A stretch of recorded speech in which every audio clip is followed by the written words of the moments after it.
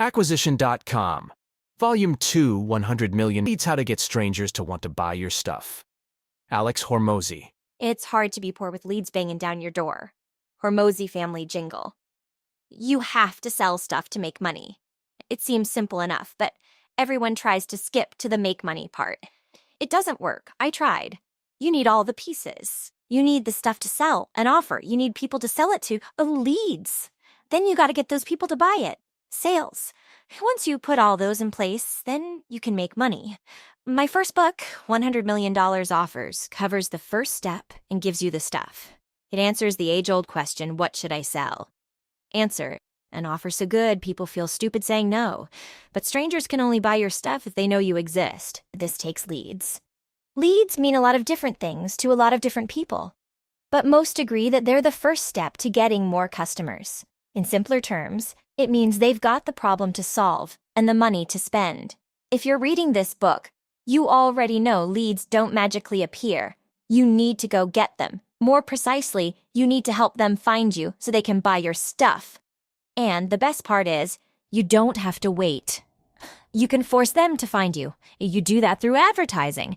Advertising, the process of making known, lets strangers know about the stuff you sell. If more people know about the stuff you sell, then you sell more stuff. If you sell more stuff, then you make more money. Having lots of leads makes it hard to be poor. Advertising lets you have a terrible product and still make money. It lets you be terrible at sales and still make money. It lets you make a ton of mistakes and still make money. In short, having this skill gives you endless chances to get it right. And in the unforgiving world of business, second chances are hard to come by. So you might as well load up. Advertising is a skill worth having, and this book, $100M Leads, shows you exactly how to do it. 100M Leads sits atop the foundation of my first book, 100M Offers. It assumes you already have a grand slam offer to sell, the stuff. Once you have an offer to sell, it creates the next problem. Who do I sell it to? This book is my answer to that question. Leads. Lots of leads. And before you know how to get leads, life sucks. You don't know where your next customer will come from. You scramble to cover rent and pay bills. You worry about laying people off, putting food on your table, and going under. You work your hardest to succeed, and others laugh at you for trying. It feels like death. I've been there. I get it. This book puts you in a better situation. One where you've got more leads than you can handle and more money than you can spend. Here's how. First, it explains how advertising works. Second, it reveals the 4 core ways to get leads. Third, it shows you how to get other people to do it for you. Finally, it wraps up with a 1-page advertising plan you can use to grow your business today. Once you know how to get leads, life gets easier. As for why you should blindly listen to me about getting more leads, don't. Make up your own darn mind. But in the spirit of walking the talk, here's my track record. I advertise in a variety of industries through my holding company, Acquisition.com. Our portfolio includes software, e-commerce, business services, consumer services, brick-and-mortar chains, digital products, and plenty of others. Together, they make $250 million in annual revenue, and they do it by getting 20,000 leads per day selling offers from $1 to $1 million. On the personal side, I have a lifetime average return on advertising of 36:1. That means for every dollar I spend on advertising, I get $36 back, a return of 3,600%. Some people built their wealth in the stock market, others in real estate. I built mine in advertising. This year I surpassed $100 million in net worth at age 32, and if you're from the future, that's in 2022 US dollars, which, much to my dismay, came with no flyers, no awards, no parades. I'm still 2,000 times poorer than the richest man in the world. My life is pretty much the same. I'm still the same height, married to the same woman, and graying faster than when I was poor. In these pages, I share the skills responsible for the bulk of my material success. I did it all using the advertising methods in this book. I left nothing out. This isn't a book of theories or armchair analysis. This book is built on what worked for me, and I wrote it hoping it'll work even better for you. To answer a question I got after releasing my first book, why do your books look like they're written for kids? The answer is simple. My books must be books I would read, and I have a short attention span. As such, I liken my reading preferences to that of a child. Short in length, simple in words, and with lots of pictures. These books are my attempt to do that. 100M Leads is about getting strangers to show interest in the stuff you sell. And once I transfer that skill to you, it's your turn to use it. With that out of the way, let's get rich, shall we? How I got here. Hope is being able to see the light despite all the darkness. Desmond Tutu, March 2017. I felt hurried taps on my shoulder while working at my desk. It was Layla, my then girlfriend and business partner. "What's up? You all right?" "We have a problem," she said. "What now?" I thought. "Look at this." She shoved a stack of books out of the way to make room for her laptop. "What am I looking at?" I squinted. A disaster. She ran her finger down the screen to direct my gaze. Minus $99. Minus $499. Minus $499. Every other number was more than my rent. "What are these?" She started scrolling. "Refunds. All of them. From the 2 gyms we launched last month." "Wait, how? Why?" She scrolled more. "I got lots of weird texts last night from the members we sold at the Kentucky gym. I guess the owner stood up on a chair and told everyone to refund and go home. He didn't want to deal with all the new customers." "That's insane," I said. She was still scrolling. "Yeah, and the other gym owner told his new customers he would take them for half price if they asked for refunds from us and paid him instead." "Wait, what?" "They can't do that," I said. "Well, they did." She scrolled faster, the numbers blurred. "Have you called them?" "That's not allowed in the agreement," I said. "Yeah, I know, they're ignoring my calls." I put my hand on hers. The refund waterfall froze in place. Hundreds of droplet-size reminders of how much I sucked. How bad is this? How many refunds? Just cutting profits, or enough to go negative, and oh, money. I tried to keep my voice steady. I failed. Layla paused before answering. "It's 150 grand. The number hung in the air. "We won't be able to pay my friends." Their faces flashed through my mind, and the little hope I had drained from my chest. A month earlier, I got her friends to quit their jobs for this. Now I had to tell them I didn't have the money to pay them. She continued, "We can't sell our way out of this either. It'll just create more refunds to deal with, and we're out of money." Her eyes met mine, looking for the answers she deserved. I had nothing. I felt sick. A year earlier, I was good at getting leads for my gyms. I scaled to 5 locations in only 3 years. My claim to fame was opening my gyms up at full capacity on the first day. So I opened as many as I could as fast as I could. My fast pace started getting attention. I got asked to speak at a conference about my advertising method. To me, though, I didn't think my process was special. I figured everyone was doing it. So I walked through my presentation, hoping I wasn't boring the audience. They were silent. The moment I stepped off stage, a mob formed around me. They hurled questions at me left and right. I could barely keep up. They even followed me into the bathroom. I felt like a celebrity. It was wild. To this day, I've never been more bombarded in my life. Everyone wanted me to teach them how to do what I had just presented. They wanted my help. Me. But I had nothing to sell them. Although over 100 people left me their phone numbers and business cards in case I did. Then a wild idea came to me. I could make some money doing this. 3 months later, an idea turns into a business. Since I used advertising to launch my gyms at full capacity, I thought maybe I could launch other people's gyms to full capacity too. I called the company Gym Launch. Original, I know. My offer was simple. I'll fill your gym in 30 days for free. You pay nothing, I pay for everything. I sell new members and keep the first 6 weeks of membership fees as payment. You get everything else. If I don't fill your gym, I don't make money. You spend nothing either way. It was an easy offer to sell. I'd fly out, turn on my lead machine, work the leads, then sell the leads.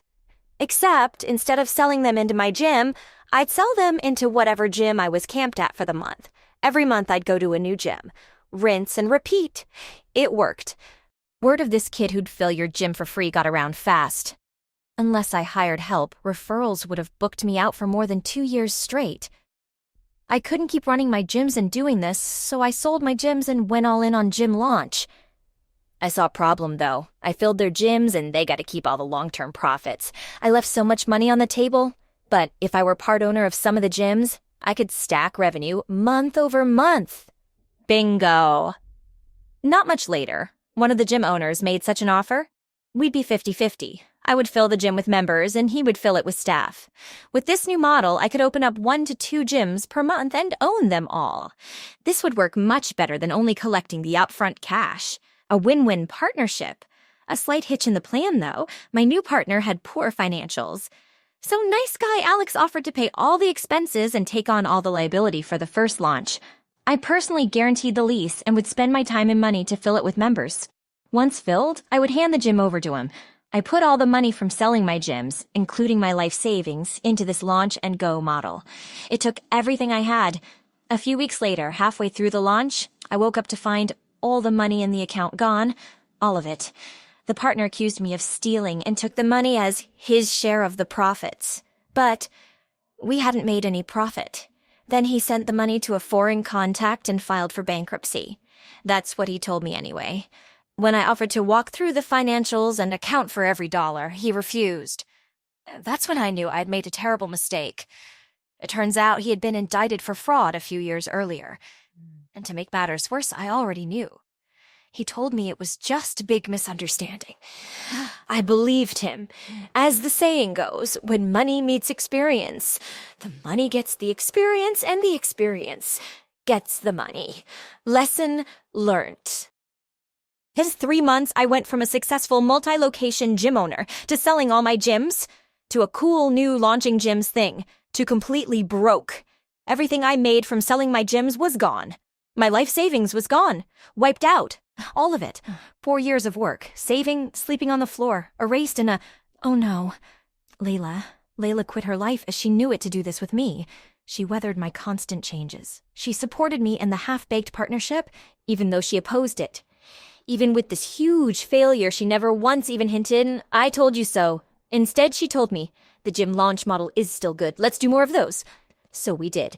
I put $3,300 per day on a credit card to pay for ads, airfare, hotels, rental cars, etc. for 6 sales reps, Layla's friends.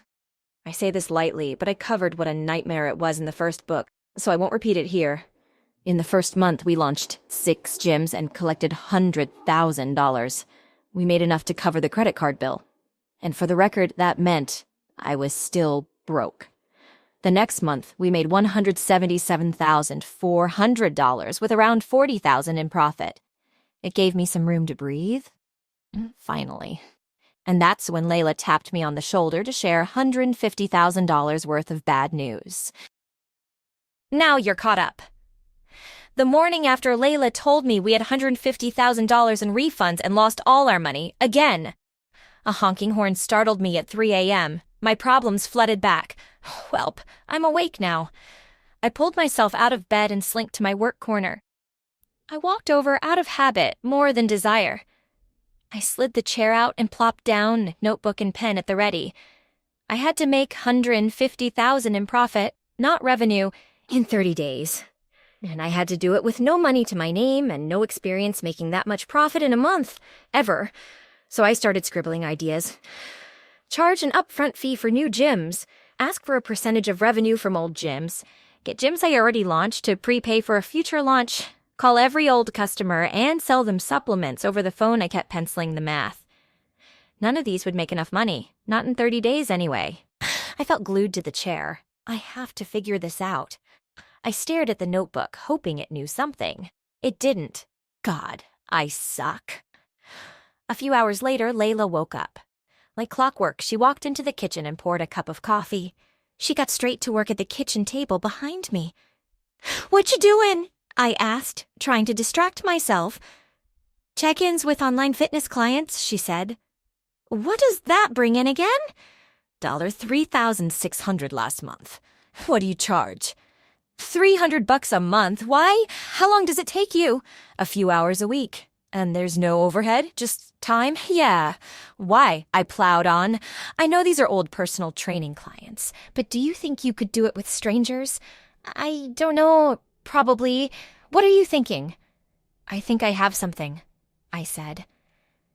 "Wait, for what?" "To come up with the $150,000. "What?" My online training? How? She looked skeptical. We just cut the middleman and sell direct. I think I can just run ads to a sales page that books phone appointments. Then we can sell the fitness programs we've been selling at the gyms, but sell it as an online program. We already have the materials. We already know the ads work, and there won't be any cost to fulfill. Plus, no more flights, no rentals, no motels, and no gym owner telling them to refund.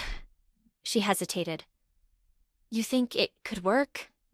Honestly, no idea, but every day we don't do something is one less day to come up with the money.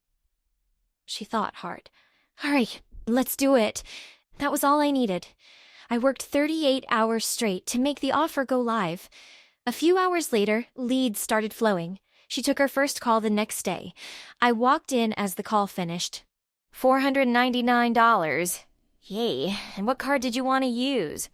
She had the candor of a pro. A few minutes later, I asked with anticipation, was that a sale? Yep.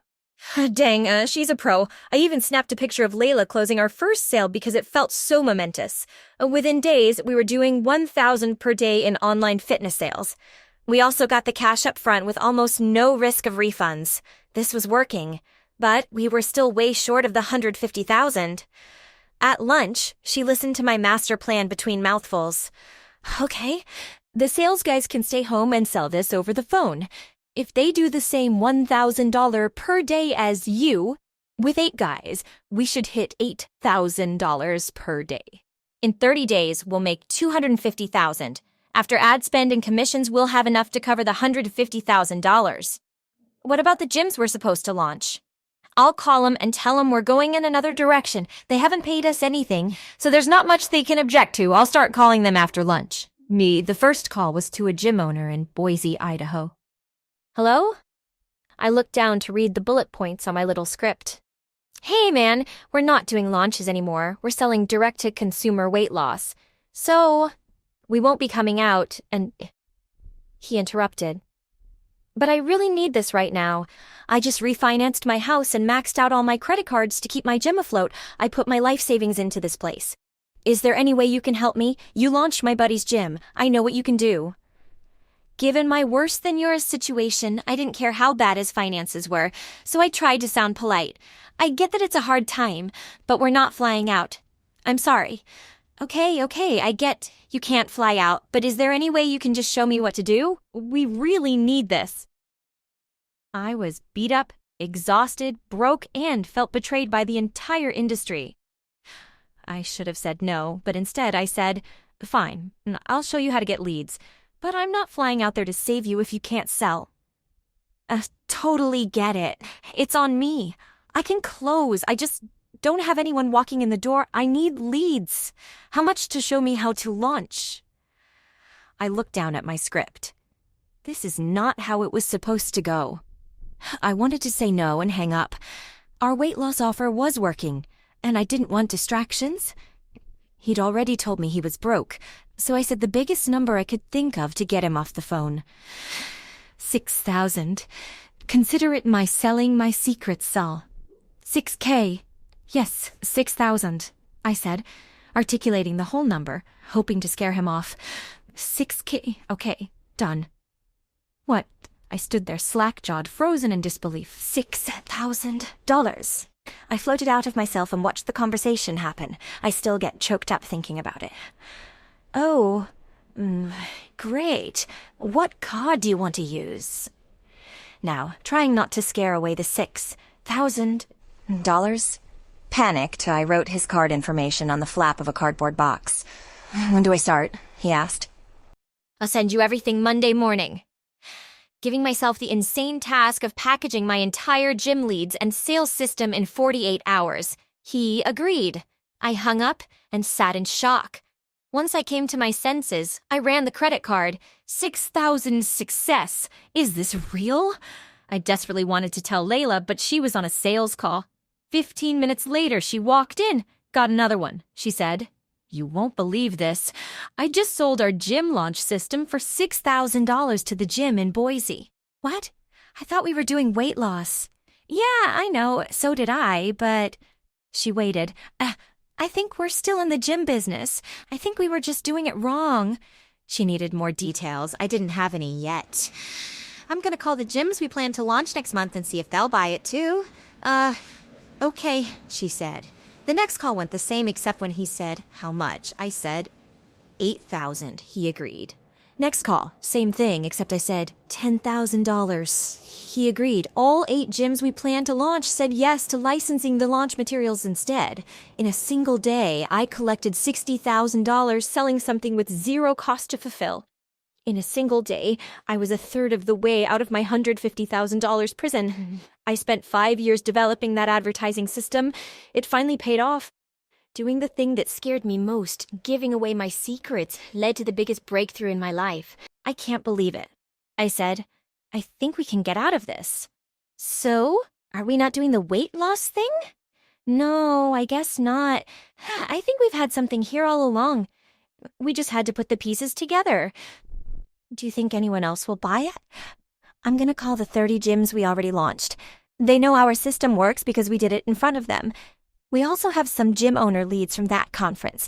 That should cover the $150,000 and give us a clean slate. Okay, then what? Is this what we're gonna do? She looked for some well-deserved stability. I think so. It makes more money than the other thing, and it's way easier to deliver. She agreed. So after I call those leads, I'll start running ads. I'll post our success stories in a few gym groups to get leads from there, and I'll also tell the gyms I'll pay $2,000 cash for any gym they send that signs up. That gives us ad leads, content leads, and referral leads.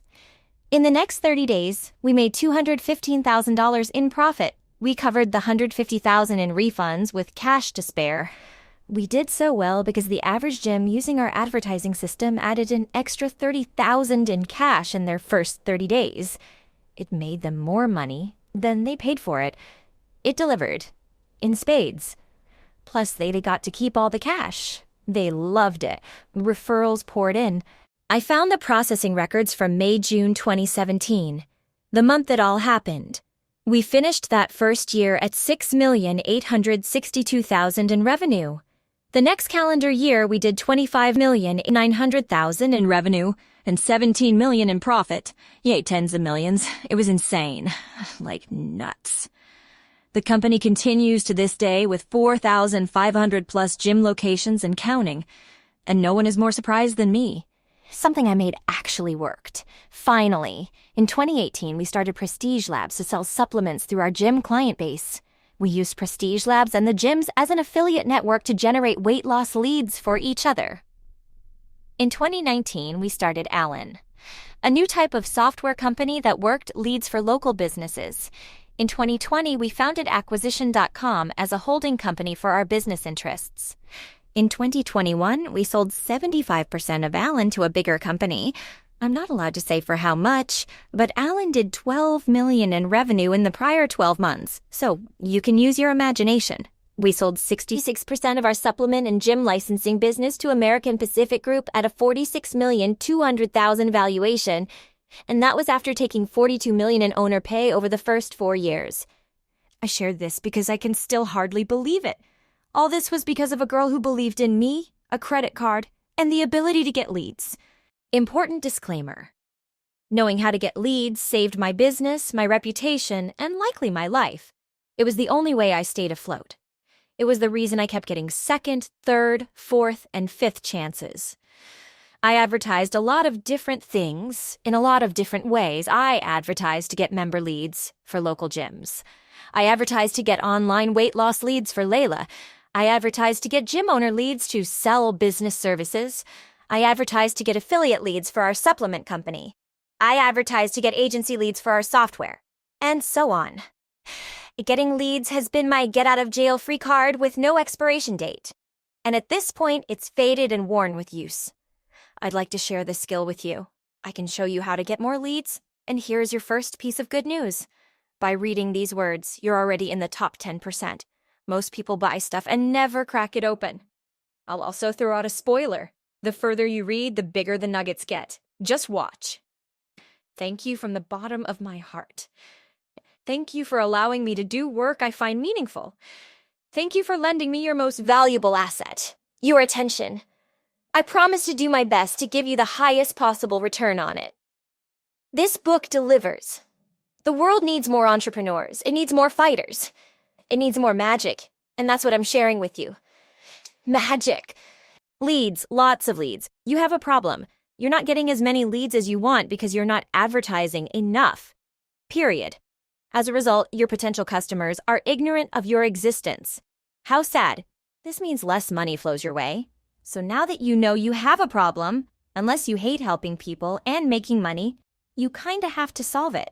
How this book solves it: to make more money, you've got to grow your business. You can only grow your business in 2 ways. 1, get more customers. 2, make them worth more. That's it. I grow our portfolio companies with this exact framework. 100 million leads focuses on number 1, getting more customers. You get more customers by getting 1, more leads. 2, better leads. 3, cheaper leads. 4, reliably, think from lots of places.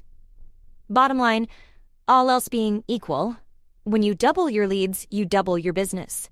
This book shows you how to transform your business into a lead-getting machine. Once you apply its models, you instantly increase lead flow, and like cash flow, when leads flow, it's hard not to make money. This book will solve your not getting enough leads problem for good.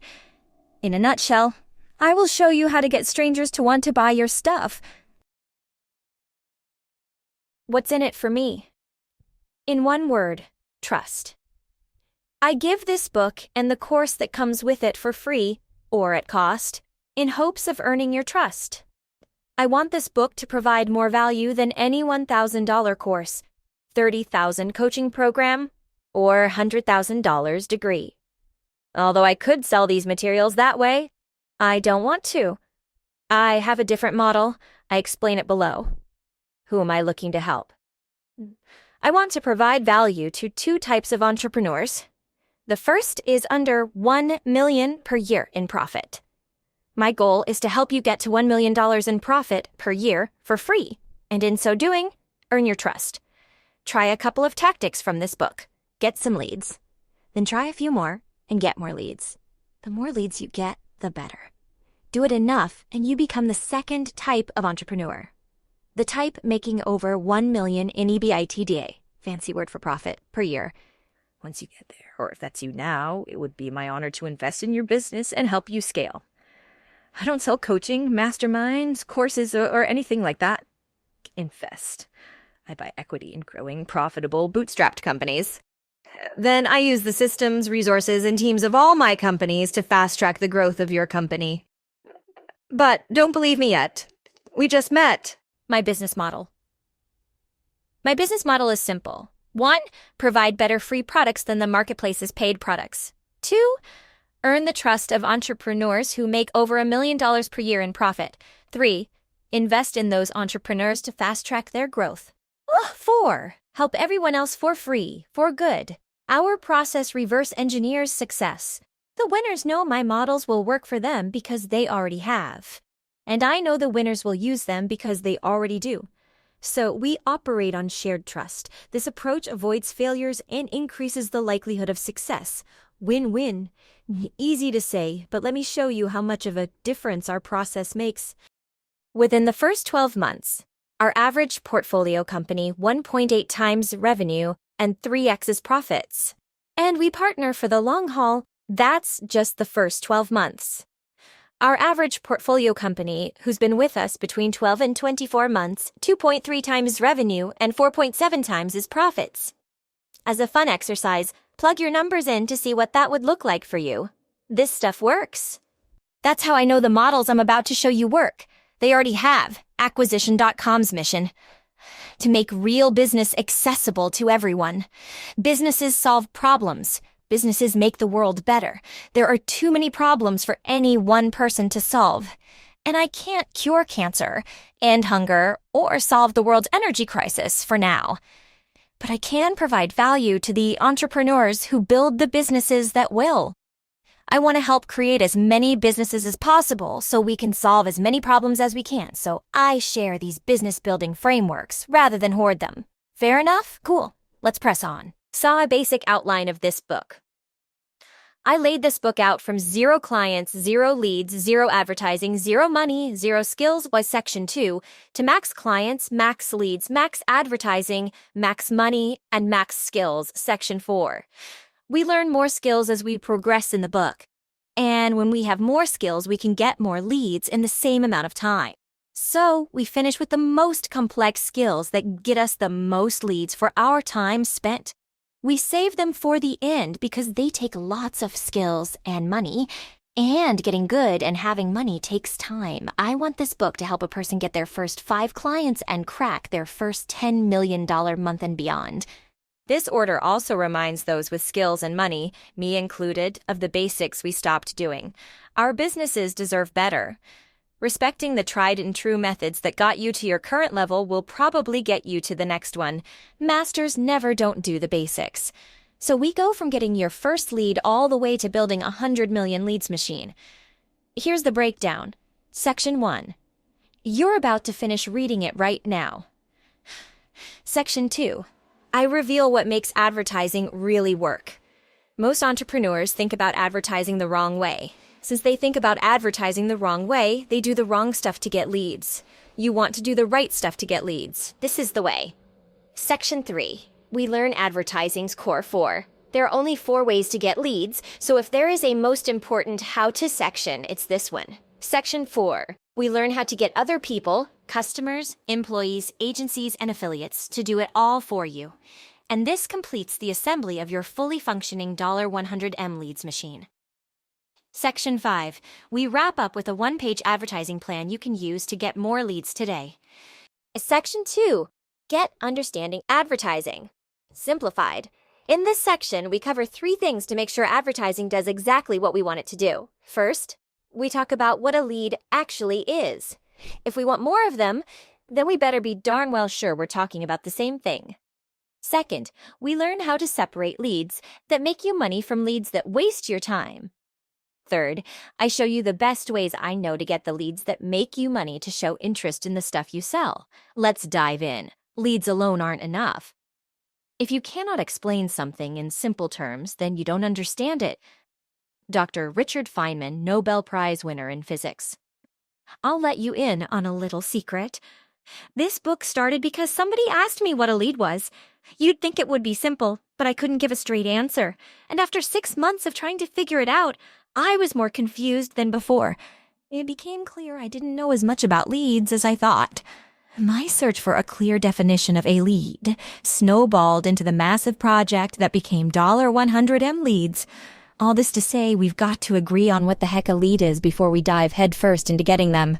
Someone who clicks an ad, a phone number, a person that schedules a call, a list of names, a door you knock on, a walk-in, an email address, a subscriber, a person that sees your content, etc. You see, words matter because they affect how we think. How we think affects what we do. And if words have us thinking the wrong way, then we will probably do the wrong stuff. I hate doing the wrong stuff. So to do the right stuff more and the wrong stuff less, it's best we know what words mean and use them. To cut the suspense, a lead is a person you can contact. That's all. If you bought a list of emails, those are leads. If you get contact information from a website or database, those are leads. The numbers in your phone are leads. People on the street are leads. If you can contact them, they're leads. But what I came to realize was, leads alone aren't enough. We want engaged leads, people who show interest in the stuff you sell. If someone gives their contact information on a website, that is an engaged lead. If someone follows you on social media and you can contact them, that is an engaged lead. If people reply to your email campaign, they are engaged leads. The leads showing interest are the leads that matter. Engaged leads are the true output of advertising. Getting more engaged leads is the point of this book. But I couldn't call the book Engaged Leads because no one would get it. But now you do. So the next question is, how do we get leads to engage? Engage your leads. Offers and lead magnets. I don't do drugs. I am drugs. Salvador Dali, April 2016. I paid $25,000 to be in this group, and everyone told me to do a webinar. In fact, my mentor at the time told me, do a webinar every week until you make $1 million. Until then, Don't ask me about anything else. This is my only path to success. I've got to figure this out. A webinar, as I understood it, was a magical presentation with a zillion slides. If somebody watched, it would hypnotize them into buying my thing. There was so much I didn't know. Landing pages, registration pages, follow-up emails, replay emails, cart close emails, presentation software, website integration, writing ads, making ad creative, figuring out where to put the ads, who to show the ads to, building a payment page, processing payments, never mind making the actual webinar. The list overwhelmed me. So I started with what I understood most, the landing page. I built a few of those for my gyms. My mentor made millions with webinars, so I modeled his landing page. But I didn't need it to make millions. I just needed it to make something. Okay, now the thank you page. An entire Sunday later, the thank you page went live. Now for the big test. I put my email into the landing page, clicked sign me up, and waited. My brand new thank you page loaded. Success. I still wasn't a millionaire, sad face, but it was something. The following Sunday, I sat down for my regular work on the business, not in the business ritual. I had 10 hours to figure out the next piece of this webinar puzzle. After my first cup of coffee, I decided I didn't really want to work, but I still wanted to feel productive. So I went to my advertising group's forum to get some tips. Just got off my webinar, $32K in an hour. I ROI'd the entire tuition in my first week. Webinars rock. I'm never going to make this work. He joined the same month as me.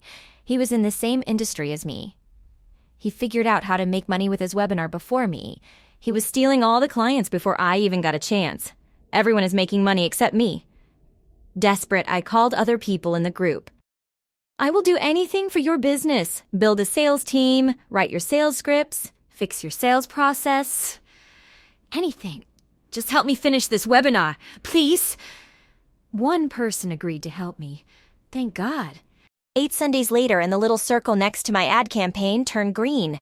It's alive. I was officially spending $150 per day on ads. All I had to do now was watch the money pour in. I was going to be rich. 3 days, $450, 80 leads, and 0 sales later. I shut it all down. I suck. No one even watched my webinar. Meanwhile, that guy posted again about how much money he was making off this webinar stuff. Why do I suck so much? I spent most of my money to join this group, and I just set another $450 on fire. I didn't have the money to fail again. I needed the next thing to work. And if I couldn't even get anyone to watch, what was the point? The case study? I scrolled my newsfeed to see what other people were doing. An ad caught my eye. Free case study on how I spent $1 and made $123,000 in a weekend, or something like that. I punched in my email, and the page sent me to a video of walking through a successful advertising campaign. Nothing fancy, no slides, no presenting, just a dude explaining how his stuff worked. This I can do. I fired up my screen recorder. Okay, everyone, so here's the ad account of a gym we just launched. Here are the ads we ran. This is how much we spent. We sent them to this page with this offer. You can see how many leads we got here. They got this many people scheduled. This many showed. This is how many they sold. This is how much the gym owner made. This is everything we did. If you want help setting something like this up, we'll do the whole thing for free. And we only get paid off the sales you make. If that sounds fair, book a call. It took maybe 13 minutes. Simple. I swapped the webinar out for this video and changed the headline. Free case study. How we added 213 members and $112,000 in revenue to a small gym in San Diego. They would book a call on the next page. I set up a fresh ad campaign and went to bed. The next morning, Alex, what did you do? Layla asked. Oh, what do you mean? Strangers have booked my calendar solid for like the next week. Really? Yeah. Did you start a new campaign or something? Yeah, but I didn't think it would go live so fast. Wait, people booked calls? Yeah, tons. Seeing Layla's calendar stacked with appointments filled me with joy. It's working. I learned an important lesson. They didn't want my webinar, but they did want my case study.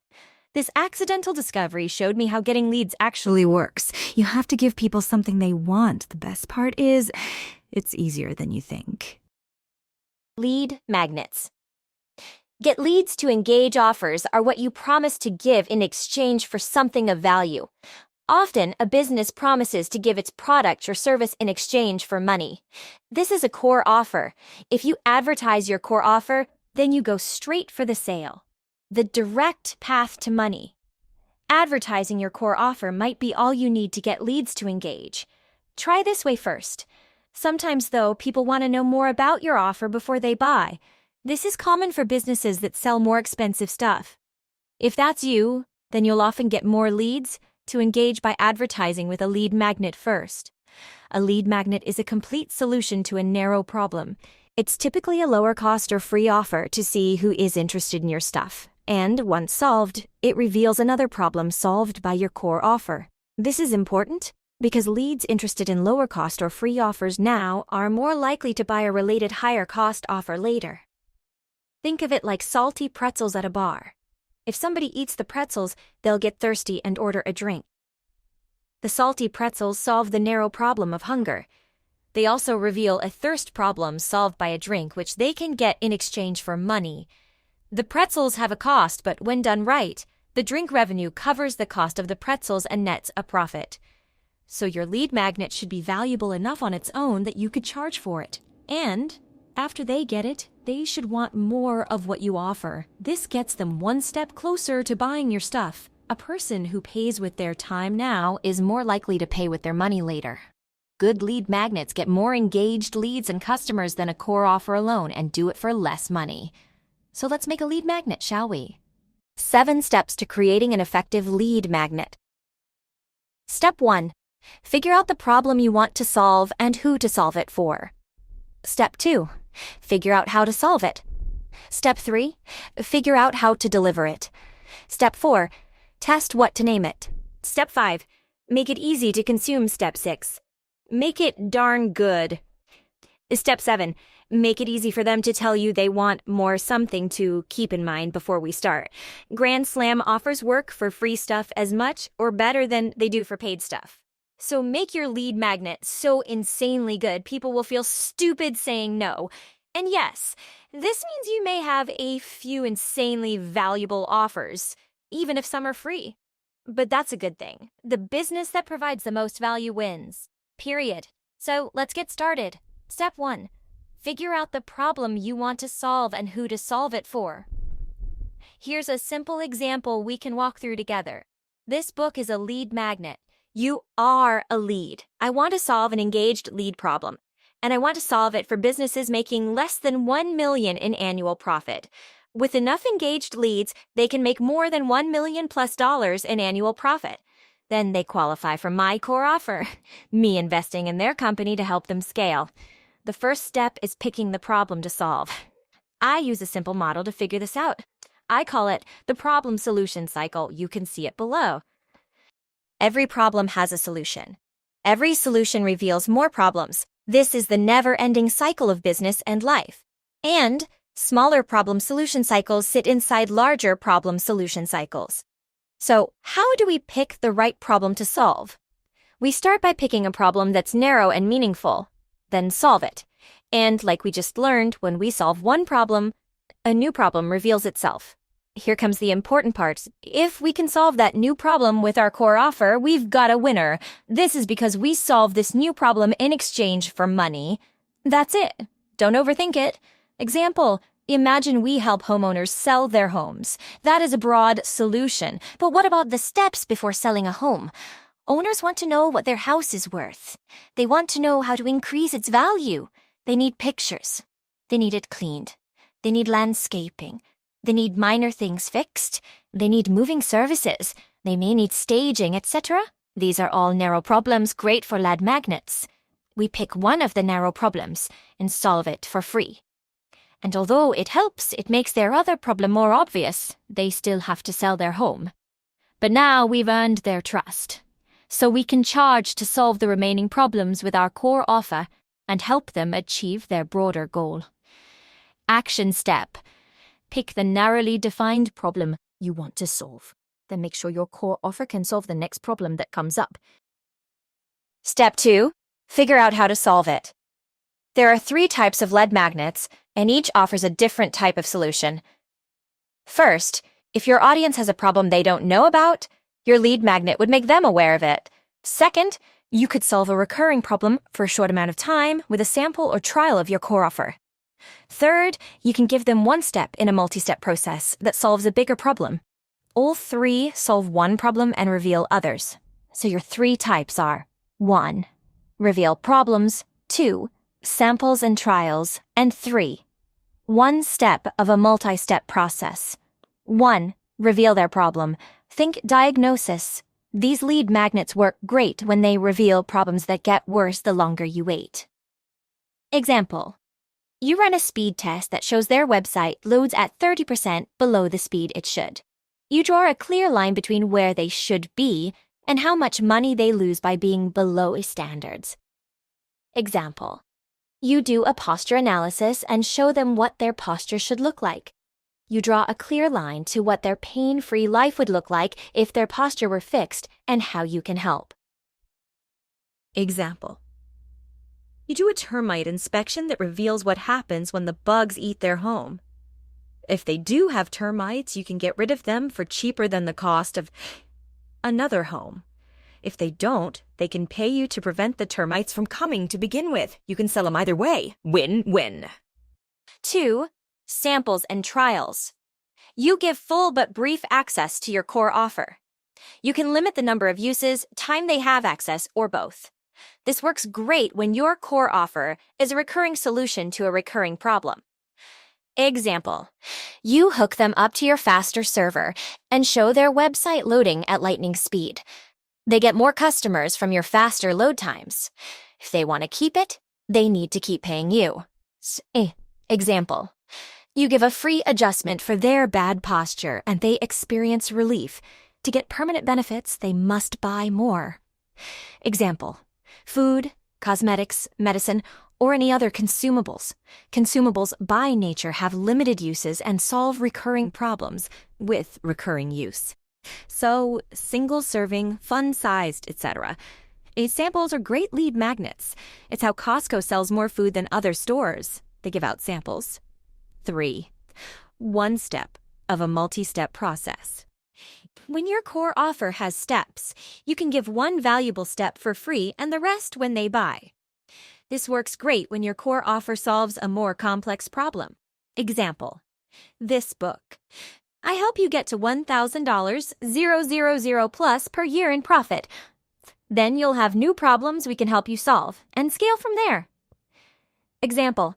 You give away a free wood sealant for a garage door, but the sealing process requires 3 different coats to protect from all weather conditions.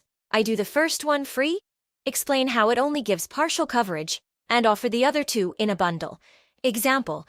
You give away free finance courses, guides, calculators, templates, etc. They're so valuable people really can do it all themselves, but they also reveal the time, effort, and sacrifice of doing it all. So you offer financial services to solve all that. Action step. Pick how you want to solve your narrowly defined problem. Step 3. Figure out how to deliver it. There are unlimited ways to solve problems, but my favorite lead magnets solve them with software, information, services, and physical products. And each of those works great with the 3 types of lead magnets from Step 2. I'll show you what I've done to attract gym owners using each lead magnet type. 1. Software. You give them a tool. If you have a spreadsheet, calculator, or small software, your technology does a job for them. Example. I give away a spreadsheet or dashboard that gives a gym owner all their relevant business stats, compares them to industry averages, then gives them a rank. 2. Information. You teach them something. Courses, lessons, interviews with experts, keynote presentations, live events, mistakes and pitfalls, hacks, tips, etc. Anything they can learn from. Example, I give away a mini course for gyms on how to write an ad. 3. Services. You do work for free. Adjust their back. Perform a website audit. Apply the first layer of garage sealant. Transform their video into an ebook, etc. Example, I run gym owners' ads for free for 30 days. 4. Physical products. You give them something they can hold in their hands, a posture assessment chart, a supplement, a small bottle of garage door sealant, boxing gloves to get boxing gym leads, etc. Example: I sell a book for gym owners called Gym Launch Secrets. With 3 different types of lead magnets and 4 ways to deliver them, that's up to 12 lead magnets that solve a single, narrow problem. So many magnets, so little time. I make as many versions of a lead magnet as I can and rotate them. This keeps the advertising fresh and low effort. Plus, you see which ones work best. Like my case study story at the beginning of the chapter, the results are often surprising. And you won't know until you try. Action step. As a thought exercise, think of a lead magnet and then a version of it for each delivery method. You always can, I promise. Then pick how to deliver your lead magnet. Step 4. Test what to name it. David Ogilvy said, when you have written your headline, you have spent 80 cents of your advertising dollar. What that means is 5 times more people read your headline than any other part of your promotion. They read it and make a snap decision to read further. Or not. Like Ogilvy hints, leads have to notice your lead magnet before they can consume it. Like it or not, this means how we present it matters more than anything. For example, improving the headline, name, and display of your lead magnet can 2x, 3x, or 10x your engagement. It's that important. Besides, if no one shows interest in your lead magnet, no one will ever know how good it is. You can't leave it to chance. So listen up, here's what you do next. You test. The 3 things you'll want to test are the headline, the image, and the subheadline, in that order. The headline is the most important. So if you only test one thing, test that. For example, I had no idea what to title this book. So here's what I did to figure out which name would do the best. I tested. The results may surprise you as much as they surprised me. Headline tests round 1. Advertising versus promotion advertising 1. Round 2. Advertising versus leads 1. Round 3. Marketing versus leads still wins. Book cover image test, real versus cartoon, real 1. Subheadlines, round 1. How to get more people to want to buy your stuff versus how to get strangers to want to buy your stuff. The second one. Round 2. How to get more strangers to want to buy your stuff versus how to get strangers to want to buy your stuff. The second wins again. Round 3. How to get as many leads as you darn well please versus how to get strangers to want to buy your stuff. The second wins again. Round 4. Get strangers to want to buy your stuff versus how to get strangers to want to buy your stuff. The second one takes the undisputed win. Round 3. How to get as many leads as you darn well please versus how to get strangers to want to buy your stuff. The second one is better. Note 2 things with the subheadline tests. 1. How to get strangers to want to buy your stuff overwhelmingly beat get strangers to want to buy your stuff. The only difference is 2 little words. How to. And it also beat how to get more strangers to want to buy your stuff with a single word removed more. Small changes can make big differences. 2. Since so many people asked, I figured I'd answer it here. I didn't subtitle the book How to Get Strangers to Buy Your Stuff because that's sales, not getting leads. The point of this book is to get strangers to show interest, not to buy yet. A raised hand is where this book ends. 100M sales or persuasion, I haven't decided yet, will be a future book. One problem at a time. Action step. Test. If people engage in droves, you've got a winner. And if you have any following at all, you can run polls like these. You don't need a lot of votes to get a directional idea. If you can't do that, make a post on every platform and ask people to respond with A1 or A2, then count them up. If you still can't even do that, then just message people and ask. There's always a way. And this is one of the highest leverage things you can do with your time. Make sure how you package it gets engagement, and you give yourself a big head start. Bonus points. If people respond to the poll and ask when they can get their hands on it, you have a mega winner. Step 5. Make it easy for them to consume. People prefer to do things that take less effort. So if we want more people to take us up on our lead magnet and consume it, we gotta make it easy. You can see 2x, 3x, and even 4x, plus increases in take rates and consumption simply by making it easier to consume. 1. Software. You want to make it accessible on their phones, on a computer, and in multiple different formats. This way, they'll pick the one easiest for them. 2. Information. People like to consume things in different ways. Some people like watching, other people like reading, others like listening, etc. Make your solution in as many different formats as you can. Images, video, text, audio, etc. Offer them all. That's why this book comes in every format people consume. 3. Services. Be available at more times in more ways, more times of day, more days of the week. Via video call, phone call, in person, etc. The easier you are to get a hold of, the more likely people will become engaged, leads to claim the free value. 4. Physical products. Make it super simple to order and fast to get to them. Make the product itself fast and easy to open. Give simple directions on how to use the product. Example: Apple made its products so well they didn't even need directions, and the packaging is so good, most people keep the boxes. Action step: package your lead magnet in every way you can. It dramatically increases how many engaged leads come your way. And more leads engaging with your lead magnet means more leads getting value from it. This is huge. Fun fact, my book $100 million offers has a near-perfect 1-4, 1-4, 1-4, 1-4 split between ebooks, physical books, audiobooks, and videos. Free on acquisition.com. Making the book available in multiple formats is the easiest way I know to get 2, 3, 4x the amount of leads for the same work.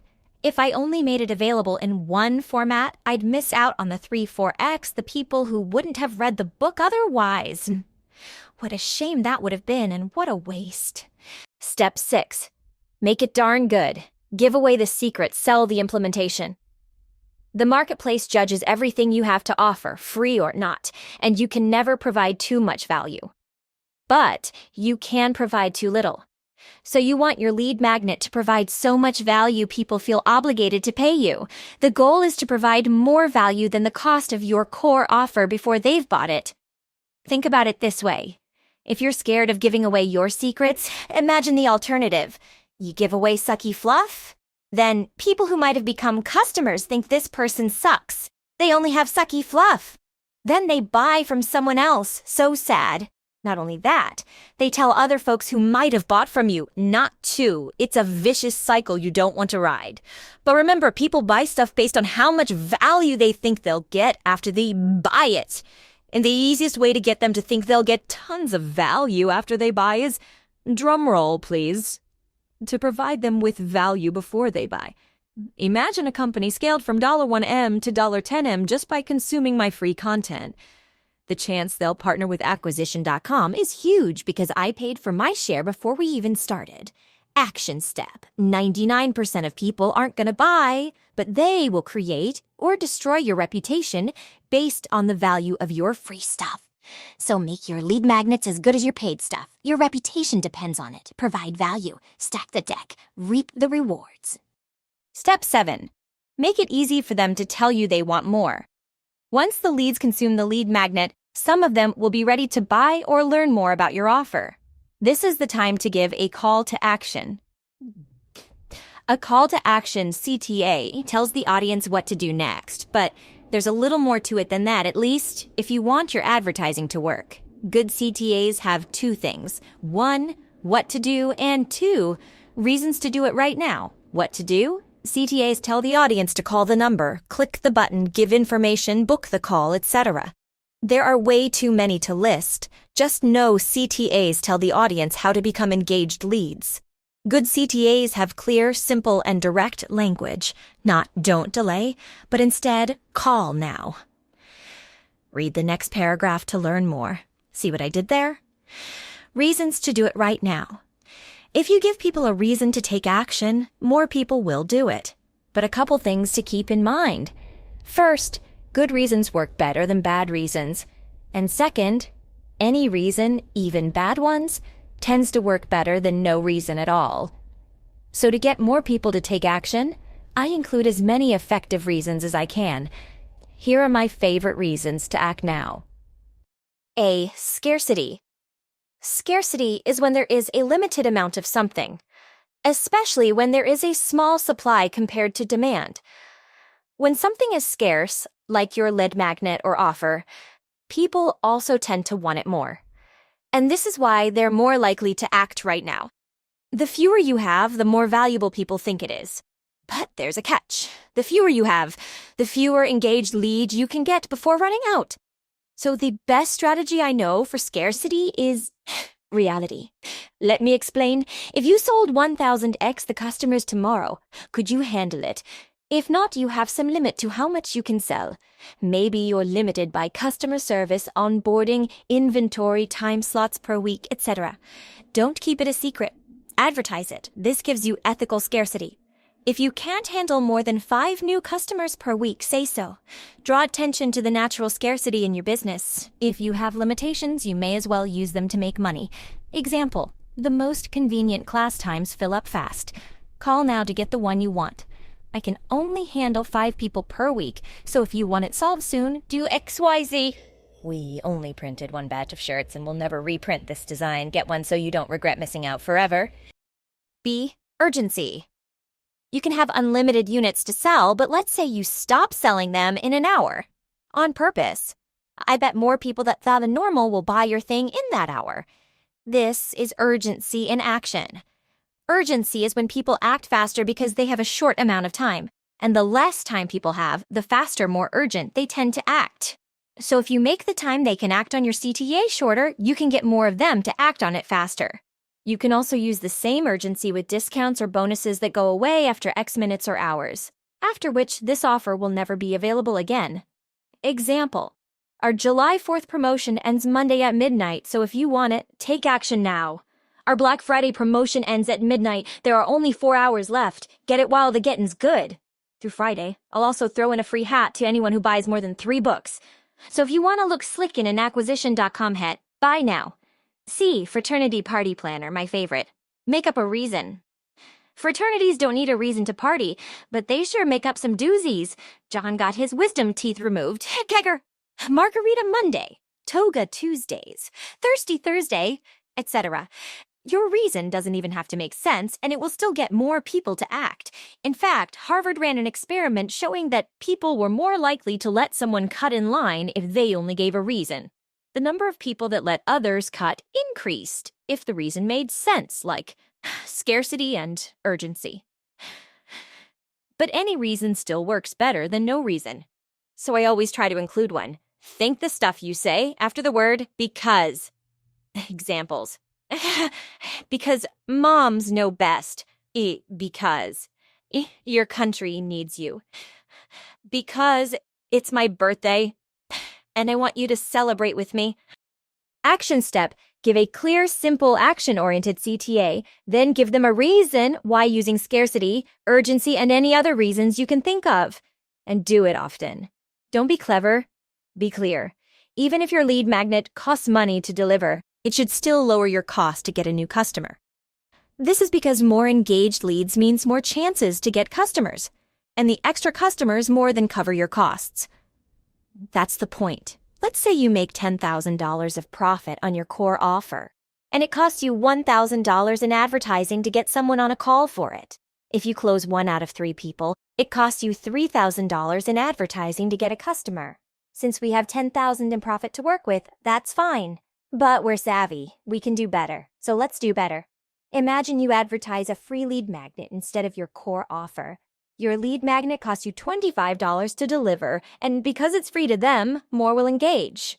The extra engagement means it only costs $1.75 in advertising. To get someone on a call, all in, it's $100 per call. By delivering value before they buy, you get 10 times more engaged leads for the same cost. Note, this happens all the time when you nail the lead magnet. Now, let's say 1 out of 10 folks who get the lead magnet buys your core offer. This means your new cost to acquire a customer is $1,000. $100 times 10 people. We just cut our cost to get a customer by 3x. So instead of spending $3,000 to get a new customer, by using a lead magnet, we spend only $1,000. Given we make $10,000, that's a 10-to-1 return. So if we keep our advertising budget the same and use a lead magnet, we triple our business. Remember, the goal is to print money, not just make our fair share. This is where experienced business owners beat newbies. With a $25 budget to deliver your lead magnet, you can provide far more value than a $0 budget. Crazy, I know. You attract more customers because your lead magnet is more valuable than other people's, oftentimes by a lot. This translates into more strangers becoming engaged, leads. It also translates into more sales because you provided value in advance. Win, win, win. Action steps. Step 0. If you're struggling to get leads, make an amazing lead magnet. Step 1. Figure out the problem you want to solve for the right customer. Step 2. Figure out how you want to solve it. Step 3. Figure out how to deliver it. Step 4. Make the name interesting and clear. Step 5. Make it easy to consume. Step 6. Make sure it's darn good. Step 7. Tell them what to do next, why it's a good idea, do it clearly, and do it often. Section 2. Conclusion. My goal with this book is to demystify the lead-getting process. In the first chapter, we covered why leads alone aren't enough. You need engaged leads. In the second chapter, we covered how to get leads to engage, a valuable lead magnet or offer. And a good lead magnet does 4 things. 1. Engages ideal customers when they see it. 2. Gets more people to engage than your core offer alone. 3. Is valuable enough that they consume it. 4. Makes the right people more likely to buy, so more people show interest in our stuff. We make more money from them, and we deliver more value than we ever have all at the same time. Next up, we've armed ourselves with a powerful lead magnet. Now I'll show you the 4 ways we can advertise it. In other words, now that we have the stuff, we gotta tell people about it. Let's get some leads. Section 3. Get leads. The core 4 advertising methods. We get engaged leads by letting people know about our stuff. And there are 2 types of people we let know. People who know us and people who don't. And there are 2 paths of letting them know about it. One-to-one and one-to-many. Those combine into the 4 basic ways one person can let other people know about anything. Let's break down how we can use these 4 ways to get us leads. 2 types of audiences. Warm and cold warm. Audiences are people who gave you permission to contact them. Think people who know you. Friends, family, followers, current customers, previous customers, contacts, etc. Cold audiences are people who have not given you permission to contact them. Think strangers, i.e. other people's audiences, buying contact lists, making contact lists, paying platforms for access, etc. The difference matters because it changes how we advertise to them. 2 ways to communicate. One-to-one, private. One-to-many, public. We can contact people one-to-one or one-to-many. Another way of thinking about this is private or public communication. Private communication is when only one person gets a message at a time. Think phone call or email. If you announce something publicly, many people can get it at the same time. Think social media posts or billboards or podcasts. Now, automation can make this seem confusing. Don't let it. Automation just means some of the work is done by machines. The nature of the communication stays the same. Email, for instance, is one-to-one. Emailing a 10,000-person list once is more like one-to-one really fast by a machine. Automation, which we cover later, is one of the many ways we can get leads on steroids. Like audiences, the difference between public and private communication matters because they change how we advertise. Section 3. Outline. Get leads combining warm and cold audiences with one-to-one and one-to-many leads us to the only 4 ways we can let anyone know about anything. The core 4. I combined them below for you. One-to-one to a warm audience equals sign. Warm outreach. One-to-many to a warm audience equals sign. Posting content one-to-one to a cold audience equals sign. Cold outreach. One-to-many to a cold audience equals sign. Paid ads. And these are the only 4 things you can do to let other people know about the stuff you sell. And each method takes us one step closer to the land of overflowing leads. I refer to the core 4 throughout the rest of the book. So get to know them. In fact, make them part of yourself. Once you do, you will have your own get-out-of-jail-free card to carry around forever. It will give you as many chances to succeed at business as you could ever want for the rest of your life. Or at least, it has for me. So if you aren't getting as many leads as you want, you're not doing the core 4 with enough skill or with enough volume. We cover all this stuff in lots of detail: how they work, how to do them, when to do them, and show how to measure your progress along the way. This simplifies the overly confused world of advertising into 4 core actions. Either do them and get as many leads as you darn well please, or get crushed by those who do. #1. Warm outreach. How to reach out to people you know. The world belongs to those who can keep doing without seeing the result of their doing. May 2013. Starting out. For the 3rd time that day, I pulled out my phone and checked my bank account. $51,128. I let out a small sigh of relief. It's amazing how years of work and saving can fit into such a tiny screen. Feeling good for the moment, I switched over to social media to get more dopamine. Friends from college were applying to business school. Acceptance letters filled my newsfeed. I too started the business school application process. I had a choice. I could either quit my job and go to business school, or I could quit my job and start a business. The application stared at me. How will a Harvard MBA help your short and long-term goals? That question changed my life. I spent 3 days trying to answer it. At the end of the 3rd day, I saw the truth. It wouldn't. $150,000 in loans and 2 years without income wouldn't help me start a business, at least not as much as starting a business. And taking 2 years to figure it out. I could make the same amount by the time I graduate and skip the debt. Or at least, that's what I told myself. So I quit my job and took the steps to start my business. I set up Impetus Group LLC, check. I set up a business banking account, check. I set up a merchant account to process payments, check. There still wasn't any money coming in, but at least I felt legit. Impetus Group LLC. Say it out loud. The first person I told about my new business said impotence? God, I suck. No wonder the name was available. I immediately changed it to the Free Training Project. Name that doesn't suck? Check. I was in business, but I had a problem. I didn't know anything about advertising or sales, but I did know I needed clients. So I just asked around where I could. I called, texted, and sent Facebook messages to a bunch of people I knew. Hey, do you know anyone who's trying to get into shape? I'm training people for free for 12 weeks. On top of that, I'll make them a custom nutrition plan and grocery list. All they have to do is donate to a charity of their choice and let me use their testimonial. Only 6 people said yes. 6, 2 high school friends, 1 college friend, and 3 people they referred. I emailed everyone fitness plans and we got to work. We texted during the week to keep tabs on progress. Thankfully, they were all friends of mine, so they gave it their all. They encouraged me more than anyone in the beginning. A decade later, I still have their before and after pictures. And this is where the decision to skip business school started coming back to haunt me. A few months into this, I was less sure of myself. My pile of money didn't look as big without new money coming in every month, and it started turning into a real problem. So after 12 weeks of the pay a charity period, I asked them to pay me instead. I was the charity now. Ha! I worried they'd be upset to pay me instead, but they didn't seem to mind. Once they got results, I asked them to send their friends over. To my surprise, I got another 5 or 6 clients from their referrals.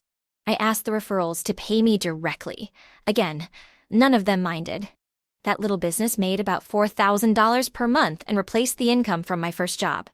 It gave me enough money to live on, and my savings started to grow again. Sigh of relief. If this business sounds straightforward, that's because it was. I emailed clients their plans, and they texted me the questions they had along the way. That's about it. So if you're starting, you don't need a lot.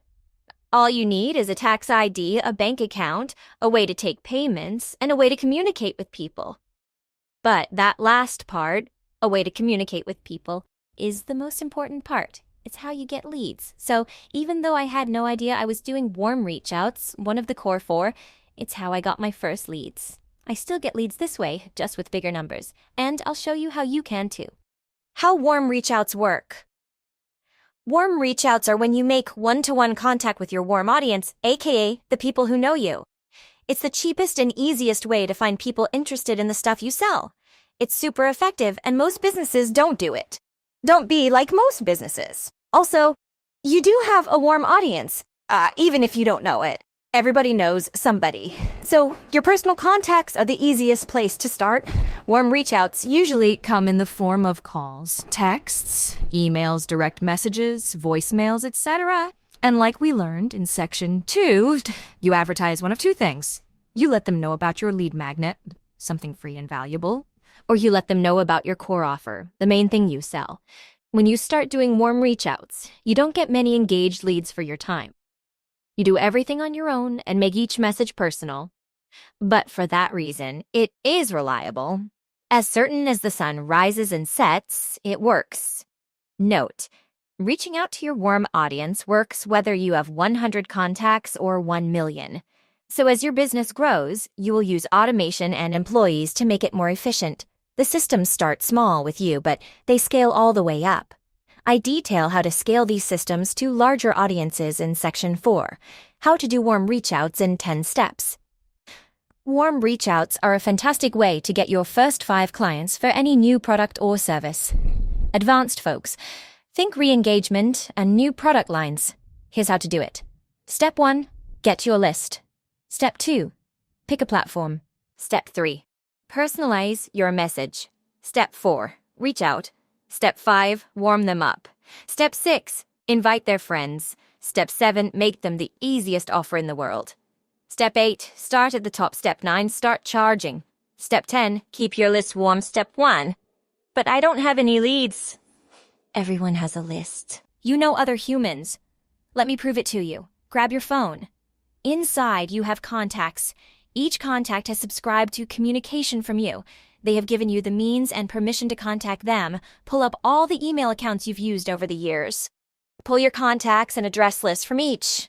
Bingo! Look at all them leads. Now, go to all your social media profiles. See your followers, subscribers, friends, connections, or whatever kids call them these days. Eureka! You got more leads!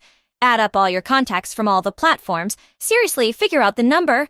Between your phone, emails, social media, and other platforms, you will have more than enough contacts to get started.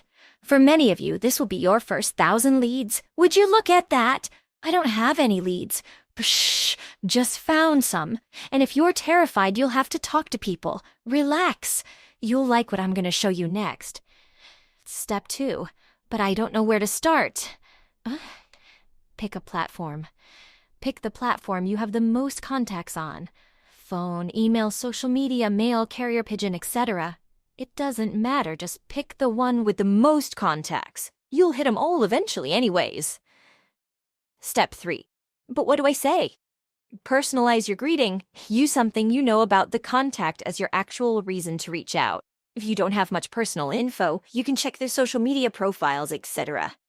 To learn a bit about them first, don't be a weirdo. Pay your social dues. Remember, you haven't asked for anything. You're just checking in and providing value. So, relax. Example, saw you just had a baby. Congrats. How is the baby doing? How are you? Step 4. Now what? Reach out to 100 people every day. To get what you want, you have to deserve what you want. Charlie Munger. Now, reach out to 100 of them per day with your personalized messages. You'll call, text, email, message, send a postcard, etc. And you will reach out to them up to 3 times. Once per day for 3 days asterisk or until they respond, whichever comes first. Asterisk, once per week with physical mail. Step 5. What do I say when they respond? Act like a human. Now we can break the ice without sounding icky. Reply using the ACA framework. Acknowledge what they said. Restate it in your own words. This shows active listening. Example, 2 kids, and you're an accountant. Compliment them on whatever they tell you. Tie it to a positive character trait if you can. Example, wow, supermom, so hardworking, managing a full-time career and 2 kids. Ask another question. Lead the conversation in whatever direction you want. In this case, to a topic closer to your offer. Examples. Therapy for safe coaching. Do you get time for yourself? Fitness, weight loss, and do you have time to get workouts in? Cleaning services. Do you have anyone who helps you keep the house tidy? The ACA framework is great because it helps you talk to anyone. It just so happens it's also useful for letting people know about your stuff. This means you can learn about the person and guide the conversation toward your offer. People love talking about themselves, so let them. They also love to be complimented, so do that too. And if people feel good when talking to you, they'll like and trust you more. You want people to like and trust you more. Besides, it's solid practice to find the good in everyone anyway. Speaking of practice, this will take practice. And that's okay. Step 6. How do I know if they're interested? Make them an offer. Get through a normal amount of conversation. Think 3, 4 exchanges if on the phone or messaging, and 3, 4 minutes if in person. Then you'll make them an offer to see if they're interested. When I make an offer from scratch, I refer to the value equation. If you're wondering what's the value equation, it was the core concept of my first book, $100M offers. Value, as I define it, has 4 elements. 1, dream outcome. What the person wants to happen, the way they want it to happen. State the best possible results your product can get. Big bonus points if those results come from people like the one you're talking to. 2, perceived likelihood of achievement, how likely they think it is for them to achieve their goal. Include results, reviews, awards, endorsements, certifications, and other forms of third-party validation. Also, guarantees are huge. 3, time delay, how long they believe it'll take to get results after they buy. Describe how fast people start getting results, how often they get results when they start, and how long it takes to get the best results possible. 4, effort and sacrifice. The bad stuff they'll have to endure, and the good stuff they'll have to give up in their struggle to get the result. Show them the good stuff they can keep doing or get to do and still get results. And show them the bad stuff that they can get rid of or avoid doing and still get results. The goal is to maximize the first 2 and minimize the second 2. So, all you have to do now is show someone you have exactly what they want. They're guaranteed to get it insanely fast without lifting a finger or giving up anything they love. No biggie, right? Obviously, that's ideal. We gotta get as close to that as we can without lying or exaggerating. So let's do just that with a real-life offer. By the way, do you know anybody who is, describe their struggles, looking to dream outcome in time delay? I'm taking on 5 case studies for free because that's all I can handle. I just want to get some testimonials for my service and product. I help them. Dream outcome without effort and sacrifice. It works. I even guarantee people get dream outcome, or I work with them until they do. I just had a girl named XGax work with me. Dream outcome, even though she described the same struggle your contact has. I also had another guy who, dream outcome, and it was his first time. I'd just like more testimonials to show it works across different scenarios. Does anyone you like come to mind? Pause if on the phone. And if they say no, well, does anyone you hate come to mind? This helps break any awkwardness. There's an important feature here. We're not asking them to buy anything. We're asking if they know anyone. And of the people who say yes, most say they are interested. This entire thing is engineered to boost their perceived likelihood of achievement. It's why we show struggles and results from people like them who have struggles like theirs. But we let them connect the dots. Since you didn't ask them to buy anything, you don't come off as pushy. Some people will show interest in your stuff. Some will refer you to those who might. Some will do both. In all 3 outcomes, you win. And you win without pushing anything on anyone. If you have even less time or space to deliver it, just use the value elements back to back.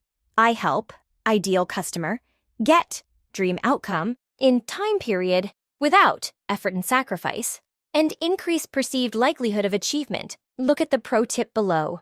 Note, these work well for emails, texts, direct messages, calls, and in person. Just fill in the blanks. Pro tip, 11 ways to increase perceived likelihood of achievement. Here's how you increase their perceived likelihood of achievement so more people take you up on your offer. Include 1 or more of the following. 1. Showing proof we have done what they want, our own story. 2. Showing proof of people just like them getting what they want, think testimonials. 3. Showing the sheer volume of happy reviews we've received, think lots of 5 stars A. If you don't have reviews yet, even the number of people you've helped works. 4. Certification/degree/third-party accreditations that were legit.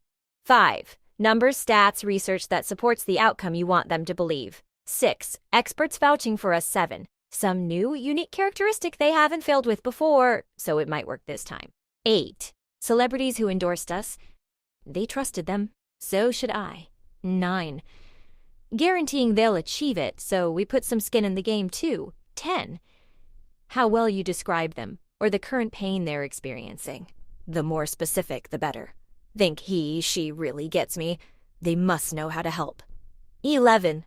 If possible, demonstrate the outcome live, or show a recording of it happening. A. Example.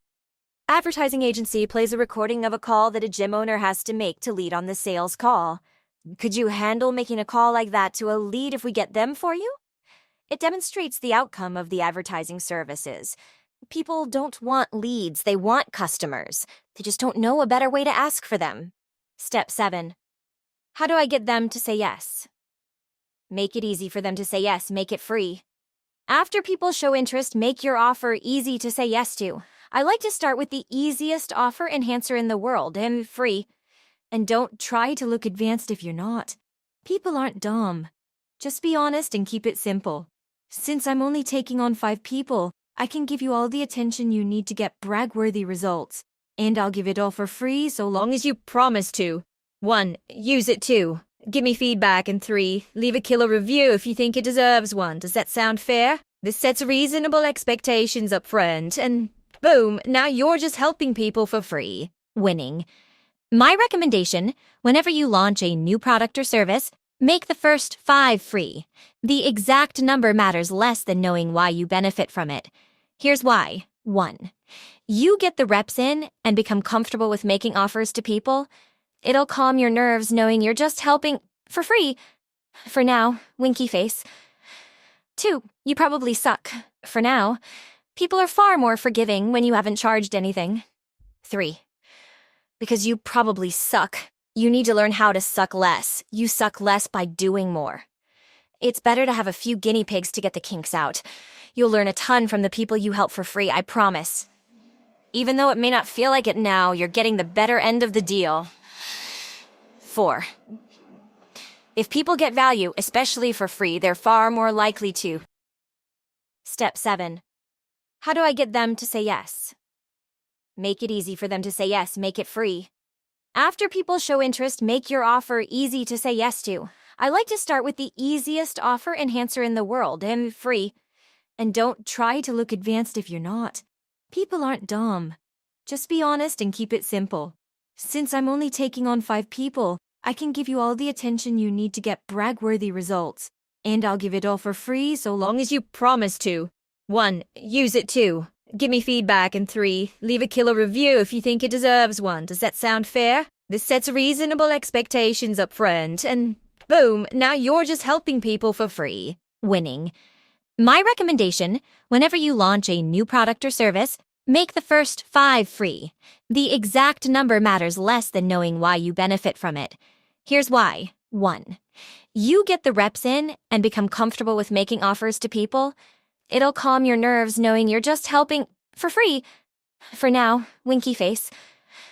2. You probably suck. For now. People are far more forgiving when you haven't charged anything. 3. Because you probably suck. You need to learn how to suck less. You suck less by doing more. It's better to have a few guinea pigs to get the kinks out. You'll learn a ton from the people you help for free, I promise. Even though it may not feel like it now, you're getting the better end of the deal. 4. If people get value, especially for free, they're far more likely to A. Leave positive reviews and testimonials. B. Give you feedback. C. Send their friends and family. And if that's not awesome enough, free customers can make you money in 3 other ways. 1. They convert into paying customers. 2. They send you paying customers via referrals. 3. Their testimonials bring in paying customers. So no matter what, you win. What if they say no?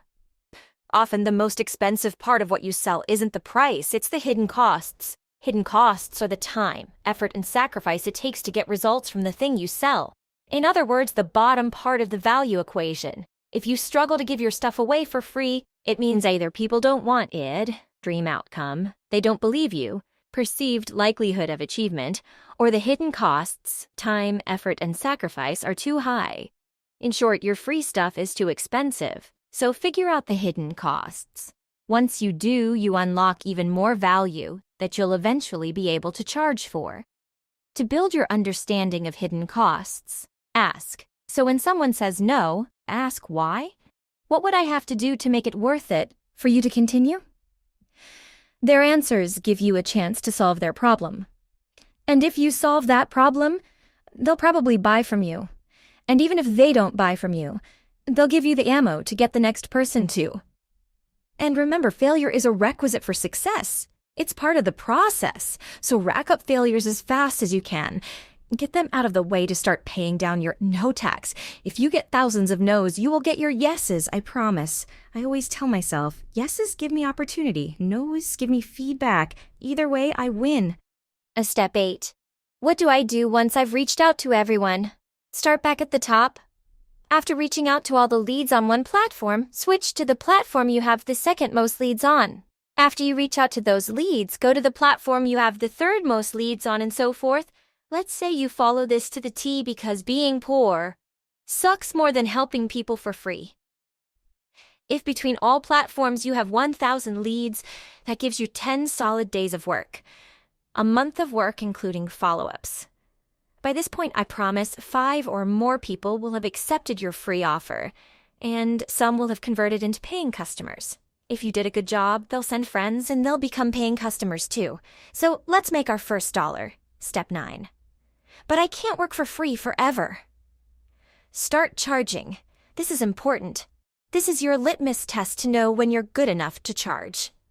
Once people start referring, start charging. When that happens, swap out free in the script above to 80% off for the next 5, then 60% off for the next 5, then 40% off for the next 5, and so forth. The I increase my prices every 5 rule also adds urgency because prices actually go up, and if you're curious, you don't have to stop raising your price. Feel free to keep raising it by 20% every 5 until you find your sweet spot. It's your business. You can do what you want. Charge more as you get more experienced. A nice reward. Pro tip: get more cash up front and more yeses coming from prepay plus guarantee. Offering: a guarantee gets more people to buy because it reverses risk. Here's a nice twist on a guarantee that'll get you more yeses and more cash. You can offer a guarantee only to people who pay up front. Reason why? People who invest up front are more committed, and as a result, we're able to guarantee their outcomes. So if you'd like our guarantee, you can prepay our service. Another version of wording: I got my good friend Dr. Cachet. After the person agrees to buy, you say, would you rather pay less today or get all your money back? Paying less today equals sign payment plan, so less money down. Get all your money back equals sign prepay, and get a guarantee that you get the result you want. Example: pay less. What? Equals sign $2,000 per month for 3 months. Equals sign $6,000. No guarantee. Or get all your money back. Equals sign $6,000 upfront with a guarantee.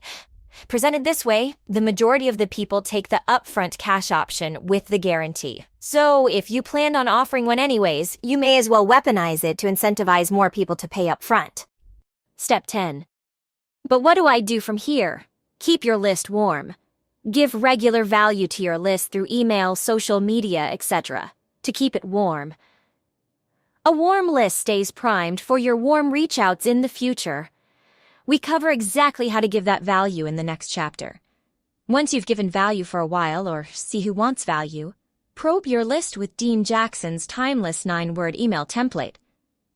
Are you still looking to forward desire? No images, no frills, no links, just a question. Nothing else. This message is money for getting leads to engage, and it's among the first things I do when I invest in a new business. Here are a few examples.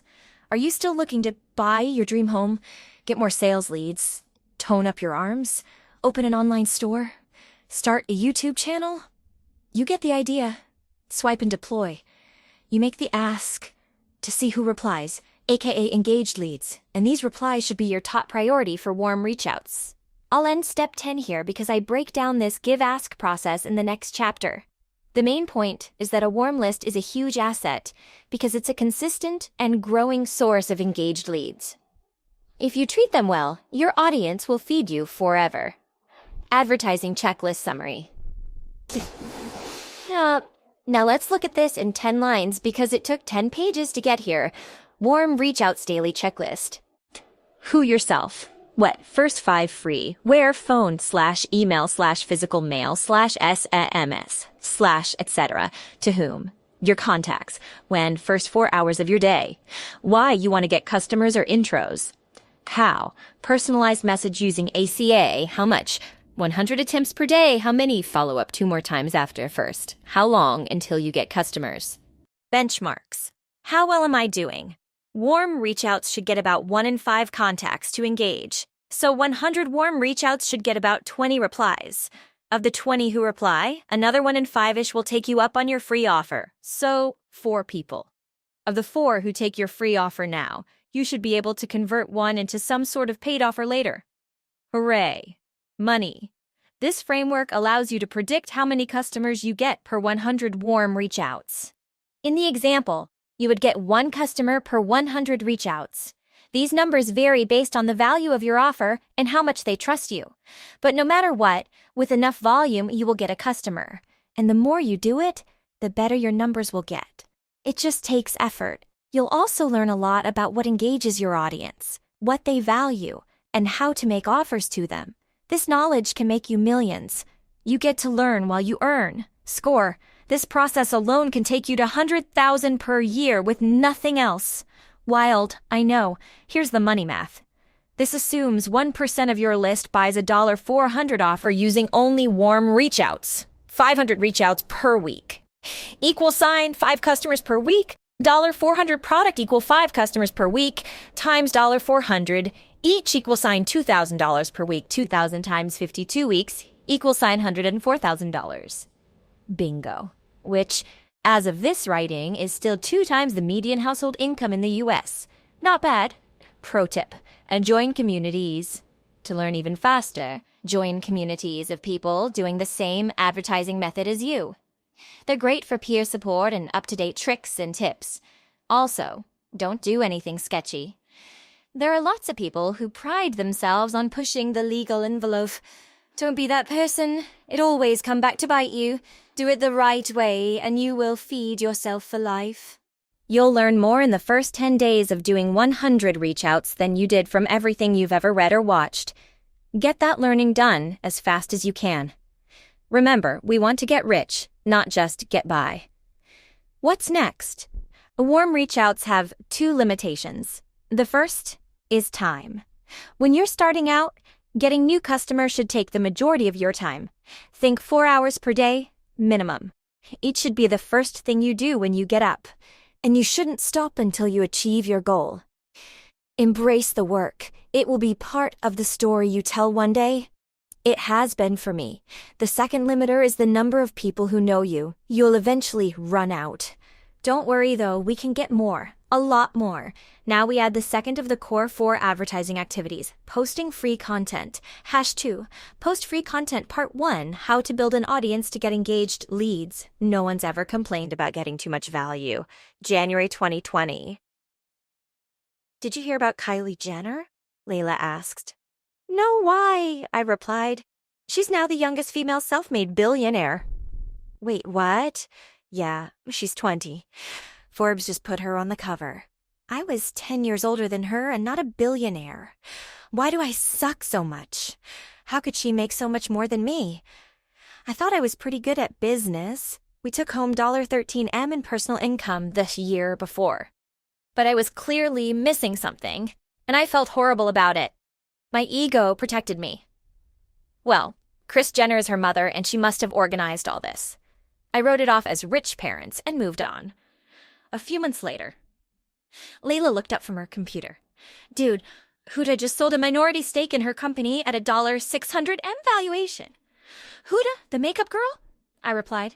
Yeah, holy cow. Again? How have I been screwing up so bad? How is someone so young making so much more money than me? She's in beauty. She can do that. I can't, I told myself, then carried on. A few months later, a headline caught my eye. Conor McGregor's Proper 12 whiskey hits a $600 million valuation within 12 months of launching. Seriously? Another person making gobs of money in what felt like seconds. A few months later, I saw another headline. With an insane $3.5 billion worth, Dwayne Johnson's Terramana sweeps the floor with Conor McGregor's Proper 12. Dwayne The Rock Johnson was now a multi-billionaire. And he never even talked about business. What am I doing wrong? A few months later, at a famous friend's house. Up to this point, I stayed behind the scenes for the most part. I did not want to be famous. I wanted to be rich, and I succeeded at that. But seeing successes chipped away at my beliefs, could building a personal brand be that powerful? Simple answer. Yes, but I wanted my privacy.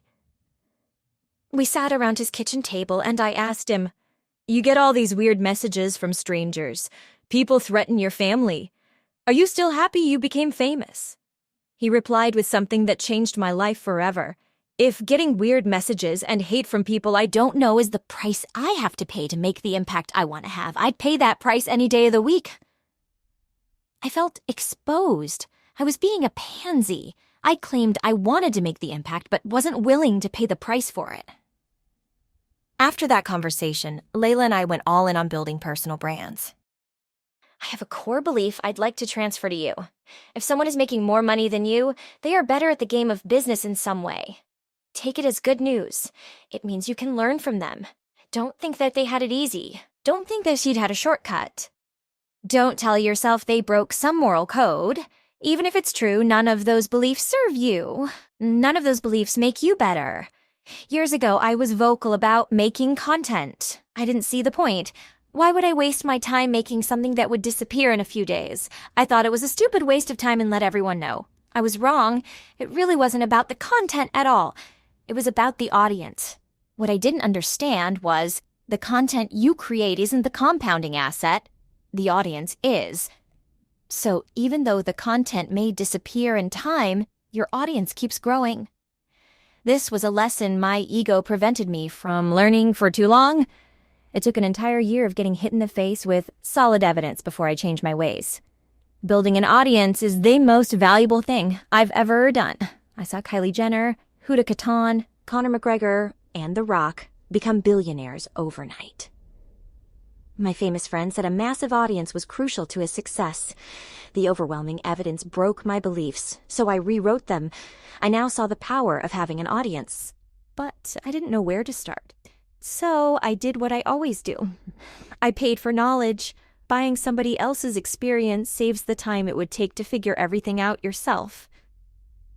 Layla bought me 4 calls with a big influencer who had the type of audience I wanted to build. She paid $120,000. On my first call, he told me to post regularly on every platform. So that's what I did. 12 months later, my audience grew by more than 200,000 people. On my second call, he noted the progress, but I wanted more. "Do you have a blueprint for your personal branding? How do you put out all that content?" He said, "Bro, anyone telling you there's some secret is trying to sell you something. We just put out as much as we possibly can. Pull up your Instagram and pull up my Instagram. Look, you've posted once today. I posted 3 times. Pull up your LinkedIn. Look, you posted once this week. I posted 5 times today." He went platform by platform. I grew more embarrassed with each comparison. You just gotta do more, bro. Simple, not easy. Over the next 6 months, I put out 10 times the content, and over the next 6 months, I added 1. 2 people to my audience. Also, when I put out 10 times the content, my audience grew 10 times as fast. Volume works, content works, a growing audience is the result. And in this chapter, I'll break down how I did it so you can too. How building an audience works. You post great free content. Warm reach-outs don't get a lot of engaged leads for the time we invest. If we want to reach 10 people, we have to repeat ourselves 10 times. Lots of effort.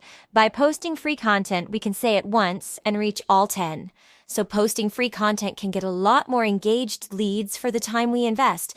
Hooray! The people who think it's valuable become part of your warm audience. If they think other people will find it valuable, they share it. And if the people they share it with like it, they become part of your warm audience too. Rinse and repeat. The sharing can go on infinitely. The more they share your stuff, the larger your warm audience gets. And once in a while, you'll make them an offer. If your offer has enough value, they'll take it. When they do, you make money. And the bigger the audience, the more money you make. Look at it this way. Posting free content grows your warm audience. So constantly posting free content means you'll have a constantly growing audience of people more likely to buy your stuff. Free content makes all other advertising more effective. If you reach out to someone and they can't find content related to your services, they're less likely to buy. On the other hand, if they find lots of valuable content, they are more likely to buy. This is what my ego prevented me from learning. Now, the headlines with Jenner, Huda, McGregor, and The Rock all made perfect sense. But posting free content is not all sunshine and rainbows. It has trade-offs. First, it is more difficult to personalize your message, so fewer people respond. Second, you compete with everyone else posting free content. This makes it harder to stand out. Third, if you do stand out, people will copy you. This means you need to constantly innovate. That being said, a bigger audience means more engaged leads. More engaged leads means more money. More money means you more happy. Just kidding, it won't do that, but it'll give you the resources to remove stuff you hate. Anyways, this chapter covers only 2 topics. First, we demystify audience-growing content by showing it's all made of the same basic units. A content unit has 3 components: hook, retain, and reward. Second, how linking basic units together will make audience-growing content for any platform or media type. The next chapter, Post-Free Content Part 2, shows you how to weaponize this content to make money, but for now, you can't monetize content until you know how to make it. The content unit, 3 components. All audience-growing content does one thing. It rewards the people consuming it, and a person can only get rewarded by the content if they, 1. Have a reason to consume it, and 2. Pay attention long enough to 3. Get that reason satisfied. Thankfully, we can reverse those 3 outcomes into the 3 things we have to do to make audience-growing content. This means we have to A. Hook attention, get them to notice your content. B. Retain attention, get them to consume it. C. Reward attention, satisfy the reason they consumed it to begin with. The smallest amount of material it takes to hook, retain, and reward attention is a content unit. It can be as little as an image, a meme, or a sentence, meaning you can hook, retain, and reward at the same time. This is how short tweets, meme images, or even a jingle can go viral. They do all 3. I separate them so we can discuss them more clearly, but they can all happen at once. Let's dive into each of the things we do to create a content unit. This way you can create effective content that grows your audience. 1. Hook. They cannot be rewarded unless we first get their attention. The objective: we give them a reason to redirect their attention from whatever they are doing towards us. If we do that, we've hooked them. The effectiveness of your hook is measured by the percentage of people who start consuming your content. So if you hook attention well, many people will have a reason to consume your content. If you do a poor job, few people will have a reason to consume your content. Remember, this is a competition for attention. We have to beat every alternative they have to win theirs. Make yourself the best option. We increase the percentage of people who pick our content by picking topics they find interesting, headlines that give them a reason, and matching the format of other stuff they like. Let's dive into each. Topics. Topics are the things you make your content about. I prefer to use personal experiences. Here's why. There's only one of you. The easiest way to differentiate is to say something no one else can say, and no one else has lived your life but you. I divide topics into 5 categories: far past, recent past, present, trending, and manufactured. A. Far past. The important past lessons in your life. Connect that wisdom to your product or service to provide huge value to your audience. Give them the story without the scar. It's why I write these books. Example: a personal lesson where I broke my belief that I don't have enough time. A1. Hook. I complained to a friend that I didn't have enough time to do something while glued to my phone. 2. Retain. They yanked it out of my hands and looked at its usage. It showed I spent 3 hours per day on social media. 3. Reward. They looked back at me and said, "Hey, I found you some time." It's a simple story other people can relate to. This makes it an interesting topic to more people. And it connects what I do, growing businesses, to a struggle many people experience: not having enough time. The epiphany I give away makes this lesson valuable for my audience. People starting, growing, and selling their businesses. B. Recent past. Do stuff, then talk about what you did or what happened. Anytime you speak with somebody, there's a chance your audience can get value from it. Look at your calendar for the last week. Look at all your meetings. Look at all your social interactions. Look at all your conversations with warm reach-outs. There's gold in these conversations. Tell stories from them that would serve your audience. For example, This tweet came from a meeting I had with a portfolio CEO that was just copying the same offer everyone else in his market was making and was getting subpar results. 2. This means taking notes, recordings, and other records to make that stuff easy to access. But it also means a free, easy, and valuable stash of content. 3. Testimonials and case studies fall in this category. If you can tell a cool client story in a way that provides value to your audience, you'll both promote your services and provide value. Win-win. C. Present. Write down ideas at the exact time they come to you. Always have a way to record your ideas in arm's reach. I'll even pause meetings to make note of, text, or email ideas to myself. People don't mind when you ask to take notes anyway, so it's not weird. Then, when you make content, you have a bucket of fresh stories to work with. I note my ideas publicly. I used to keep ideas to myself. Now, I tweet them publicly as they happen. If a post is better than normal, I know it's something people find interesting. Then I make more stuff on that topic. D. Trending. Go where the attention is. Look at what's trending right now and make stuff about it. Apply your own experiences to it. If you have relevant commentary or it touches your expertise in some way, talk about it. Talking about trendy stuff is very effective for gaining the attention of a broader audience. E. Manufactured. Turn your ideas into reality. Pick a topic people find interesting. Then learn about it, make it, or do it. Then show it to the world. This costs the most time and effort since you have to create the experience versus talking about one you already had, but it can have the biggest payouts. Example, manufactured experience. I lived on $100 for a month. Here's how. Now I don't live that way, but I could manufacture that experience, then make content about it. Action step. Life happens.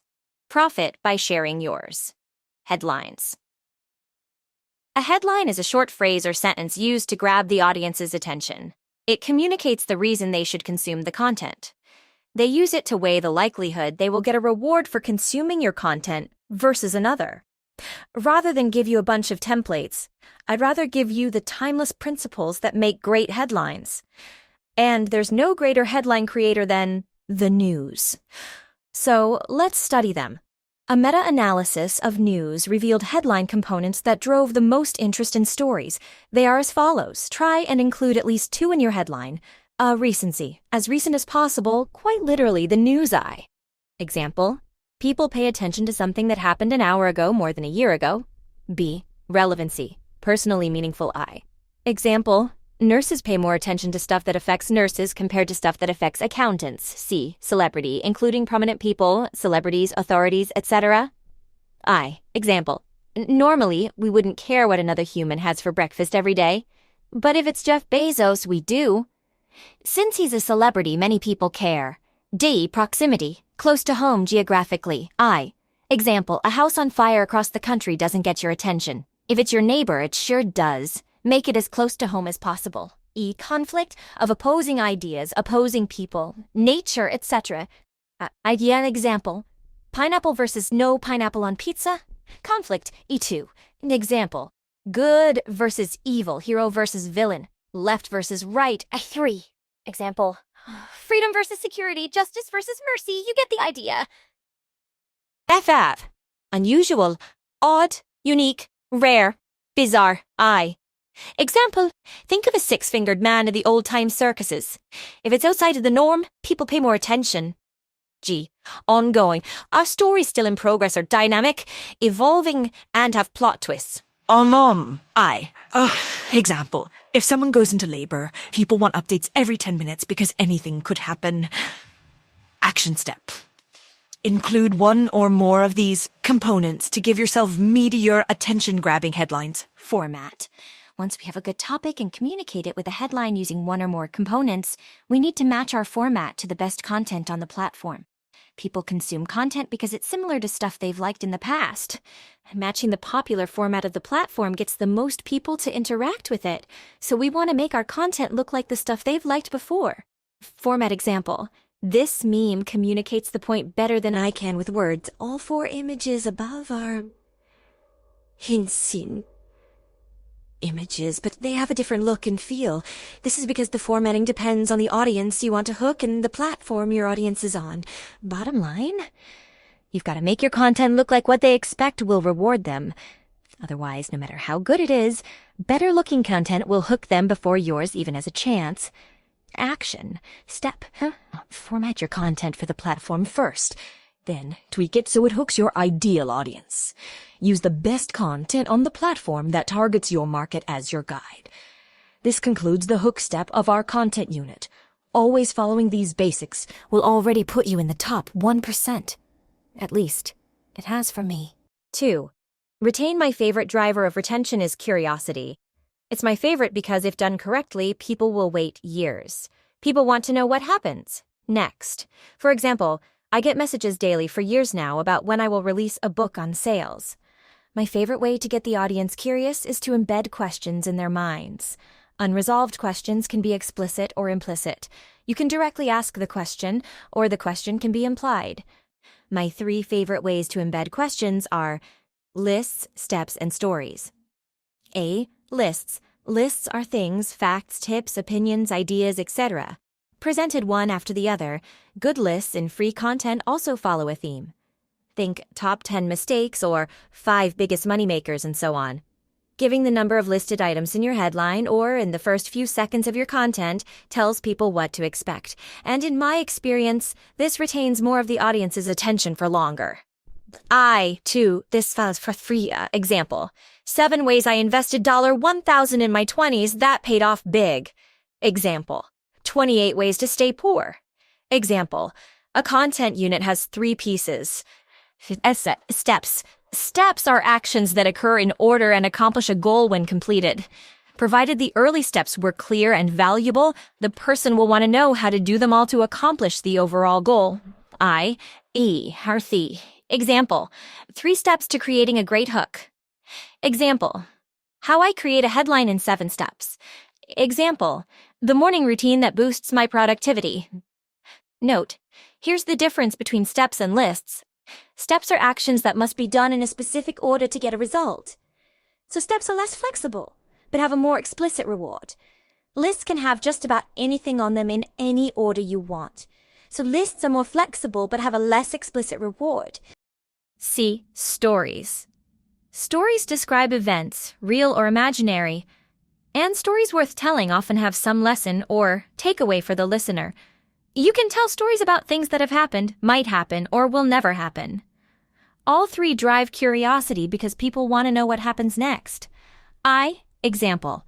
Almost every chapter in this book has a story. 2. Example. My editor made me do 19 drafts of this book. Here's what I did to him. 3. Example. My journey from sleeping on the bottom floor of a gym to the top floor of a 5-star hotel. You can use lists, steps, and stories on their own or interweave them. For example, you can have lists within steps and a story about each list item. You can have stories to reinforce the value of a step. You can have a list of stories or many ongoing storylines, etc. Your creativity is the only limit here.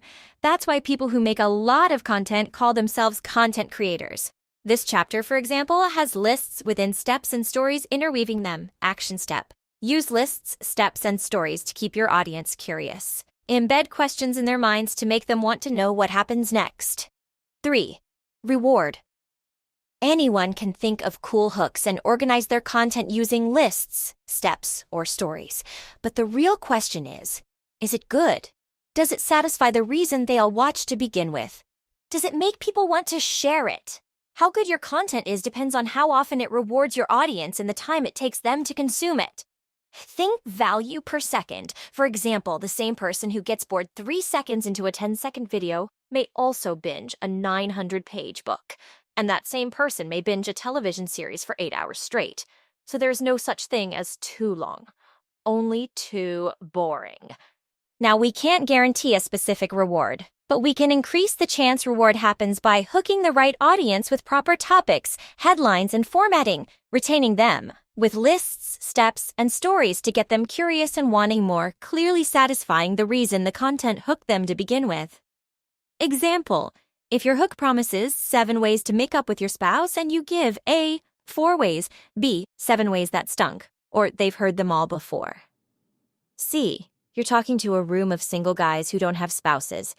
You did a bad job of rewarding. People will not want to watch again and certainly won't share it. Example: if your hook promises 4 marketing strategies dentists can use, and they can't use them, they will not share it or watch your content in the future. You did a bad job of rewarding. Bottom line, I've had tons of content I thought would smash records, but the audience smashed the next button instead. So no matter how good you think your content is, the audience decides. Rewarding your audience means matching or exceeding their expectations when they decide to consume your content. Here's how you know if you succeeded. Your audience grows. If it's not growing, your stuff isn't that good. Practice, and you'll get better. Action step: provide more value than anyone else. Make good on your promises. Clearly satisfy the hook you use to get their attention. In other words, completely answer the unresolved questions you embedded in their minds. So what's the difference between short and long-form content? Answer: not much. If you recall from earlier, the smallest amount of material it takes to hook, retain, and reward attention is a content unit. So to create a longer piece of content, we simply link content units together. For example, a single step in a 5-step list might be a content unit. When we link all 5 together, we have a longer piece of content. Here's a visual to drive it home. Shorter content hooks, retains, rewards fewer times. Longer content does it more times, and doing it more times takes more skill because you have to string more good content units in a row. For example, a new comedian typically will only get a few minutes on stage to perform their bit. Only a master comic gets an hour. It takes practice to reward attention just often enough to keep it for that long. So start small, then build from there. Even if you start with longer content, which is fine, I suggest starting with shorter versions. You'll have an easier go of it. Many successful authors with epic-length novels started by writing, you guessed it, short stories. Pro tip: make all your content for strangers. This is important. Pay attention. If you want to grow your warm audience, then you need to make content assuming that people consuming it have never heard of you before. If you make it for strangers, then strangers will like it because you made it for them and they'll share it. And your audience will grow that much faster. And consider the alternative, your little content with inside jokes that no one gets besides your audience. Cool for you guys, but no one else will feel welcome. This is one of the most common mistakes I see content creators make, so don't make it. So make every piece of content assuming the person has never heard of you before, and everyone who already knows you, don't mind. They will appreciate the reminders. Once you understand how to make a content unit, all you have to do is a more. Then your audience will grow, and once your audience grows big enough, you may want to monetize it. I had too much to say to fit into one chapter, so we'll talk about how to monetize the audience in the next one. See you there. #2 Post Free Content, Part 2. Monetize your audience. Give until they ask. The point of this chapter is to show you how to monetize your warm audience. First, we talk about how we can make offers and not be a spam monster, mastering the give-ask ratio. Then we'll talk about the 2 offer strategies to monetize the audience. After that, I'll talk about how to scale your output so you can grow a bigger audience faster and make even more money. And then I'll share a bunch of lessons I've learned in building my own audience that I wish I had known sooner. Finally, I'll wrap this up with how you can take action on everything today. Mastering the give is to ask a ratio Gary Vee popularized. Jab, jab, jab, right hook. It simplifies the idea of giving to your audience many times before making an ask. You deposit goodwill with rewarding content, then withdraw from it by making offers. When you deposit goodwill, your audience pays more attention. When you deposit goodwill, your audience is more likely to do what you ask. So I try to under-ask my audience and build as much goodwill as possible. Thankfully, the give-ask ratio has been well studied. Television averages 13 minutes of advertising per 60 minutes of airtime. That means 47 minutes are dedicated to giving, and 13 minutes are dedicated to asking. That's roughly a 3.5:1 ratio of giving to asking. On Facebook, it's roughly 4 content posts for every 1 ad on the newsfeed. This gives us an idea of the minimum give-ask ratio we can sustain. After all, television and Facebook are mature platforms. They care less about growing their audiences and care more about making money from them. So they give less and ask more, which means give, ask is the ratio that gets us closer to maximally monetizing an audience without shrinking it. But most of us want to grow, so we shouldn't model them. We should model growing platforms. So what do growing platforms do? They display lots of content without many advertisements at all. In short, they give, maybe ask. They dramatically overgive and underask. Why? Because the more you reward your audience, the bigger it gets. So if you want to grow an audience, give far, far more than you ask. And now that I have some experience with it, I've got a slight tweak on the traditional give-ask strategy that puts it on steroids. Give until they ask. People are always waiting for you to ask for money, and when you don't, they trust you more. They share your stuff more, you grow faster, etc. But I'm not some altruistic saint. I'm here to make money. After all, I wouldn't be a good businessman if I weren't making any. So it's simple. If you give enough, people start asking you. It makes people uncomfortable to continue to receive without giving back. It is core to our culture and DNA.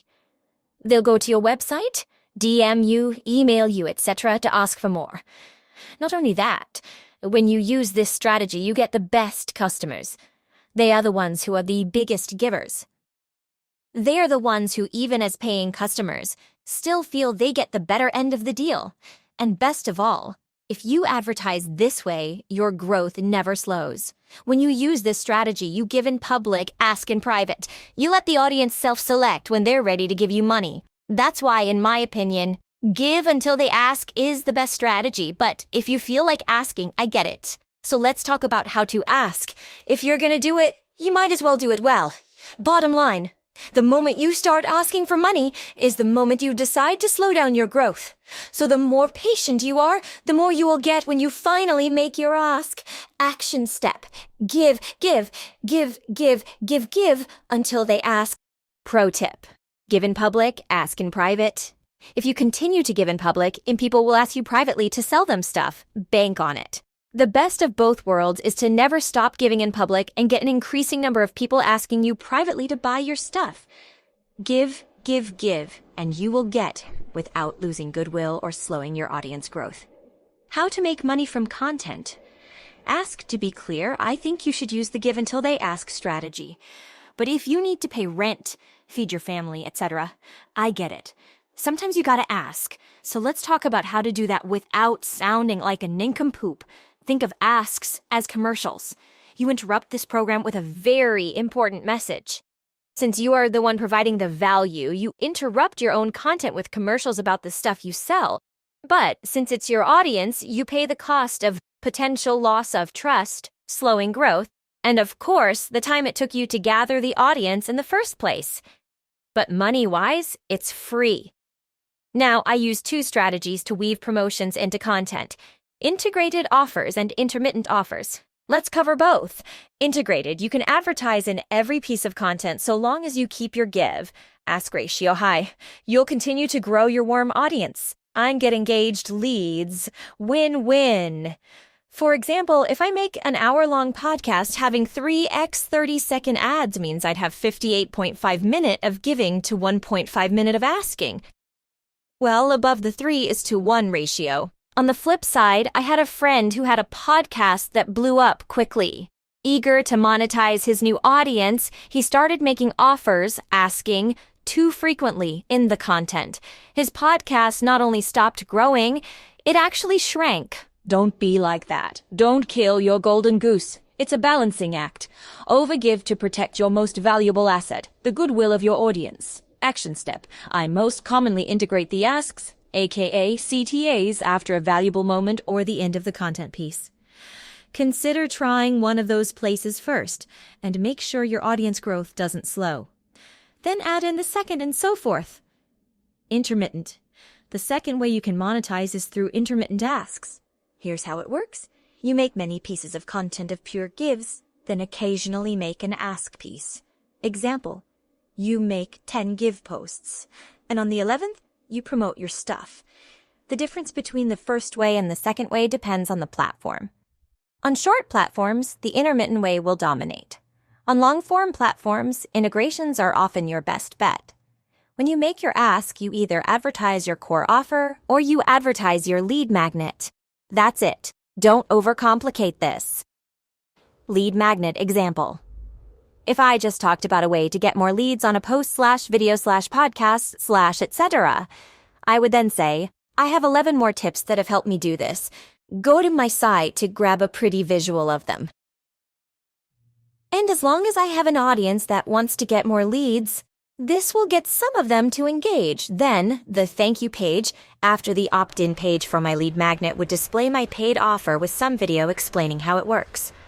Bonus points if your lead magnet is relevant to your content advertising it. Offer example. You can also go for the jugular with your core offer and go straight for the sale. The direct path to money. We model our offer from the last chapter.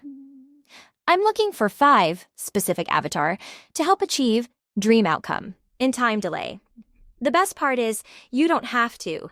Effort and sacrifice. And if you don't get dream outcome, I will do 2 things. Increase perceived likelihood of achievement. 1, I will hand you your money back too. I will work with you until you do. I do this because I want everyone to have an amazing experience with us, and because I'm confident I can deliver on my promise. If that sounds fair, DM me, book a call, comment below, reply to this email / etc. After you make your ask, get back to providing value. Action. Step 1. Pick whether you integrate it or make an intermittent ask. Then pick whether you'll advertise your core offer or lead magnet. If you're not sure, do the lead magnet, it's lower risk. How to scale it. After you start asking, you're gonna start getting leads and making money. But you don't want to stop there, do you? Didn't think so. Cool. So let's talk about scale. There are 2 opposing strategies to scale your warm audience. They both follow progressive steps. First, you have the depth then width approach. Then you have the width then depth approach. Both are right. Here's how they work. Depth, then width. Maximize a platform, then move on to the next platform. Step #1. Post content on a relevant platform. Step #2. Post content regularly on that platform. Step #3. Maximize quality and quantity of the content on that platform. Short form, you may sometimes be able to get up to 10 times per day per platform. Long form, you may have to get up to 5 days per week. See soap operas. Step #4. Add another platform while maintaining the quality and quantity on the first platform. Step #5. Repeat steps 1 of 4 until all relevant platforms are maximized. Advantages. Once you figure out one platform, you maximize your return on that effort. Audiences compound faster the more you do. You take advantage of this compounding. Fewer resources are required to make this work. Disadvantages. You have less low-hanging fruit of new platforms and new audiences. You don't accomplish the feeling of omnipresence. In the beginning, you risk your business being reliant on a single channel. This is a risk because platforms change all the time and sometimes ban you for no reason. If you only have one way to get customers, it can kill your business if it gets shut down. Width, then depth. Get on every platform early, then maximize them together. Step #1. Post content on a relevant platform. Step #2. Post content regularly on that platform. Step #3. Here's where this strategy differs from the one before. Instead of maximizing your first platform, move on to the next relevant platform while maintaining the previous. Step hash 4. Continue until you are on all relevant platforms. Step hash 5. Now maximize your content creation on all platforms at once. Advantages? You reach a broader audience faster, and you can repurpose your content. So with a little extra work, you can capture tons of efficiency. With minimal changes to the format, you can make the same content fit multiple platforms. For example, it takes little extra effort to format a single short video across all platforms distributing short video content. Disadvantages. It costs more labor, attention, and time to do this well. Oftentimes, people end up with lots of bad content everywhere. Sucky fluff. No bueno. If you already have a sizable business, scale up faster and reap the rewards of an asset that only gets better with time. I said it before and I'll say it again. The best day to start posting content was the day you were born. The second best day is today. Don't wait like I did. Pro tip. How I get it done: I'm not a full-time content creator. I run businesses, but content creation is part of my responsibility. Here's my simple process for recording. 1. I find topics using the 5 ways from the topics section in part as on this chapter. This takes me about an hour. 2. I sit down twice every month and record 30 or so short clips based on step 1. 3. On the same day, I record 2 4 longer videos unpacking tweets that had more stories relevant examples. This creates my longer form content. If this sounds simplistic, it's because it is. Just start. You can add volume over time. Action step: pick an approach. Start posting, then go up the scaling steps over time. Pro tip: only one call to action at a time. A confused mind doesn't buy is a common saying in the sales and marketing world. To increase how many people do what you want, only ask them to do one thing per call to action. For example, don't ask people to share, like, subscribe, and comment at the same time, because instead of doing them all, they'll do none. Instead, if you want them to share, only ask them to share. And if you want them to buy, only ask them to buy. Make up your mind so they don't have to. Why you should make content, even if it's not your primary advertising strategy. January 2020. I called all the major departments to a meeting to answer an important question. Why isn't our paid advertising working like it used to? Opinions flooded the room. The creative, the copy, the offer, our pages, our sales process, our price. They shot back and forth at each other, every bit as invested as I was in solving the problem. Layla and I sat quietly as the team debated. After the din died down, Layla, in her wise fashion, asked a different question. What did we stop doing in the months before the decline? A new debate arose and a unanimous answer surfaced. Alex stopped making gym content and started talking about general business. Now, I didn't know how important that was, but I had to find out. So I sent a survey to our gym owners. I asked if they had consumed any content of mine before they booked a call. The results astounded me. 78% of all clients had consumed at least 2 long-form pieces of content prior to booking a call. I had fallen into my old ways and given paid ads all the credit, but our free content was nurturing the demand. Don't make the same mistake I did. Your free content gives strangers an opportunity to find, get value from, and share your stuff. And it warms people on the fence that go to and come from the cold audience methods we dive into next. So even if it's hard to measure, free content gets you better returns on all advertising methods. Bottom line, start making content relevant to your audience. It will make you more money. 7 lessons I've learned from making content. 1. Switch from how-to to how-I. From this is the best way to these are my favorite ways, etc., especially when starting out. Talk about what you've done, not what others should do. What you like, not this is the best. When you talk about experience, no one can question you. This makes you bulletproof. I make my oatmeal this way versus you should make your oatmeal this way. B. How I built my 7-figure agency versus how to build a 7-figure agency. And C. My favorite way to generate leads for my business versus this is the best way to generate leads for your business. It's subtle, but when you tell your experience, you are sharing value. When you tell a stranger what to do, it's hard to avoid coming off preachy or arrogant. This helps avoid it. 2. We need to be reminded more than we need to be taught. You're a silly goose if you think 100% of your audience listens 100% of the time. For example, I post about my book every single day. I surveyed my audience and asked them if they knew I had a book. 1 in 5 that saw the post said they didn't know. Keep repeating yourself. You'll get bored of your content before your whole audience even sees it.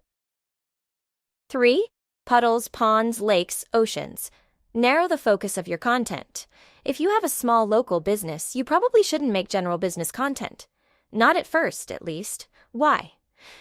The audience will listen to people with better track records than you, but you can narrow your topics to what you do and the place you do it. Example: plumbing in a certain town. If you do that, you can become king of that puddle. Over time, you can expand your plumbing puddle to the general, local business pond, then the lake of brick and mortar chains and so forth, then eventually the ocean of general business. 4. Content creates tools for salespeople. Some content will perform well and get more people interested in buying your stuff. That content helps your sales team. Create a master list of your greatest hits. Label each hit with the problem it solves and the benefit it provides. Then your sales team can send it before or after sales calls and help people decide to buy. They work especially well if the content resolves specific concerns prospects commonly face. 5. Free content retains paying customers. How a customer gets value from you matters less than where they got it. Imagine a person pays for your thing and then consumes your free content. If your free content is valuable, they will like you more and stay loyal to your business longer. On the flip side, if they consume your free content and it sucks, they will like your paid product less. Here is something you may not know. Somebody who buys your stuff is more likely to consume your free content. This is why it's so important to make your free content good. Your customers will include it in how they calculate their ROI from your paid thing. 6. People don't have shorter attention spans. They have higher standards. Repeated for emphasis. There's no such thing as too long, only too boring. Streaming platforms have proven that people will spend hours binging long-form content if they like it. Our biology hasn't changed, our circumstances have. They have more rewarding stuff to choose from. So make good stuff people like and reap the rewards rather than whining about people's short attention spans. 7. Avoid pre-scheduling posts. The posts I manually post perform better than ones I pre-schedule. Here's my theory. When you manually post, you know that within seconds you will be rewarded or punished for the quality of the content. Because of that close feedback loop, you try that much harder to make it better. When I schedule stuff out, I don't feel that same pressure. So whenever I post, or my team does, we strongly believe in someone pressing the submit button because it gives that last bit of pressure to get it right. Try it. Benchmarks. How well am I doing? If our audience grows, we did good. But if our audience grows fast, we did gooder. So I like to measure my audience size and speed of growth monthly. Here's what I measure. 1. Total followers and reach. How big a follower example? If I go from 1,000 followers across all platforms to 1,500, I grew my audience by 500. B. Reach example. If I go from 10,000 people seeing my stuff to 15,000 people seeing my stuff, I grew my reach by 5,000 people. 2. Rate of getting followers and reach. How fast you compare the growth between months. A. Example. If I gained those 500 followers in a month, that would make it a 50% growth month. 500 to new, 1,000 started =50% growth rate. B. Example. If I reached those 5,000 extra people in a month, that would make it a 50% growth month. 5,000 new on 10,000 started =50% growth rate. Remember, we can only control inputs. Measuring outputs is only useful if we are consistent with inputs. So pick the posting cadence you want to stick with on a particular platform. Then pick your ask cadence on that platform, how you will direct people to become engaged leads. Then start and do not stop. For reference, I posted a new podcast twice a week for 4 years before even getting picked up on the top 100 list. Because I did the same thing every week for years, I knew I could trust the feedback. In the beginning, it didn't grow much. It took time for me to get better, and I knew I had to make more over a long time for that to happen. So if your listeners go from 10 to 15 in a month, that's progress, baby. Even with small, absolute numbers, that's 50% monthly growth. It's why I like to measure both the absolute and relative growth and pick the one that makes me feel better, huh? As my friend Dr. Kashi says, the more ways you measure, the more ways you can win. Be consistent. Measure a lot. Adapt to feedback. Be a winner. To close the loop, in its 5th year, my podcast, The Game, became a top 10 podcast in the US for business and top 500 in the world. This was only possible after 5 years of multiple podcasts per week, every week. Remember, everyone starts at 0. You just gotta give time. Your first post. You've probably been providing value to other humans knowingly or unknowingly for a while. So the first post you make, you can make an ask. My hope is that it gets you your first engaged lead. If it doesn't, you need to give for a while and then make an ask once you've earned the right to show you that I'm not making this up. Below you can find my first business post ever. Is it ideal? No, I had no idea what I was doing. Should you copy it? Probably not. Main point, don't be afraid of what other people think. If someone won't speak at your funeral, you shouldn't care about their opinion while you're alive. Honor the few who believe in you by having courage. Whenever I read this, I just think, you goon. But hey, I was trying, and for that, I'm proud. Recap. We covered 8 things. 1, the content unit. Done 2, short versus long-form content. Done 3, mastering the give-ask ratio. Done 4, how to ask. Done 5, how to scale at. Done 6, lessons from content. Done 7, benchmarks. Done 8. Your first post done now, you know, nothing's stopping you. So what do I do right now? Posting free content is less predictable than, but complementary to, warm reach-outs. So keep doing warm reach-outs. Also, posting free content grows your warm audience. And a bigger warm audience means more people for warm reach-outs. So free content gets engaged leads on its own and keeps getting engaged leads through warm reach-outs. Instead of ditching one for the other, I recommend you post free content in addition to warm reach-outs. Let's fill out our daily action commitment for our first platform. Who yourself? What? Value. Give until they ask where. Any media platform. To whom? People who already follow you. When? Every morning, 7 days a week. Why? Build goodwill, get engaged leads. How? Written, image, videos, audio posts. How much? 100 minutes per day. How many? As many times as the platform shows it. How long? As long as it takes. Next. Up first, we start with warm outreach. We reach out to every person we have permission to contact. Second, we post publicly about the successes and lessons we have from our first clients. We post testimonials. We provide value. Then, occasionally ask. We commit to doing both of these activities every day. With these 2 methods alone can eventually build a 6 or 7-figure business. But you may want to go faster, so we venture from warm audiences who know us to cold audiences who don't. We begin reaching out to strangers. This begins the 3rd step in our advertising journey. Cold outreach. Free goodwill. He who said money can't buy happiness hasn't given enough away. I have known people who give without expectation, live longer, happier lives, and make more money. So if we've got a shot at that during our time together, darn it, I'm gonna try. To do that, I have a question for you. Would you help someone you've never met if it cost you nothing, but you didn't get credit? Who is this person, you ask? They are like you, or at least like you used to be. Less experienced, wanting to make a difference and needing help but not sure where to look. Acquisition.com's mission is to make business accessible to everyone. Everything we do stems from that mission. And the only way for us to accomplish that mission is by reaching, well, everyone. This is where you come in. Most people do, in fact, judge a book by its cover and its reviews. So here's my ask on behalf of a struggling entrepreneur you've never met.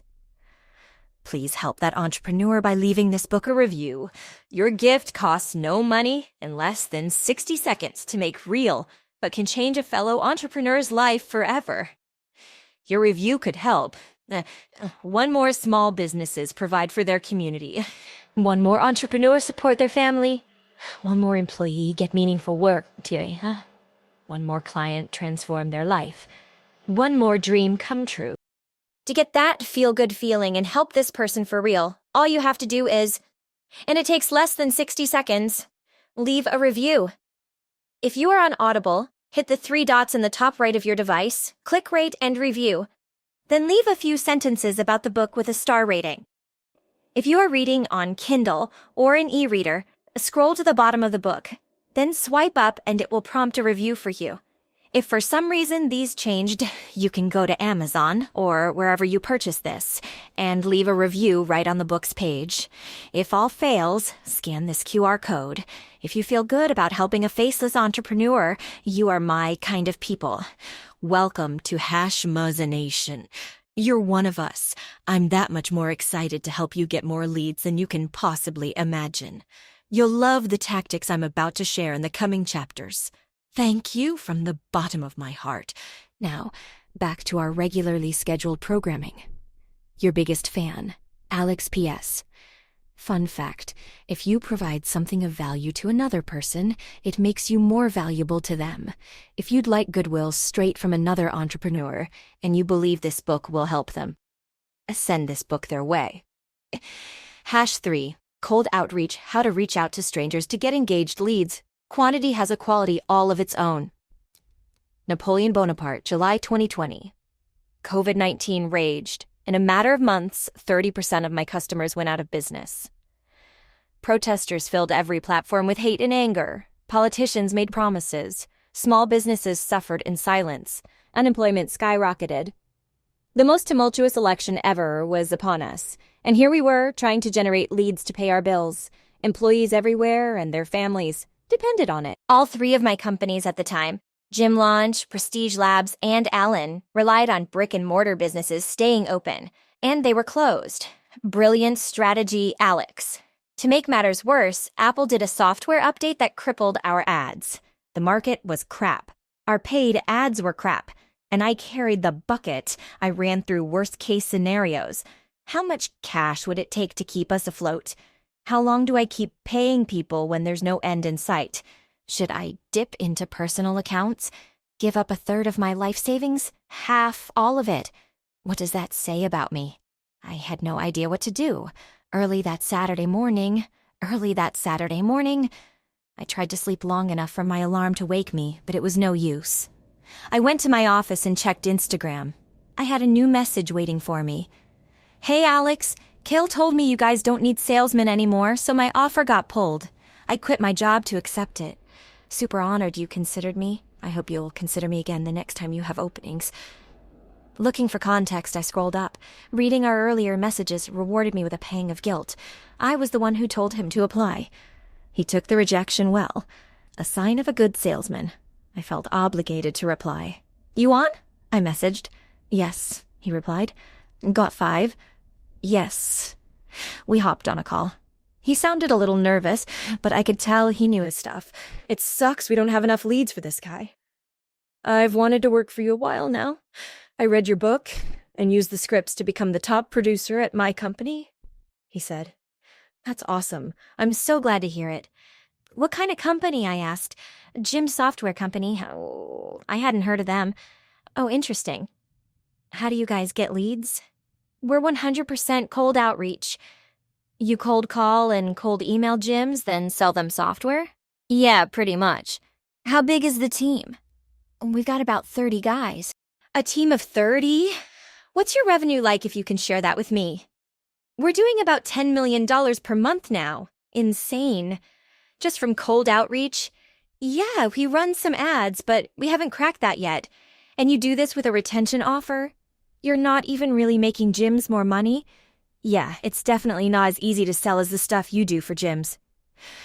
Do you think you could use the same cold outreach system here? I have never started a team, but I bet I could figure it out. All right. What was the offer Kale pulled? I was going to be a closer, but he said you guys didn't need one anymore. I thought for a moment. Well, given our current lead volume, he's probably right, but if you can get your own leads, I'll give you the runway to get cold outreach going. What do you think? It takes a while to get going. I'll have to figure out the scripts for your offer. Yeah? That makes sense. How long, you think? I'm confident I could make it profitable in 12 weeks. All right, deal. I'll let Kale know the plan. To be clear, you'll be expected to figure all this out. The software, the lists, everything. I'll front you the time, but we can't support you much beyond that. Understood. Here's what happened during the months that followed. September. 0 sales, Zippala. Nothing, zilch, nada. October, 2 sales, $32,000 in revenue. Team asks me to pull the plug on cold outreach. December, 4 sales, $64,000 in revenue. Team asks me to pull the plug again. January, 6 sales, $96,000 revenue. February, 10 sales, $160,000 in revenue. March, 14 sales, $224,000 in revenue. April, 20 sales, $320,000 in revenue. May, 30 sales, $480,000 in revenue. Today, cold outreach generates millions per month for our businesses. Making this work took every legal cold outreach method we knew. Cold calls and cold emails, cold direct messages, voicemails, everything. But piece by piece, we built a reliable customer getting machine. I wanted something that would endure, and that's what I'm going to show you how to build. I learned 5 important lessons from this experience. 1, there was another company in my space making a lot more money than mine. It broke my belief about how big the market really was. 2, they made all their money through private advertising. I had no way of knowing they existed unless they contacted me first, so they kind of operated in secret. 3, they built a very profitable cold outreach machine in my space. If they could do it, so could I. 4, it's good to have proper expectations. Cold outreach veterans told me it would take a year to scale. I figured we could do it in 12 weeks. I was wrong. It took almost a year. Cold outreach takes a long time. At least it did for me. 5. We tried cold outreach 2 times before and failed. Working with a person that had done it all before was immensely helpful in getting this going. I hope to be that person for you now. How cold outreach works. At some point, you'll want one of 2 things. Either you'll want to grow faster than you currently are, or you'll want to increase the predictability of your lead flow. Here's how we can do that. We advertise to people who don't know us, cold audiences, and like before, we can contact them publicly or privately. In this chapter, we focus on private, one-to-one communication with cold outreach. For added context, cold outreach sits atop the foundation of warm outreach. So think of this as the more advanced cousin of warm outreach, no longer limited by your warm audience. If you can figure out a way to contact somebody one-to-one, you can use it for cold outreach. You knock on 100 doors, you make 100 phone calls, you send 100 direct messages, you send 100 voicemails. All these are examples of cold outreach that have made companies zillions. It worked 100 years ago. It works today. And when the platforms change, it'll work tomorrow. Cold outreach has one key difference from warm outreach: trust. Strangers don't trust you. And compared to people who know us, strangers present 3 new problems. 1, first, you don't have a way to contact them. Duh. 2, second, even if you can contact them, they ignore you. 3, third, even if they give you their attention, they're not interested. Let me describe what these problems look like in the real world. If you're knocking on doors, you don't have the addresses. Then, even if you do, they don't open the door when you knock. If they open, they still tell you to pound sand. If you're making cold calls, you don't have their phone numbers. Even if you do, they don't pick up. If they pick up, they hang up on you.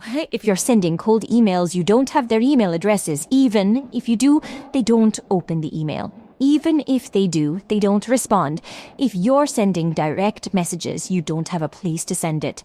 Even if you do, they don't read it. Even if they read it, they don't reply. If you're sending voice memos or text messages, you don't have their numbers. Even if you do, they don't read or listen to it. Even if they read or listen to it, they don't reply. Now that we got that out of the way, the order we solve these problems is 1, get a way to contact them. 2, figure out what to say. 3, contact them until they're ready and able to listen. The result: we find lots of ways to contact the most qualified strangers. We reach out to a lot of them in a lot of ways, a lot of times. Then, we overwhelm them with value up front to get them to show enough interest to move forward. Problem #2. I have my list, but what do I say to them? Personalize, then give big, fast value. Now that you have your list of leads, you gotta figure out what to say. I went over a lot of scripting in the warm reach out section. This section builds on that one. At the end of this chapter, I also include 3 sample scripts you can model for cold calls, cold emails, and cold chat messaging. That being said, there are 2 important factors I emphasize to get strangers to engage: personalization and big fast value. This is important because they don't know us and they don't trust us. We've got to overcome both issues in a matter of seconds. A, they don't know us. Personalize, act like you know them. To get more leads to engage, we want the message to look like it's from someone they know. The best way to do that is to actually know something about the person you are contacting. In essence, we want our cold reach out to look like a warm reach out. Imagine your phone rings from an unknown number and area code. Are you likely to pick it up? Probably not. What about if the number is from your area code? A little more likely. Why is that? Because it might be someone you know. So to take this concept further, imagine you pick up the phone. The person says, your name, then, pausing like a normal person, you'd say, yes. Who's this? Now, if that person then went on to say, it's Alex, then pauses. I watched a few of your videos and I read that recent blog post you wrote on dog training. It was killer. Really helped me out with my Doberman. She's a beast. That peanut butter trick really helped. Thanks for that. You'd still be wondering what's going on, but you know what you wouldn't be doing? Hanging up. Then you hear, oh, yeah, sorry, I got ahead of myself. I work for a company that helps dog trainers fill up their books. We like to partner with the best in the area. So I'm always on the lookout. We worked with someone about an hour north from you. John's Doggy Daycare. Heard of them? You'd respond yes or no, it doesn't matter. And they'd say, yeah, we ended up getting them 100 appointments in 30 days using a combination of text, email, and some ads. Do you offer similar services to them? To which you'd probably say yes. Then they'd say, oh, that's perfect. Then we'd be able to use that same campaign in your market and drive leads over to you. If you got a boatload of high-paying new dog training customers, you wouldn't be upset with me, would you? You'd laugh lightly. Okay, great. Well, tell you what, I can walk you through the entire thing soup to nuts later today. Will you be around at 4? And you'd say, sure, or whatever. The point is, if that person had started the call with, hey man, want to buy some marketing services? You'd probably have hung up. Personalization is what gets your foot in the door to get the sale. Basically, 1 to 3 pieces of information we can find that a friend might know about the prospect. Then we want to compliment them on it. And ideally, show them how it benefited us. People like people who like them.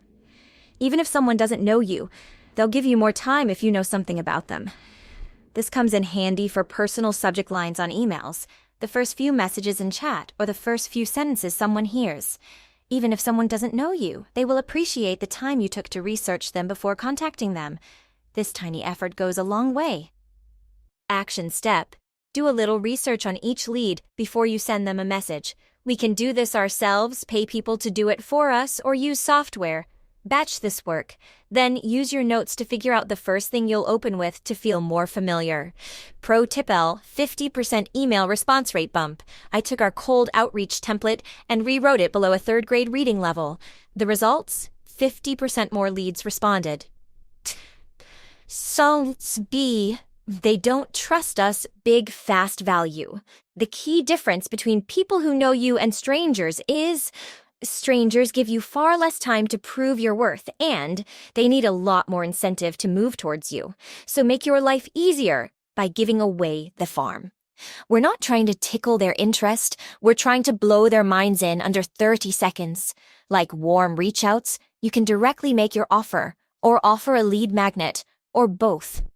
It gives the person a strong reason to respond.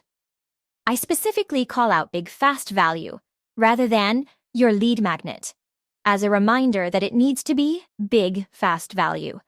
If it's not, or it's mediocre, you'll blend in with the ocean of people trying to get their attention, and they'll treat you the same. They'll ignore you. Here's how much it matters. The first 4 months of cold outreach felt like torture. We offered a game planning session as our lead magnet. Some gyms took us up on it, but most didn't. We needed something better. I tested many parts of our process, but swapping the lead magnet blew everything else out of the water. We swapped from game planning, code for sales call, to actually giving them as much free service as we could possibly afford. Our take rates 3xd and cold outreach became a monster channel for us. If your offer lead magnet isn't working for you, up the ante. Keep offering more until you make it so good they feel stupid saying no. They either buy from you or have nice things to say about you. Win-win. If you forget everything about this chapter, remember one thing. The goal is to demonstrate big value as fast as possible. Give yourself a downhill battle by giving away something crazy. Give away something for free people would normally pay for, and they will want it. Note, I didn't say so good they should pay for it. I said stuff they actually pay for. Big difference. Take this to heart, and your results will show it. Action step, provide the biggest, fastest value you can afford to with your lead magnet or offer. Then write your scripts. And don't worry, I got your back there. To give you a head start, I provide sample phone, email, and direct message scripts at the end of the chapter. And note, phone and chat scripts are never more than a page or two, and cold emails rarely more than half a page. So don't overthink it. There are no awards for prettiest script. Get your first 100 conversations or 10,000 emails out of the way before tweaking it. Get testing, then tweak as you learn. Problem #3. I'm not getting enough chances to tell people about my amazing stuff. What do I do? Volume. Once we have our list of names, personal info, and our big sexy lead magnet, we need to get more strangers to see it. We do this in 3 ways. First, we automate delivery to the greatest extent possible. Next, we automate distribution to the greatest extent possible. Finally, we follow up more times in more ways. AAA, automated delivery. To the extent that we can, automating delivery unlocks huge scale, as someone doesn't need to literally communicate the message to the prospect. This means you get more engaged leads per unit of time, even if fewer engage by overall percentage. Remember, you have far more people who don't know you than people who do, so you don't have to worry as much about burning through an audience. Here's what the difference between manual and automated delivery looks like. Manual examples. A live person can say a script to someone over the phone. You can send a personal voice memo to each lead. A person can write a handwritten letter to every person on the list.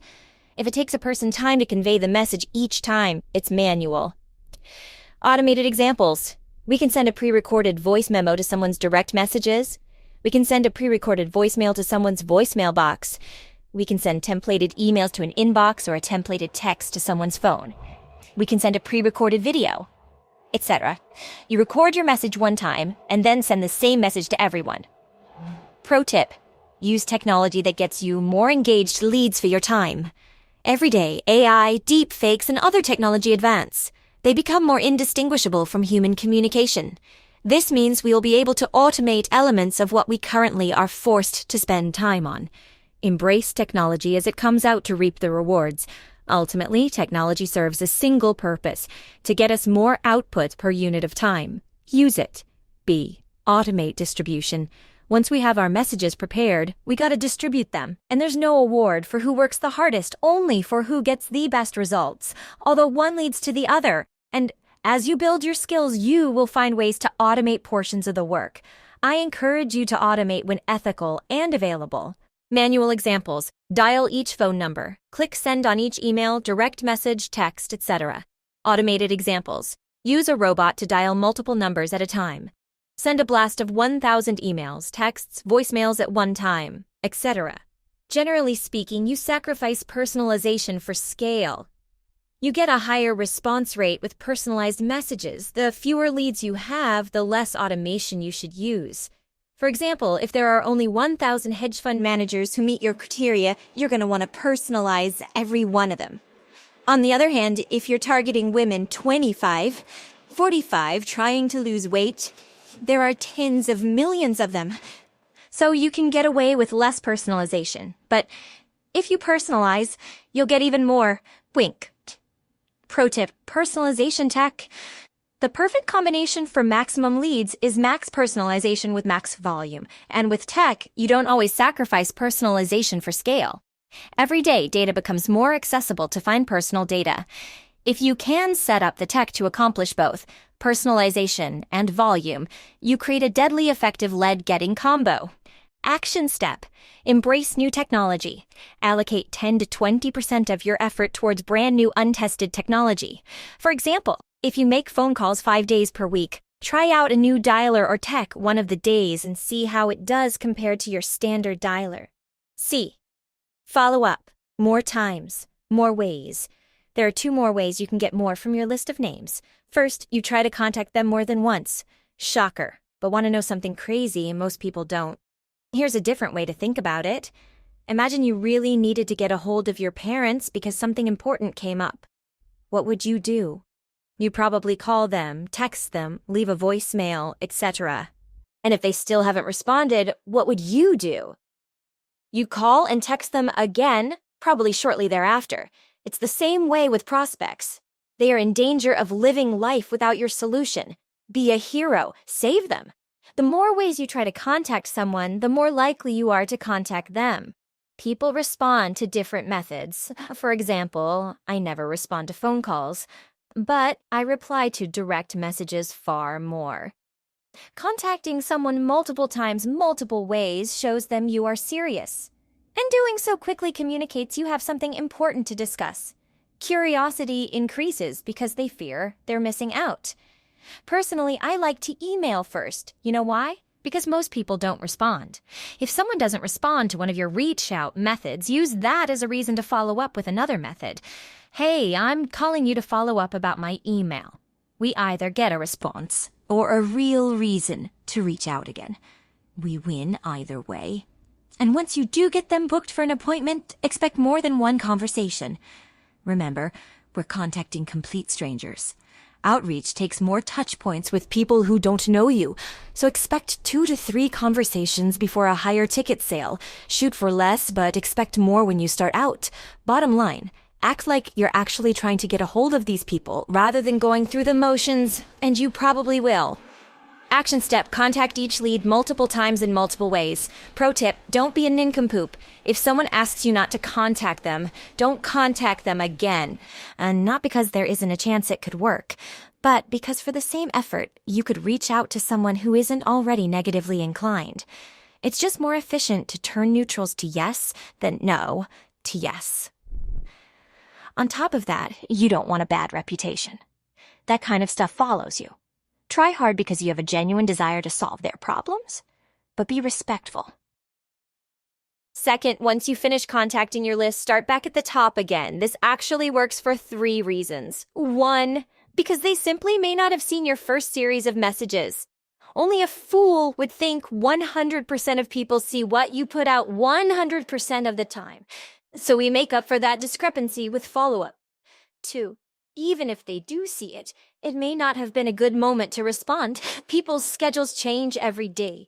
And there are times when people can't respond to you even if they wanted to. So the more opportunities you give them to respond, the greater the chance they will. 3, their circumstances may have changed. They might not have needed you then, but need you desperately now. Imagine a person you message about losing weight before the holidays. At that time, they fit into their skinny jeans, so they feel no pain. They probably wouldn't respond, but after they gained 10 lbs over the holidays, they may all of a sudden be in desperate need of what you offer. And now, they respond to your reach-out attempt. The only thing that changed was their circumstance. So try again in 3 to 6 months and get an entirely new group of engaged leads from the same list. Everything may be right except the timing. So the more times we contact them, the more likely we will catch them at the time they're ready to engage. Action step. After you have attempted to contact them multiple times, multiple ways, wait 3 to 6 months. Then, do it again. Pro tip. If you are new to an outreach team, shadow the best guy on the team. Then, double their inputs. If they make 200 calls, make 400. If that means you work more, duh. You will suck before you are good. You can make up for your lack of skill with volume. Volume negates luck. And when you do twice as many, you'll get good in half the time. Once you beat their numbers, then you can get cute and try new things. Replicate before you iterate. 3 problems strangers create solved. I wrote the book in this order to build on itself. Start with warm reach-outs. Get some reps. Post some content to grow your warm audience. Get even more reps. Then you'll be ready for cold reach outs. And now we solve the 3 core problems cold audiences create: finding the right list of people, getting them to pay attention to you, and getting them to engage. Victory! Author's note. For people with low-ticket products, I had trouble making cold outreach profitable when selling for my direct-to-consumer business. Cold outreach teams are expensive and my average ticket wasn't high enough.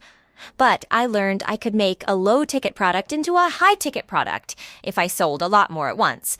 So I switched from using cold outreach to get customers to using cold outreach to get affiliates who got customers for me. There were 2 ways that worked. Either I'd sell the affiliates lots of products in bulk up front, then they'd sell my products to their customers. Or I'd use cold outreach to recruit them, then get them to sell my products to their customers and receive a commission after the sale. One affiliate sale can be worth thousands of US dollars. Both ways transformed my low-ticket sale into a high-ticket sale by selling many at once. So the numbers penciled out. If you have trouble using cold outreach for your direct-to-consumer business, consider going after affiliates instead. More on this in the affiliates chapter later. Benchmarks. How well am I doing? The 2 times I failed at cold outreach, I hired people who never tracked metrics well. The 3rd person did, and cold reach outs succeeded. The person who runs it, maybe you, has to know the metrics of the sales process like the back of their hand. Every single stats. Let's break down the numbers with a couple platform examples. I cannot give an example for every platform because it would take too long. My hope is that you can generalize the concept to whatever platform you use. Phone example. Let's say I make 100 cold calls per day, and let's say I get a 20% pickup rate. From there, I am able to get 25% of people to want to take my lead magnet. That means I got 4 engaged leads. If it took me 4 hours to make those calls, it means I got 1 engaged lead per hour. I can do this at first. Once the amount of engaged leads that convert to customers makes me more than it costs to pay a cold outreach rep, I teach someone else to do it for me. More on this in section 4. So you know you do well when you make at least 3 times the lifetime profit of a customer, compared to what it costs you to get them.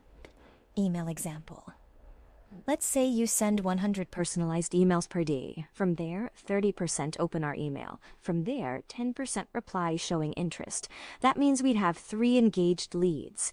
30% X, 10% equals sign 3%. The numbers will vary, but shoot for 3% of your list turning into engaged leads. Here's a sample from a new campaign for a very niche high-ticket service business in our portfolio. It shows a 4% lead engagement rate. And presumably a third of them convert into sales. That would net us 1 new customer per 100 outreach attempts. Direct message example. Let's say I make a personal video or record a personal voice memo for 100 people. I say their name and add 1 personal line before delivering my standard message. From there, 20% of people reply. We now have 20 engaged leads. From there, we use the same ACA format from the warm outreach section to qualify them for a call and so forth. So like the phone example, you know you do well when the cost of doing cold outreach is less than 3 times what you make in profit from a customer. Note, you can do way better than 3 times. That's the bare minimum. For context, the portfolio company above gets over 30. 1 returns from its outreach efforts. The costs. This method is labor intensive. Nearly all costs are in the form of labor. In order to calculate our return on advertising, we add up all labor and software costs associated with steps 1 through 3 in the section before last. Let's imagine we have a team doing cold calls. We pay them $15 per hour and $50 per shown appointment or shows. We have $3,600 in profit per sale. Leads cost us 10 cents. They call 200 leads per day. We would likely get about 2 shows per day from 1 rep. If they worked 8 hours per day, we would pay $120 in labor and $100 in show commissions per rep and $20 for the leads. This means we would pay $240 for 2 shows or $120 per show. If we closed 33% of shows, our cost to get a client, excluding commissions, would be $360. Since we get $3,600 profit per new client, we would make a 10-1 return. That's how cold outreach works. Then you just add bodies. It is boring and tedious, but brutally effective. Pro tip: give each sales rep an explicit number of leads to work every week. They should care for these leads like they are their children. If you give a rep too many, they will waste them. If someone can work 100 leads at full capacity, I'll give them 70-ish. That way they have time and energy to squeeze everything they can out the leads they've got. And since all reps get the same amount of leads every week, you can give them absolute quotas for deals. Example: I give you 70 leads, you give me back 7 appointments, I pay you, no leads left behind. This sounds hard, why bother? Most people dramatically underestimate the amount of volume it takes to use cold outreach. They also underestimate how long it takes. But there are 7 enormous benefits to using cold outreach. 1, you don't need to create lots of content or ads. You focus only on one perfectly crafted message you convey to all your prospects. Your only goal is to make that one message better every day. There is no ad fatigue or banner blindness, since your prospects have never seen anything from you. So, you don't need to be a marketing genius to make this work. 2, your competition won't know what you're doing. Everything is private. By that fact alone, you can continue to operate in secrecy. You're not educating your competitors about how you acquire customers. They don't know what you're doing or even that you exist. 3, it's incredibly reliable. All you have to do to get more is do more. A certain amount of input creates a certain number of responses. It becomes like clockwork, bringing a reliable flow of new engaged leads into your world. You can reverse engineer the amount of sales you want to make to the number of inputs at the top of your lead pathway. Eventually, you'll have an equation. For every X people contacted, you get Y customers. Then you simply solve for X. Let's say for every 100 emails, I get 1 customer. If I want 100 customers, I need to send 10K emails. That's 333 per day. One person can send 111 emails a day. Therefore, I need 3 people sending emails every day to get 100 customers per month. 4, fewer platform changes. Private communication is rarely subject to platform changes, whereas public platforms change rules and algorithms every day. You gotta stay on top of rule changes to remain effective. In contrast, rules for cold calling, door knocking, and cold email have hardly changed in 30 years. 5, compliance is less painful. Many platforms have stringent rules around claims you can make about the stuff you sell. Some also ban certain industries altogether: tobacco, firearms, cannabis, weight loss, etc. With cold outreach, you don't need to deal with any of this. You still need to be FTC compliant, but you don't also need to worry about platform rules on top. This makes life easier. If you have a phone, you can make money. If you have an email account, you can get leads. This makes you very hard to stop.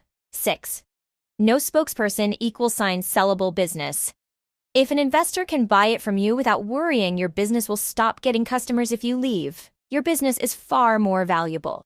Having an established outreach team is how we were able to sell Gym Launch. The business could grow without me dancing in front of the camera or relying on me being super ridiculously good looking. I don't think they would have wanted to buy us without it, or at least not for as much. 7, hard to copy. Even if someone wants to copy your entire cold outreach system, they'll often need to learn how to do each step, and many steps are invisible. They don't know how you scrape your lists. They don't know how you personalize your messages. They don't know what softwares you use to distribute the messages, etc. On top of that, they'd still need to learn how to hire, train, and operate a team of people who can do each step. Once you have a head start, it compounds with time. It becomes very hard to catch you. Author note: belief-breaking volume. Scaling to 60,000 emails per month. To break your beliefs around what is possible, here's an example. To break past 1 million per month, we automated the entire process of scraping, crafting, and sending emails for one of our portfolio companies. One virtual assistant sends 2,000 emails per day using multiple pieces of software. This generates the business 40 engaged leads per day. From there, they are able to get 10% of engaged leads sold, meaning they get 4 new customers per day. This got them past that 100 customers per month barrier. Fun facts. They started with us at $250,000 per month, our minimum size requirement for investment at the time. The business makes $20,000 per customer. With 4 new customers per day, do the math at how big they are now. Your turn. If you recall our advertising checklist, this kicks off your journey to get more engaged leads with cold outreach. You start this as you run out of people to advertise to, or because you just want more. Here's a sample. Cold reach outs daily checklist. Who, you, what, hook plus lead magnet or core offer. Where, any private communication platform. To whom, list. Scraped, bought, or software used. When, every day, 7 days per week. Why, get leads to engage to sell stuff. How, live calls, voicemail drops, email text blasts. DM, video and voice messages, DM pieces, handwritten cards, etc. How much? 100 per day. How many? Day 1, 2 times. Day 2, 2 times. Day 7, 1 time. How long? As long as it takes. Pro tip. Count in 100. Yes. This is a volume game. You will need to do a lot of volume efficiently to get the results you want. Don't set a daily goal below 100. And don't stop for 100 days minimum. If you do 100 reach outs for 100 days straight, I promise you will start getting engaged leads. Next up. Now that you have set your commitment for this cold outreach method, we move on to the last thing a single person can do to advertise. Run paid ads. #4. Run paid ads. Part 1. Making an ad: how to publicly advertise to strangers. Advertising is the only casino where, with enough skill, you become the house. June 2013. Let's try some Facebook ads for the gym, I spouted. Sam's eyebrow went up. They don't work. I already tried. Now, this was the brief time between quitting my real job and starting my first gym. I wanted some experience, so I cold emailed more than 40 gym owners for a chance to shadow them. Sam was the only one who responded to my pleas for mentorship. He let me work at his gym with him for minimum wage. I'm forever grateful for that opportunity. I promise, I really think they'll work, I said. Let me give it a shot with the stuff I learned from that workshop last weekend. I'll do everything.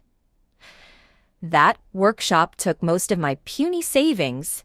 Sam leaned back in his chair, crossing his arms. I'll tell you what, I'll give you $1,000 to play with. If you lose it, then you have to shut up about this Facebook stuff. If you make more, I'll split the profit with you. Deal. I worked with a freelancer to get everything set up. We went back and forth until it was perfect. A few days later, I marched into Sam's office to show him what I'd made. It's ready, I said. He spun his laptop to face me. All right, Hormozi, show me what you've got. I placed the ugliest ad you've ever seen. I'm looking for 5 Chino Hills residents to take place in a free 6-week challenge. You must let us use your before and after pictures in our marketing in exchange for the program. Click link to sign up. Link, no images, no videos, no frills, just words, all caps. The ad went live. We got leads within hours. I called them all and booked appointments as fast as I could.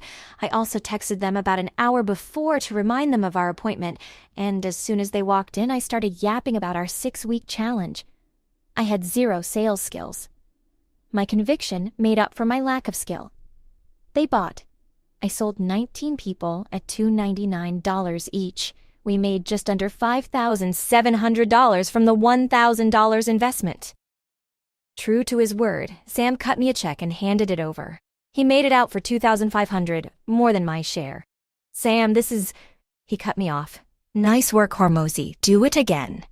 The 6-week challenge became the biggest promotion in the gym industry. For 7 years, it drove at least $1.5 billion in revenue, more by now. I taught it to over 4,500 gyms, and I bet more than 10,000 plus gyms used versions of the promotion without licensing it. Maybe you saw ads for it in your local market. And yes, if you're curious, it got more sophisticated as time went on. How paid ads work? Paid ads are a way to advertise one-to-many to cold audiences, people who don't know you. Paid ads work by paying another person or business to put your offer in front of their audience. Think of it like renting eyeballs or earballs. And because you don't need to spend time building an audience, paid ads are the fastest way to get the most people to see your stuff. You trade money for reach, a considerable advantage when you know what you're doing. Ads are riskier, but when done right, they can get you more leads than any other method. With warm and cold outreach, we have to do more stuff to reach more people. To reach more people with free content, we depend on the platform or audience sharing it if they feel like it. Paid ads are different. The reach is guaranteed, but getting your money back isn't. So, it's a game of efficiency rather than reach. Let me explain. In principle, if you paid enough money, you could get every person in the world to see your ad. And if every person in the world saw your ad, Someone would buy. Even if only by accident. So the question isn't do ads work, it's how well can you make them work.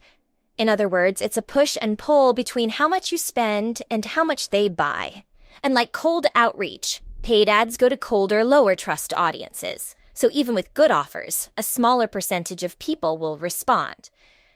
And like cold outreach, paid ads get over this hurdle by putting your offer in front of more people. And if an ad isn't profitable most of the time, it's because the right people never saw it. So to make an ad profitable, the right people have to see it. This keeps our ads efficient. This chapter reveals how I create more efficient paid ads by finding needles in the haystack. I start with the entire world as my audience, haystack, then narrow down to get a higher percentage of engaged leads, needles. First, I pick a platform that contains my ideal audience. Second, I use whatever targeting methods that exist within the platform to find them. Third, I craft my ad in a way that repels anyone else. Finally, I tell whoever's left standing to take the next step. People overcomplicate it. But that's it. That's all we're doing. Narrowing down who sees our ad so we have the highest chance of getting the right type of people to respond. Once we advertise profitably in a small puddle of an audience, we expand to a pond, then a lake, then an ocean. And as the audience gets bigger, it does have more of the wrong people, but it has more of the right ones too. So ads decrease in efficiency, but at that point you can afford it. In other words, the ratio between what you spend and how much they buy goes down, but the total amount of money you make goes up. So instead of spending $1,000 to make $10,000, and with $9,000 in profit, you spend $100,000 to make $300,000 with $200,000 in profit. Your ratio goes down, but you make more money. So the risk is higher because you spend more, but so is the reward.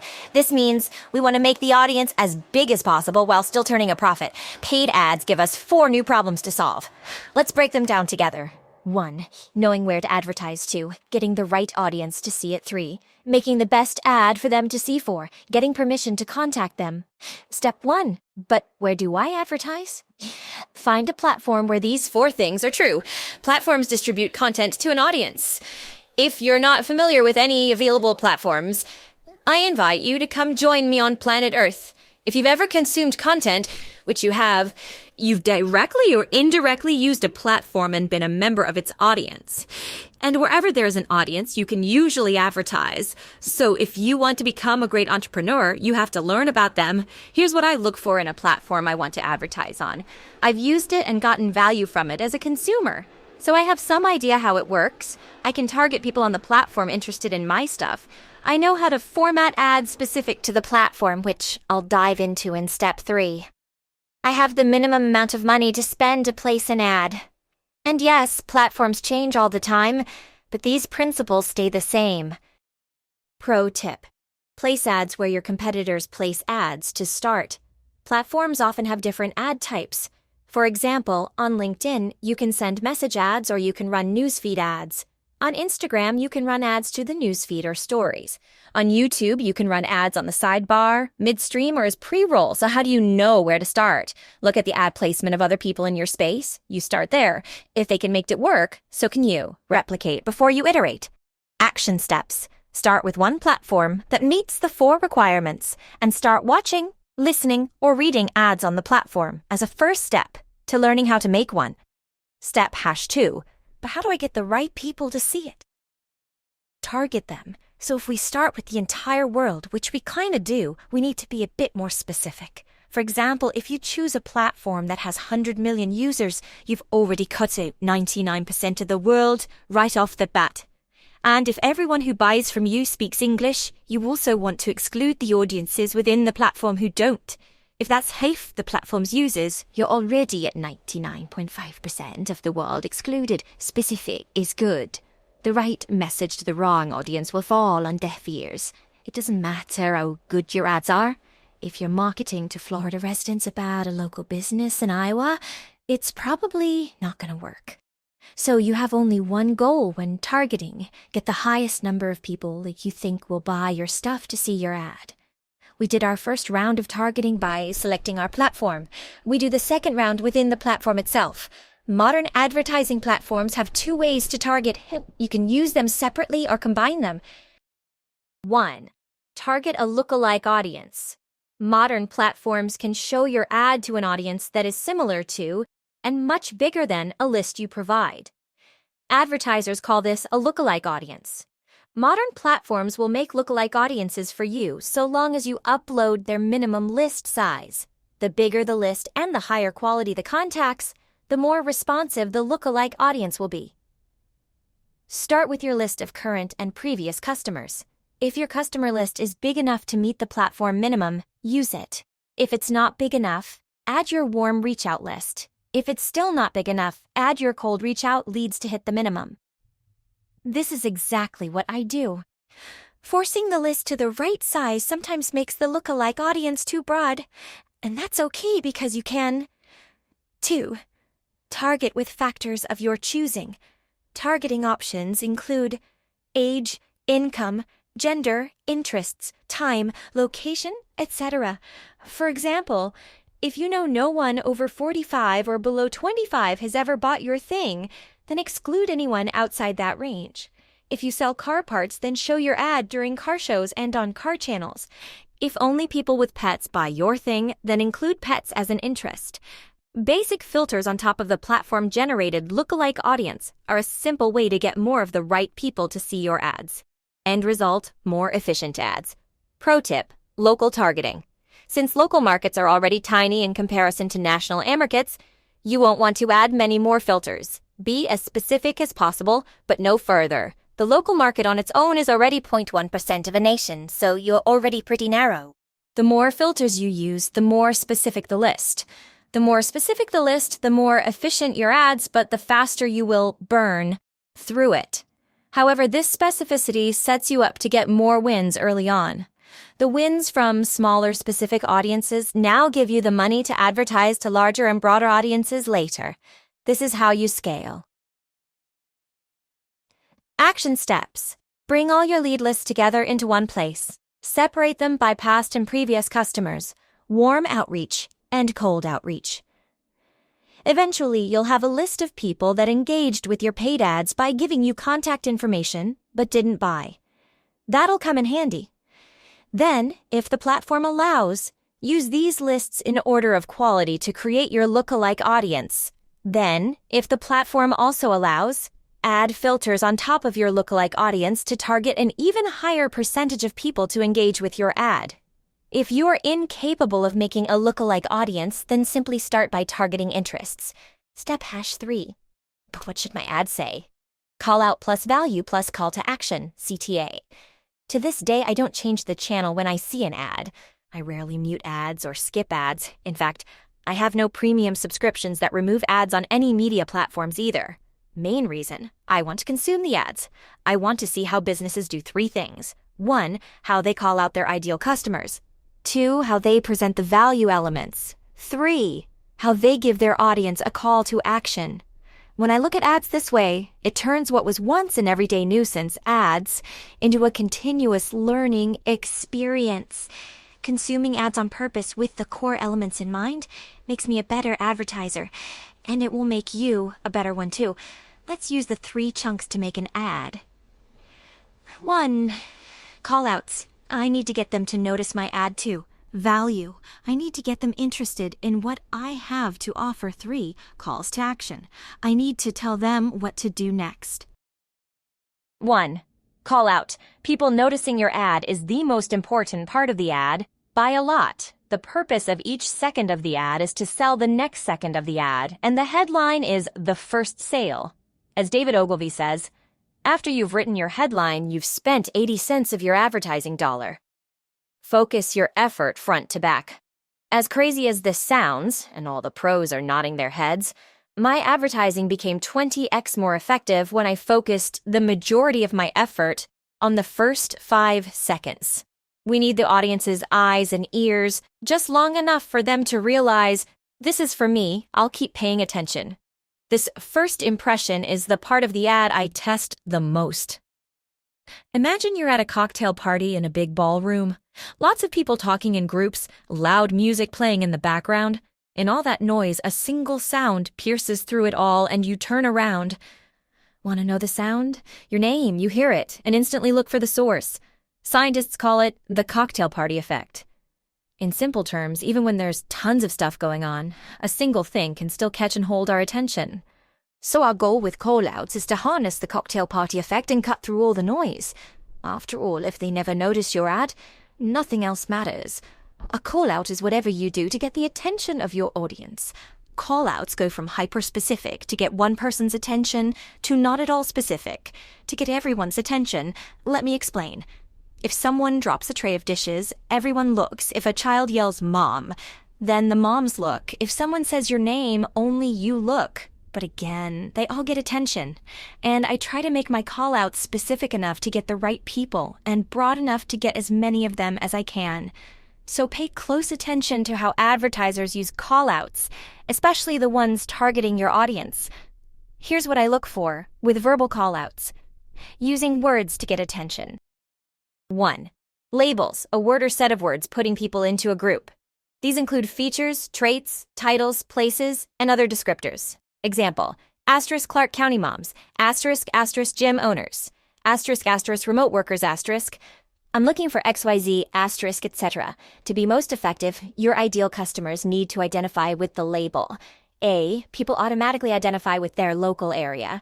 So with local ads, the more local, the better. A local ad with local area plus type of person call-out is still one of my all-time favorite ways to get someone's attention. It worked 200 years ago. It works today, and it'll work tomorrow. So think. Americans, Texans, Dallas residents.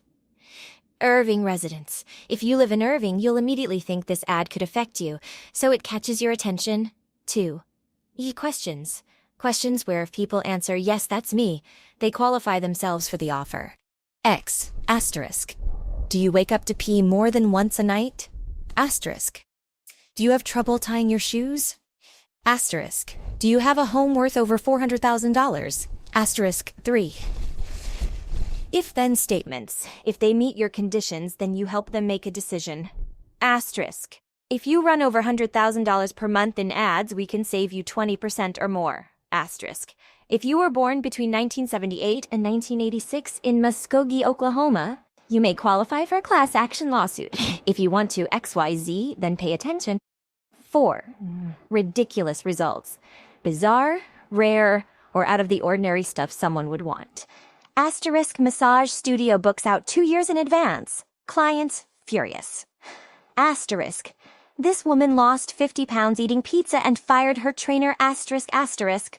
The government is handing out $1,000 checks to anyone who can answer 3 questions.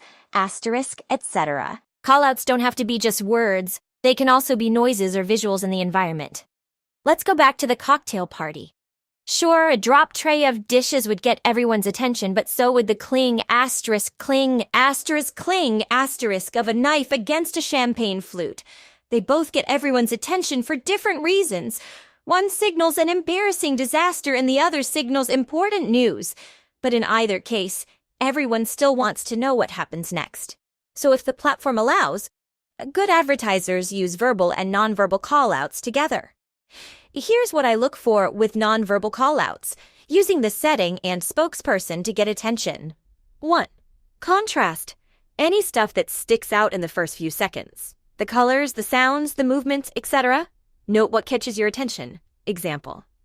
A bright shirt almost always gets more attention than a black or dull shirt. B. Attractive people almost always get more attention than plain-looking people. C. Moving stuff almost always gets more attention than still stuff. 2. Likeness. Think visually, showing labels, features, traits, titles, places, and other descriptors that people identify with. A. People want to work with people who look, talk, and act in ways familiar to them, and you may not look, talk, or act in ways familiar to them. So, if you serve a broad customer base, use more ethnicities, ages, genders, personalities, etc. in your ads. If you serve a narrow customer base, X medical devices for seniors, then use people who look like them. I quack like a duck. If you want to attract ducks, look like a duck, walk like a duck, and quack like a duck. If you want to attract plumbers, dress like a plumber, talk like a plumber, be in a plumbing environment. Even with the same message, your ad will do far better if you look the part or find people who do. If you see an ad for doctors, notice the spokesperson. What age are they? Gender, ethnicity, are they wearing a lab coat, a stethoscope, are they in a medical facility? All these things get a specific type of person interested in health-related products and services to pay more attention than they would have otherwise. Mascots also work well because they don't age, never ask for more money, and never take days off. Think Mickey Mouse for Disney, the Geeko Gecko, Tony the Tiger for Kellogg's, the Michelin Man, etc. A mascot is a great way to create an enduring spokesperson for your business, advanced. Whichever likenesses you choose to use, if it's not you, the business becomes less dependent on you and therefore more sellable. You also may just be an ugly son of a gun. Plus, pretty people convert better anyways. Good news is it doesn't cost much to get a pretty person to say stuff to a camera. 3. The scene. Think showing the yes questions and if-then statements. X. An ad with A. A person tossing and turning in bed calls out people with sleep troubles. B. A pear next to an hourglass can call out people with a pear-shaped body. C. A room full of stuff stacked to the ceiling calls out people with too much junk. D. A rock hitting a window calls out people with broken windows. E. A local landmark. Locals think, hey, I know that place, and pay attention. Now this isn't an exhaustive list. Far from it. I show you these to pull back the curtain. This way you can see the infinite ways advertisers cut through the noise, so you can too. Pro tip: infinite ads. Here's one of the highest ROI tips I can give you about making ads. Record 10 or so new ads a week, but record 30 or more first sentences or questions to begin the ad. Think 5-second clips. These are the callouts people consume before deciding to watch more. With 30 callouts and 10 main ads, you can make 300 variations in a matter of hours. Once you know the best callouts, you apply it to all ads. Action step. I'm always impressed with the clever and innovative ways advertisers call out their prospects. So instead of muting or hitting skip ad, look for the callouts. Become a student of the game. My goal is that for the rest of your life, when you see an ad, you turn up the volume. Now, once they've noticed our ad, it leads us to the second chunk of the ad. We need to get them interested. Get them interested. If people think an offer or lead magnet has big benefits and tiny costs, they value it, and they'll exchange money or contact information to get it. But if the cost outweighs the benefits, they don't value it and they won't. So the best ads make the benefits look as big as possible and the costs look as small as possible. This makes an offer or lead magnet as valuable as it can be and gets the most engaged leads because of it. A good advertisement, paid or not, uses clear and simple ways to answer the question, why should I be interested in your thing? It tells people why they should want your lead magnet or offer. Now, there are a million ways to do this, but I'll share with you my what, who, when framework. This mental framework hinges on knowing the value equation forwards and backwards. So all you have to do is know 8 key things about your own product or service, how it fulfills each element of value for your prospect, and how it helps them avoid their hidden costs. Remember those? Think of them like carrots versus sticks, how your offer delivers more good stuff and less bad stuff. Then think of the perspectives of the people who would experience them, who. And finally, what time period, when they'd have these experiences, positive or negative. In the words of David Ogilvy, the customer isn't a moron, she's your wife. So you know what that means? Write to her. Ads cause the prospect to think questions to themselves, and a good ad answers those questions at precisely the time they think it. So if you can answer what they're thinking with your ad, using the words they'd use, you've won. So let's start with the what, 8 key elements. Dream outcome. A good ad will show and tell the maximum benefit the prospect can achieve using the thing you sell. It should align with the ideal prospect's dream outcome for that sort of product or service. These are the results they experience after buying the thing.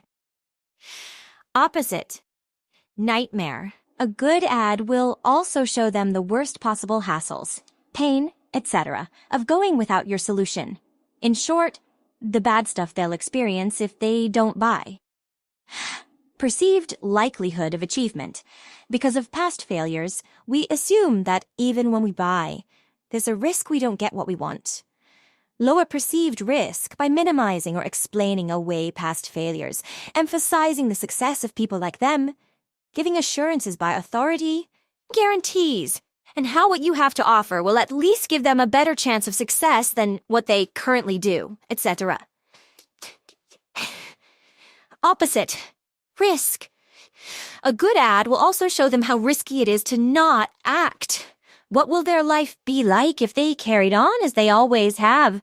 Show how they will repeat their past failures and how their problems will get bigger and worse. Time delay. A good ad will also show them how slow their current trajectory is, or that they'll never get what they want at their current rate. Opposite in speed. To get things we want, we know we have to spend time getting them. A good ad will show and tell how much faster they will get the thing they want. Effort and sacrifice. A good ad will also show them the amount of work and skill they'll need to get the result without your solution, and how they'll be forced to keep giving up the things they love and continue suffering from the things they hate. Or worse, that they work hard and sacrifice a ton right now and have gotten nowhere. In other words, they waste more time and money doing what they currently do than if they just bought our darn solution. Opposite ease. To get things we want, we know we have to change something, but we then assume we have to do stuff we hate and give up stuff we love. And ease comes from a lack of needed work or skill. A good ad disproves the assumption. It tells and shows how you can avoid the stuff you hate doing, do more of the stuff you love doing, without working hard or having a lot of skill and still get the dream outcome. Those are the 8 key elements. Now we fully understand the how we deliver the 4 value elements and how we avoid their 4 opposites. We now go to the next W, the who. Who. Humans are primarily status-driven, and the status of one human comes from how the other humans treat them. So if your product or service changes how other people treat your customer, which it does in some way, it pays to show how. And talking about the value elements from someone else's perspective shows all the ways it'll improve the status of your customer. So we want to outline 2 groups of people. The first group is the people gaining status, your customers. The second group is the people giving it to them. Spouse, kids, parents, extended family, colleagues, bosses, friends, rivals, competitors, etc. All of these perspectives give us different opportunities to show how the prospect's status may improve. And they give us a ton of bonus benefits. As in, if you lose weight, do your kids have a new role model? Does your spouse now decide to get healthy too? Are you more likely to get promoted at work? Science says, yes. Does your frenemy no longer make those little jabs at dinner? Let's do business examples. If I said something was risk-free, I want to spell out how their spouse won't nag them about the purchase since there's no risk. I talk about how their kids would notice they weren't as stressed or distracted anymore about work. How their competitors notice their phones don't ring as much because all their customers are flowing to your new customer. How their business owner buddies say business must be good when they pull up in their new car at the golf range. You get the idea. These are all added benefits to the prospect we'd miss out on if we only looked at it from their own perspective. And we can apply each new who perspective to each value driver. This is how you get so many different stories, examples, angles, etc. to describe the benefits, more carrot and less stick. That leads me to the third lens of the what, who, when framework. The when. When. People often only think of how their decisions affect the here and now, but if we want to be extra compelling, and we do, we should also explain what their decisions led to in the past and what their decisions could lead to in the future. We do this by getting them to visualize through their own timeline, past, present, future. This way, we help them to see the consequences of their decision or indecision right now. Let's use the weight loss example from earlier from their perspective. We'd show them getting teased as a kid, past, struggling to button their favorite pair of jeans, present, or moving up yet another belt loop, future. What does that nightmare look like to their spouse, to their rivals? How embarrassing. Remember, we can also run the same timeline through someone else's perspective. Their kid asking why other kids make fun of them because they passed on bad food habits, past, or how their kids complain now that the other kids' dads participate at practice when they don't, present, or how their doctor said they might not walk their daughter down the aisle at her wedding, future. Note, this is all the bad stuff they want to avoid. Our next copy elements would contrast those with the good stuff that could happen present and future if they buy our thing. We use both towards good stuff and away from bad stuff, then combine it with the past, present, and future of the prospect's life to create powerful motivators in our copy. Putting the what, the who, and the when together, we answer why they should be interested. If I continued on with the weight loss thing, I might talk about how their spouse, who, will perceive how fast what they fit into that suit your wife loves that didn't fit but does now. In the future, when. Or how their kids, who month after month, when, got more interested in eating healthy and tagging along during workouts, what. Or how they, who, catch a look at themselves in a reflection in the mall in a few months, when, and realize the stuff actually fits me in this store. Oh, what? Pro tip. Make your ads as specific as you can, but no specific ER. The more specific your copy, the more efficient it can get, but also the longer it tends to get. And if it gets too long for the platform, it lowers efficiency. So make the ad in its entirety as specific as you can in the most efficient space you've got. If you've got audio and visuals at your disposal, then use contrast, likeness, and the scene itself to match your copy. It becomes more specific without getting any longer, and this makes your ad even more efficient and profitable. When we combine everything we can to get the prospect going toward the 4 value drivers, while also getting them away from their opposites, the many perspectives we can show them gaining status and different timelines for each. This adds up to why they should be interested. And now we have a lot of ways to get them interested. And the more angles we cover, the more interested they'll become. Also, since you asked, the only difference between long ads and short ads is how many angles we have time to cover from the copywriting framework. Longer ads use more, shorter ads use fewer. So add or take away based on the platform, but keep the callouts, the first few seconds, and CTAs, what to do next, the same. Pro tip, get unlimited inspiration. Many platforms have a database of ads past and present. As of this moment, if you search a platform ad library in a search engine, in a few clicks you will find them. If you see an ad that runs for a long time, a month or more, assume it's profitable. Then take notes on the callouts they use, how they illustrate the value elements, and their CTAs. Look for the words they use and how they demonstrate them. Break down 50 or so ads and you will have massive head start to creating winners. Action steps. Get as many advertising angles with your offer as you can with the what, who, when framework. What? Know the 8 key things about your own product or service, how it fulfills each element of value, and how it helps avoid their opposites. Who? Show how the 8 key things about your product or service can change your prospect's status. Then, show how the people they know give status to the prospect when they buy your thing, or take status away if they don't. When? Get the prospect to see the consequences of buying and not buying through their past, present, and future, especially through their change in status with people they know. This way, we help them to see the value of their decision or indecision at this very moment. Author note, You don't need to become a copywriting expert. I'm certainly not. And if I thought copy was the limiter for most, I'd have spent more time on it. Sure, world-class entrepreneurs have copywriting skills, but world-class copywriters don't necessarily have entrepreneurial skills. Don't sacrifice one for the other. If you explain your offer clearly using the who, when framework, you'll have good enough skill to remove copywriting as a limiter on your growth. And that's all you have to do. Get good enough to grow. After all, if you call out the right people and have an amazing offer, you barely need any copy to begin with. You just gotta explain your offer.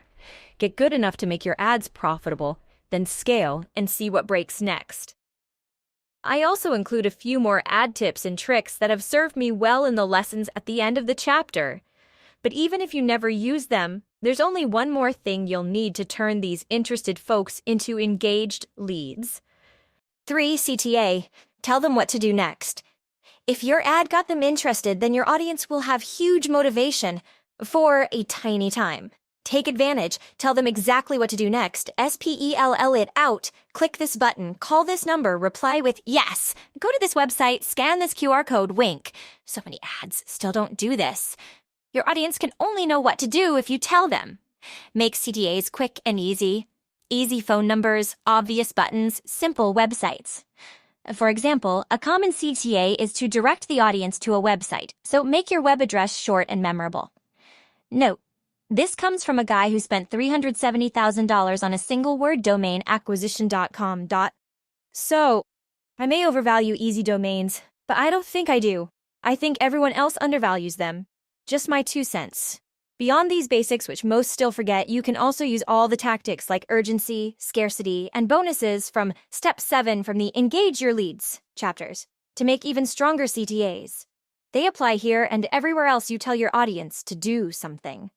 So we can now pick a platform to advertise on, target who we show our ads to, make the ads they see, and tell them what to do next. All we have to do now is get their contact information. Step #4. How do I get their info? Get permission to contact them after they take the action get their contact informations. My favorite way to get contact information is a simple landing page. Don't overthink it. The simpler your landing page, the easier it is to test. Focus on the words and the image. Here are my 3 favorite templates. Pick one and start testing. And make your landing pages match your ads. People click an ad because you promised them some benefit. So carry that same look and language over to your landing page. Make sure what you promised in your ad is what you deliver. This sounds simple, but a lot of people forget and waste money until they remember it. You don't want to end up with some Frankenstein experience where everything looks different. You want a continuous experience from click to close. Get more people through more steps. In Robert Cialdini's seminal work, Influence, he shows that people like to think of themselves as consistent. So if you remind them of the action they just took, CTA, and show how taking the next action aligns with it, you'll get more people to take the second action, contact info. For example, now that you just did A, you need to do B to get the most of A. Or doing A makes you a doing kind of person. Doing a kind of people do B. To be clear, we aren't selling anything. We are asking if they're interested in the stuff we sell. And if they're interested, they'll give us a way to tell them more about it. And when they do, they become engaged leads. Action step, build your first landing page. I wasted 4 years feeling too scared to make a landing page. When I finally tried, I finished before lunch. Nowadays, there are tons of drag and drop tools to build websites in minutes. And if you're still worried about it, freelancers will build a site probably using those same drag and drop tools on the cheap, so just get it done. Now you have engaged leads from paid ads. Hooray, we did it! Run paid ads part 1. Conclusion: what has to happen for advertising to work? Well, we have to show our ad to the right people. So we pick the right platform and target the people within that platform that have the highest percentage of our audience. Once we do that, we have to get them to notice our ad. Once they notice it, they have to consume it to get a reason to take action now rather than later. We do that using the value equation and demonstrate it in the past, present, and future from their perspective and the perspectives of the people they know. And once they have a reason to take action, They have to have a way to give us permission to contact them. That action turns them into an engaged lead. And since those things gotta happen, they slowly but surely became the 3 core elements of every ad I create. 1. Call-outs, for them to notice it. 2. Value elements, to give them reason to do something. 3. Calls to action, to give them a way to do it. Now, only one question remains. How efficient are we? Let's talk about money stuff. #4 Run paid. Ads. Part 2. Money stuff. I'm just trying to buy $1 and sell it for $2. Proposition Joe the Wire. We focus on efficiency with paid ads throughout this chapter and the last one because efficiency matters more than creativity. All advertising works. The only thing that differs between advertisements is how well they work. Maybe people get crazy about making paid ads because they have words like copy and creative and media, then get hyper-focused on getting all that stuff perfect as if you can. You can tweak all day and night until the cows come home. The reality is that paid ads, any advertising really, is all about the return on your investment. And with paid ads, it gets clear as day, because you put X dollars in for people to see the ad and get Y dollars out if they buy your stuff. So if you want a $100 million leads machine, you just need to get it good enough to scale. Why? Because good enough is good enough. Since efficiency matters most, we want to be as efficient as possible so we can scale as much as possible. That way we get as many leads as our little hearts desire. That being said, there's enough nuance to scaling paid ads that it felt better to break it into its own chapter. This chapter answers 4 big questions about ads as I understand them. How much do I spend? 3 phases of scaling ads. How do I know how well I'm doing? Cost and benchmarks. If my ads aren't profitable, how do I fix it? Client-financed acquisition. What do I wish I had known before I ran my first paid ad? Lessons. But how much do I spend on paid ads? The 3 phases of scaling paid ads. There are 3 stages to spending money on ads as I see it. Phase 1, track money. Phase 2, lose money. Phase 3, print money. Let's break them down together. Phase 1, track money. Before spending $1 on ads, set everything up so you can accurately track your returns. If you don't track, you're gonna get cleaned out.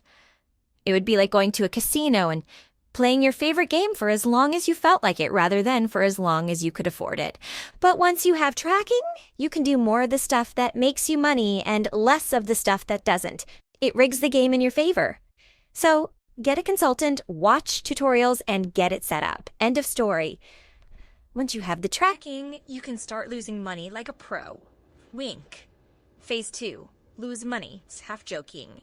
I prefer to call it investing in a money printing machine. After all, when running paid ads, you pay first. So your bank account has to go down before it comes up. I emphasize this because I'd rather prepare you. You're gonna lose money. In fact, I've lost money more times than I've made money running paid ads. But every time I make money with paid ads, I make back everything I lost and then a bunch more. So the number of times I lose is high, but the amount I lose is low because I know when to shut it down. And my number of wins is low, but the amount I win is very high because I know when to hit the gas. So think of it like this. Imagine I spend $100 on 10 ads, $1,000 in total. 9 of them lose all $100. Then one of them makes $500 back for the $100 I spent. I'm still down $500. Many people stop here because they see a $500 loss. But not us. We see a winner. So now we buckle up and 100x down. We spend $10,000 on the winning ad and make $50,000 back. Note, I still lost 9 times, but the one time I won big. And this is important because you might lose 9 or 99 times in a row before you win big. But to win big, you have to see the winners and double, triple, quadruple, 10x down on them. This is why paid advertising is a lot like a casino. You'll often lose in the beginning to learn the game. But with enough skill, you eventually become the house. That being said, during this lose money phase, you can still be smart about it. Here's how I do it.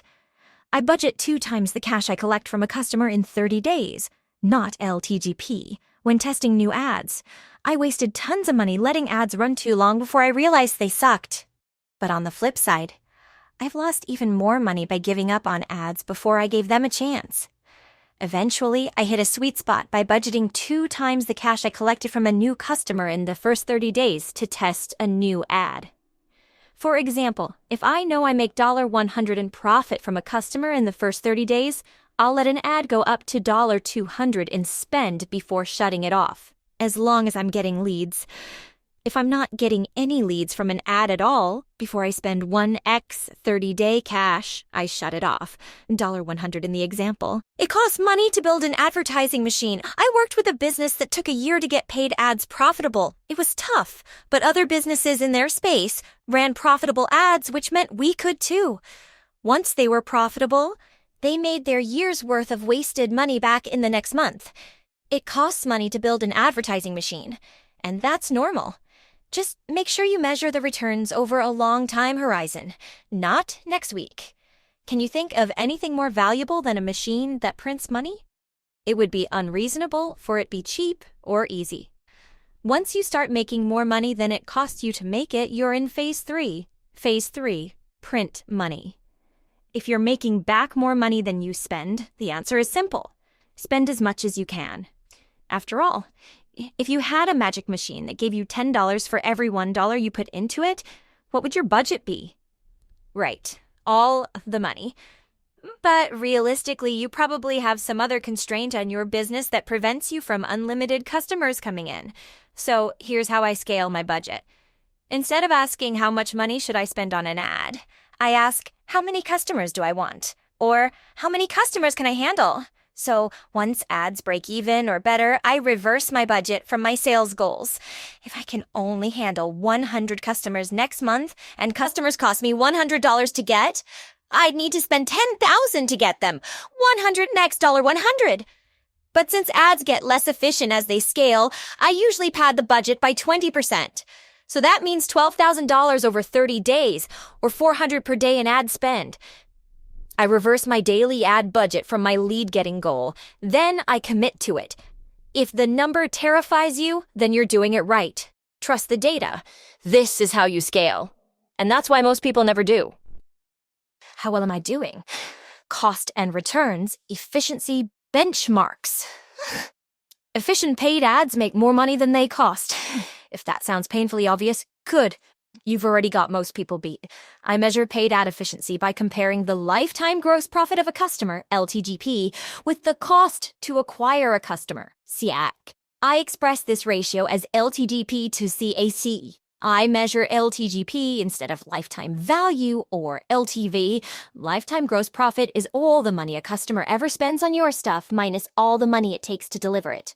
For example, if a customer buys something for $15 and it costs $5 to deliver it, your gross profit is $10. So if that customer buys 10 things over their lifetime, then they bought a total of $150 in stuff. But it cost you a total of $50 to deliver that stuff. That makes the lifetime gross profit $100. Gross profit is important in general because it's the actual money you use to acquire customers, pay rent, cover payroll, and everything else to run your business. So if you've ever heard me say I'm getting 3-to-1 on this, I refer to my LTGP to CAC ratio. I compare how much I made against how much I spent. So if LTGP is greater than CAC, you have profitable advertising. If it's lower than CAC, you're losing money. What's a good LTGP to CAC ratio? Every business I invest in that struggles to scale has at least one thing in common. Their LTGP to CAC ratio was less than 3-to-1. As soon as I get it above 3-to-1, either through decreasing CAC or increasing LTGP, they take off. This is a pattern I personally observed, not a rule. You have 2 big levers to improving LTGP.CAC. Make CAC lower, get cheaper customers. We do this with more efficient ads following the steps we just outlined. Make LTGP higher, increase how much you make per customer. We do this with a better business model for maximum money. I prefer to do both. For example, if you made $1 billion per customer, then you could spend $999 million to get a customer and still have $1 million left over. You could spend pretty much whatever it takes to get a customer. No matter how crappy your ads, you'd still probably win. On the flip side, if you made 1 cent per customer, you'd have to get each customer for less than a penny to make it work. Even with the best ads, you'd fail. I bring this up because we speak with hundreds of entrepreneurs every month. They often think they have crappy ads, high KISAC, when, in reality, they have a crappy business model, low LTGP. Here's a finding that will probably surprise you as much as it surprised me. The cost to acquire customers between competitors in the same industry is much closer than you'd think. The difference between the winners and the losers is how much they make off each customer. So how do you know if it's your ads or your business model that needs work? I use the industry average KC as my guide. Research your industry averages for the cost to acquire customers. If your KC is below 3x, your industry average, good, focus on your business model, LTGP. If your key AC is above 3x the average, bad, focus on your advertising, stay C. Things can only get so cheap. Eventually, you just gotta make more. Think about it like this. Lowering the cost of getting a customer by $100 will eventually take more work than making an extra $100 from them. So once your cost is low enough, focus on your business model. Costs can only approach zero, but how much you make can go up to infinity. Increasing advertising efficiency beyond a certain point is like trying to save your way to $1 billion. You feel like you're making progress, but you're never going to get there. My ads aren't profitable. How do I fix it? Client-financed acquisition. For many businesses, LTGP is bigger than CAC. Yay. But not after the first purchase. Boo. The profit from the customer's first purchase is often less than the cost to get them. It can take many months to collect the full LTGP, so you get your money later instead of now, and this cash flow problem cripples your ability to scale ads and get more customers. Boo again, but if your customer spends more than it costs you to get and fulfill them, in the first 30 days, then you have the funds to scale now and forever. I call this client financed acquisition.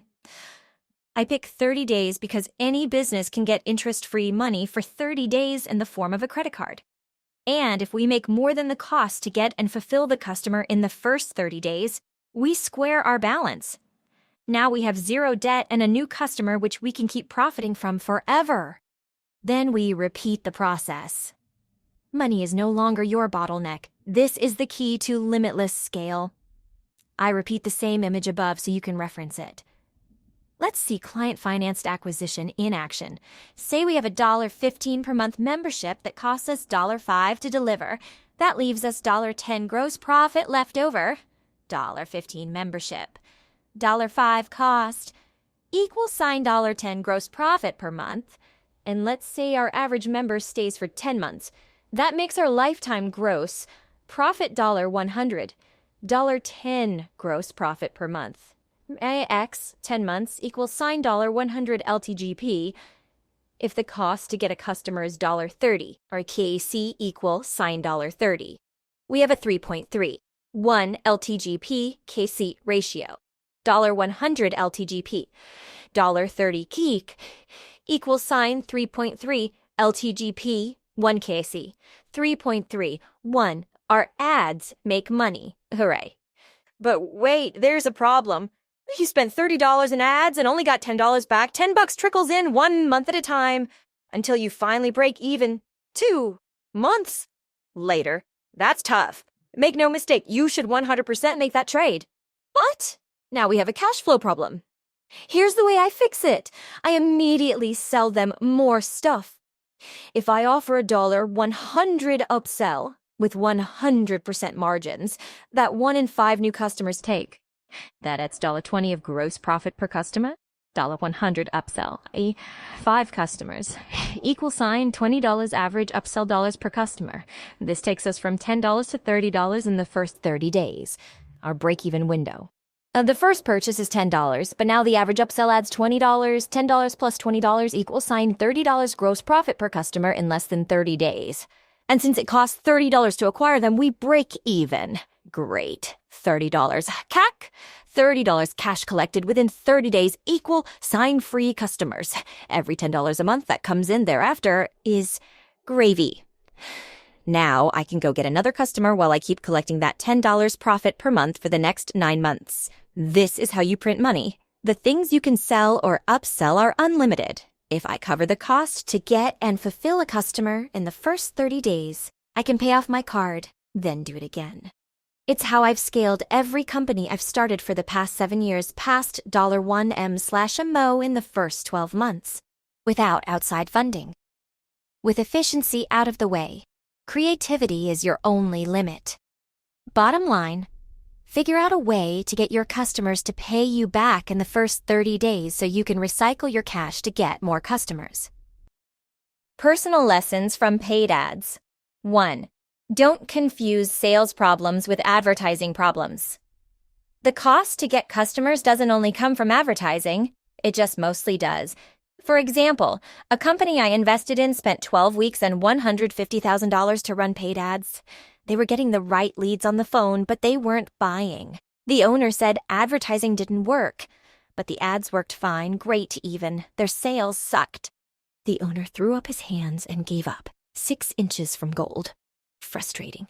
Confusing an advertising problem with a sales problem cost them an estimated $30M in enterprise value.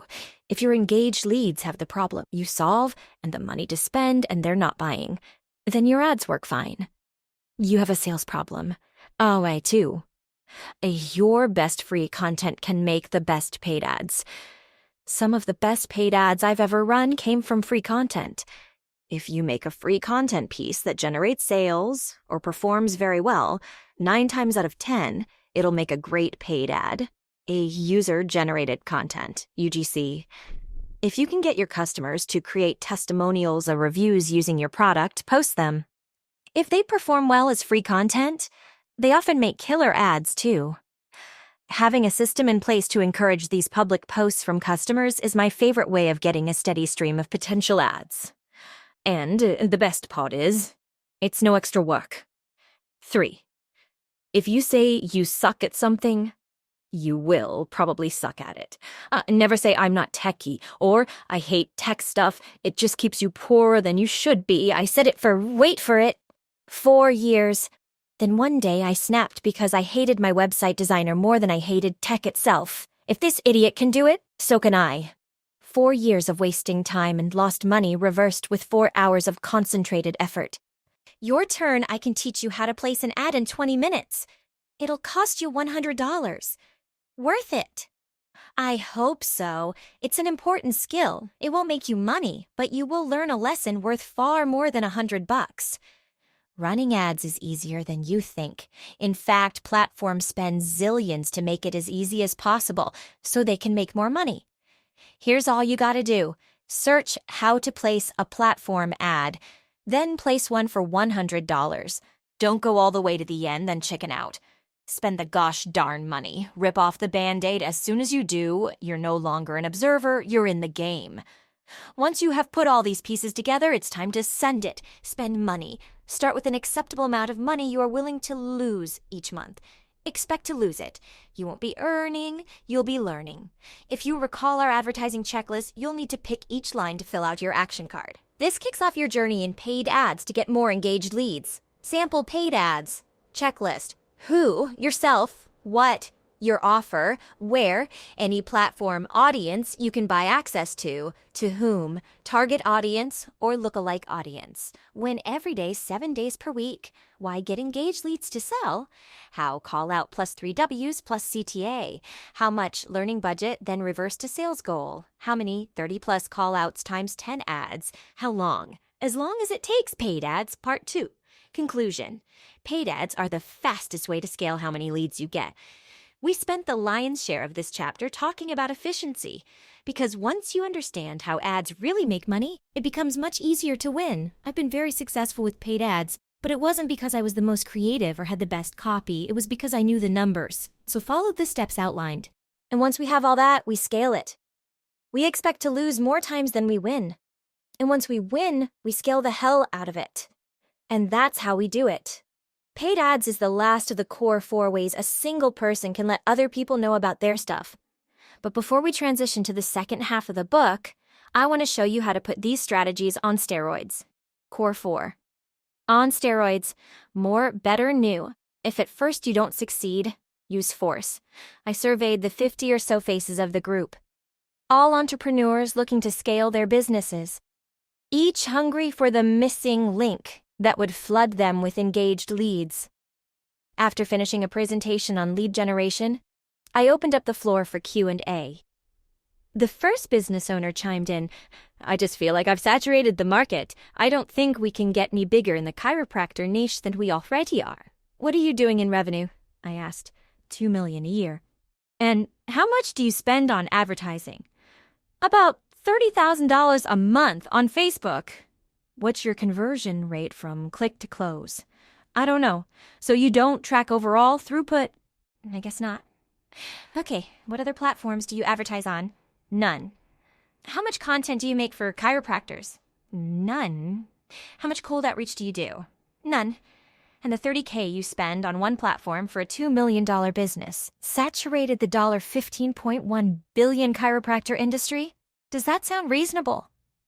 A second business owner chimed in before he could answer. "If it helps, I'm in the chiropractor niche too, and I spent $30K in advertising across 4 platforms last week." "Do you still feel like you've saturated your niche?" I asked. He got the point. I have this conversation daily with entrepreneurs looking to grow. Typically, they have figured out how to get enough customers from one platform to get them to 1M3M per year. It's still not completely predictable, and they have their ups and downs. But they have the gist of what they need to do and have seen some success. So it's at this point they hit a wall because they think they can't make more money.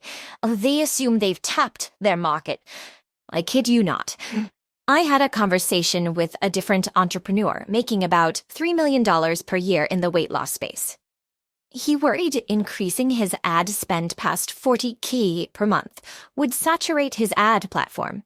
For context, that platform has over 1B active daily users.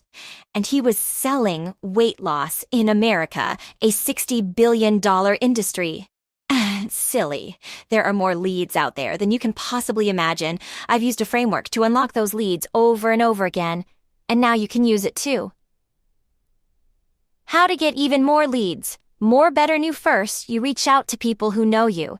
Then you start making free content. Then you start reaching out to people who don't know you. Then you start running paid ads. This is how you do the core 4 to get engaged leads. And there's really nothing else a single person can do on their own to get them. But what if you are doing the core 4 and still not getting as many engaged leads as you want? Well, worry not. There are 2 ways to boost any of the core 4 to get even more engaged leads on your own. I use these every time I want to increase the engaged lead flow in a portfolio company. They are easy to remember. More, better, new. Simply stated, 1. You can do more of what you're currently doing. 2. You can do what you're currently doing better. 3. You can do it somewhere new. And just like the story in the beginning with the agency owner, that's exactly what I was asking him. Could you advertise more? Could you advertise better? Could you advertise somewhere new? So let's start with the one I actually do first. More, you've done some advertising by now.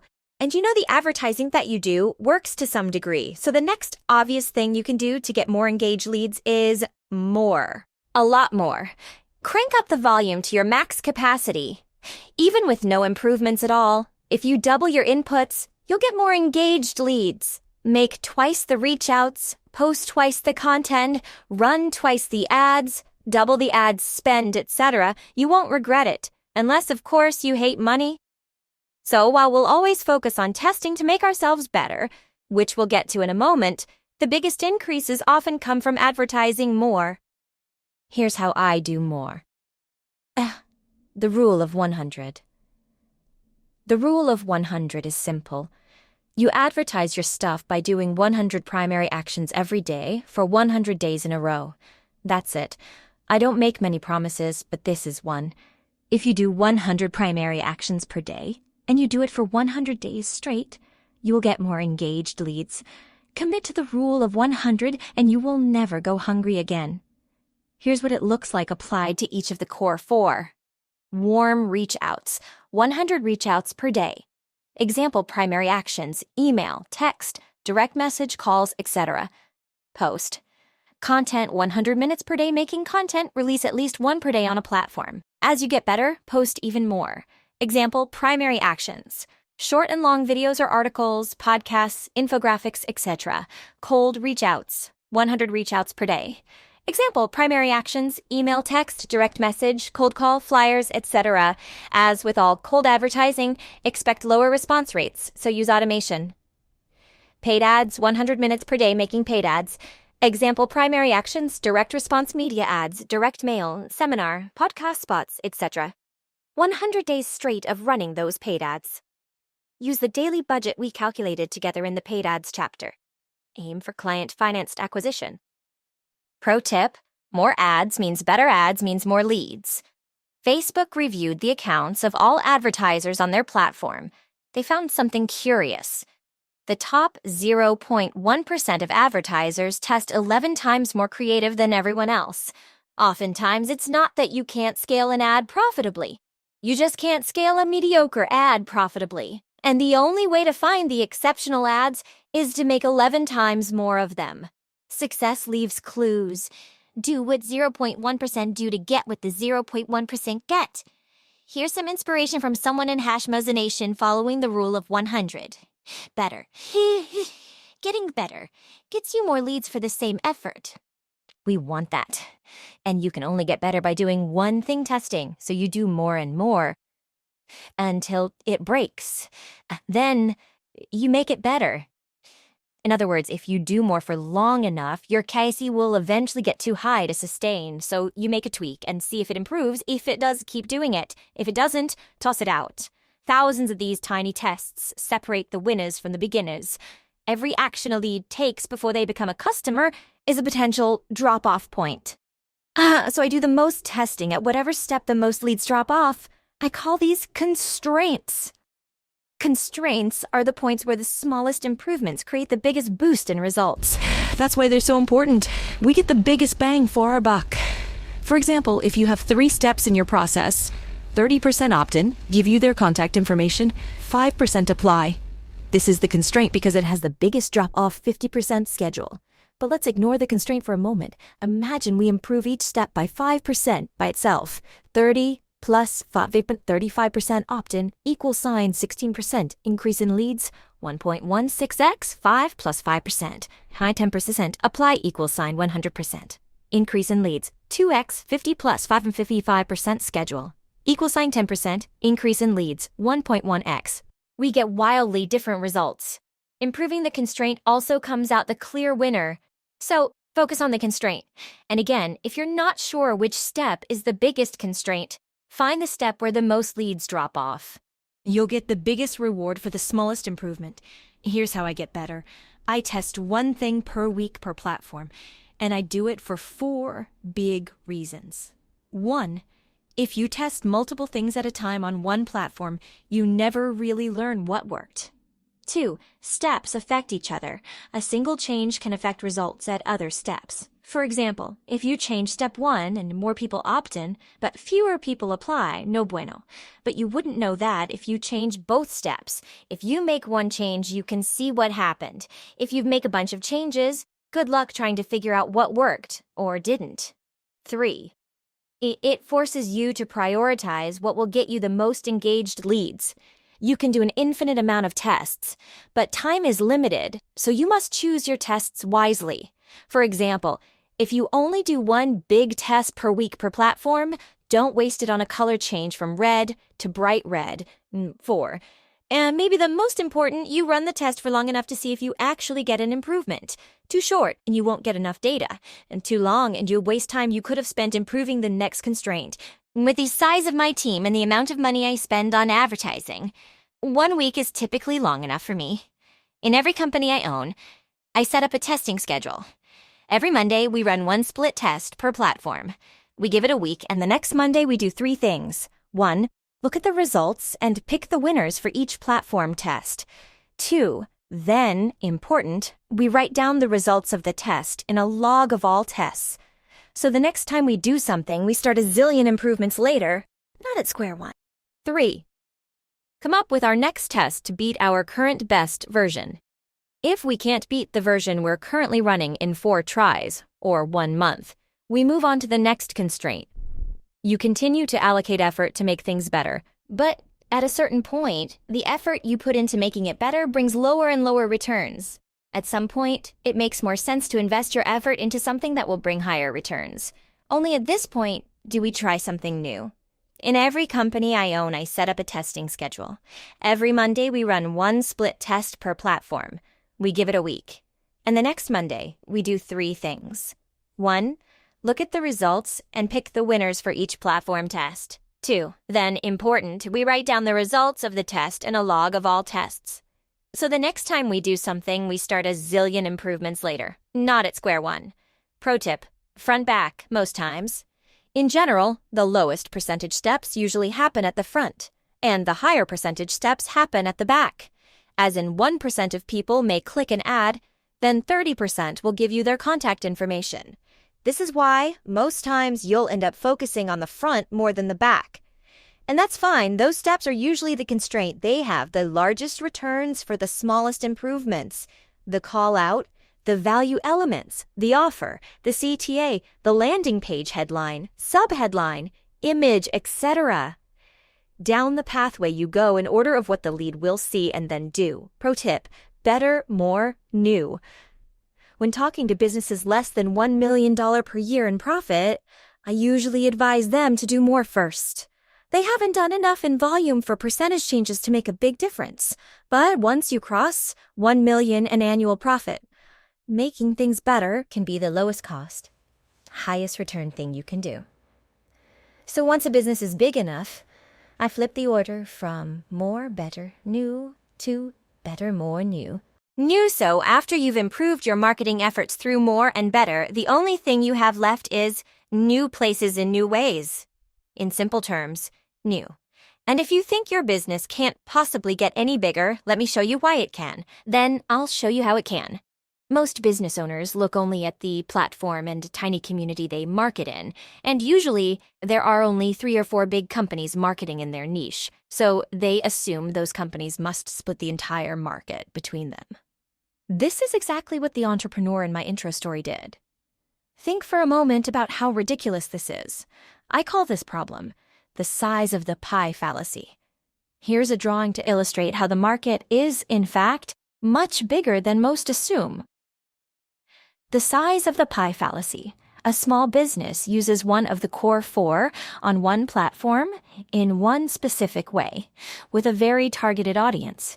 And in that same space, advertising the same way, there may only be a handful of other competitors. They mistakenly assume the tiny slice of the universe they advertise to is the entire available market. This is why most businesses stay small. When they plateau, they think there's no more leads to get. They believe they got as big as they possibly can, because for many, saying I'm as big as I can get is much easier than seeing I'm not as good at advertising as I thought. This false argument keeps entrepreneurs everywhere poorer than they should be. When to do new? When the returns you get from doing more better are lower than what you could get from a new placement or new way of advertising. There are many other slices of attention and potential leads sitting just inside the tiny universe of post content. They could add new placements, since many platforms have multiple places and forms of content. For example, on Instagram, you can make stories, messenger ads, and posts. On YouTube, you can make shorts, longs, community posts, etc. Or they could add a new platform. They go from Instagram Messenger to Facebook Messenger. They go from YouTube Shorts videos to Instagram Short videos, Reels, etc. And once they've exhausted those, they could add an entirely new Core 4 activity. And if you're curious, the order I pick my next new comes down to one thing. What will get me the most leads for the amount of work? That is the rule. And 9 times out of 10, it goes like this. New placements, new platforms, new Core 4. Bottom line, no matter how you advertise, you could do it in new ways, different styles of content, or in new places. Think other platforms. Then finally, do a new Core 4 activity altogether, and you guessed it, each of them gets us what we want. More leads. Now, this is much harder in practice, which is why I exhaust more better first. But at a certain point, you have to expand to new placements, platforms, and core 4 activities to let more people know about your stuff. Action step. Exhaust more better first. Once you can't do any more, any better, meaning the returns are lower than putting that same effort into a new platform, try new. Use this rough order. New placement, new platform, new core 4 activity. Get it going. Measure how you do, and scale up from there using more better. Then rinse and repeat.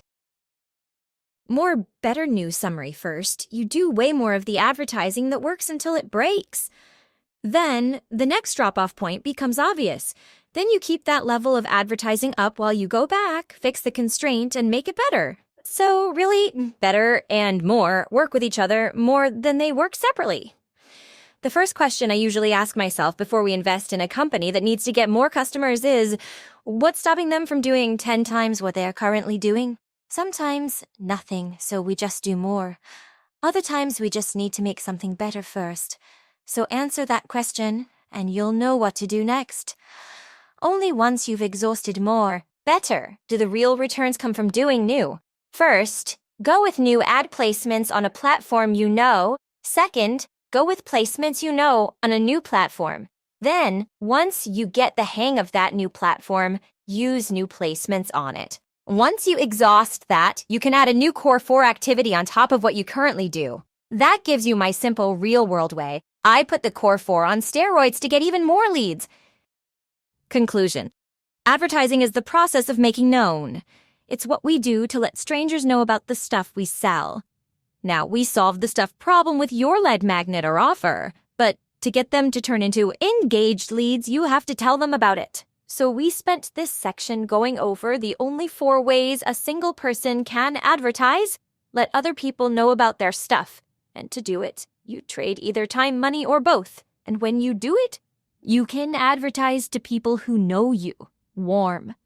Or you can advertise to strangers, cold. You can advertise publicly, content ads, or privately, outreach.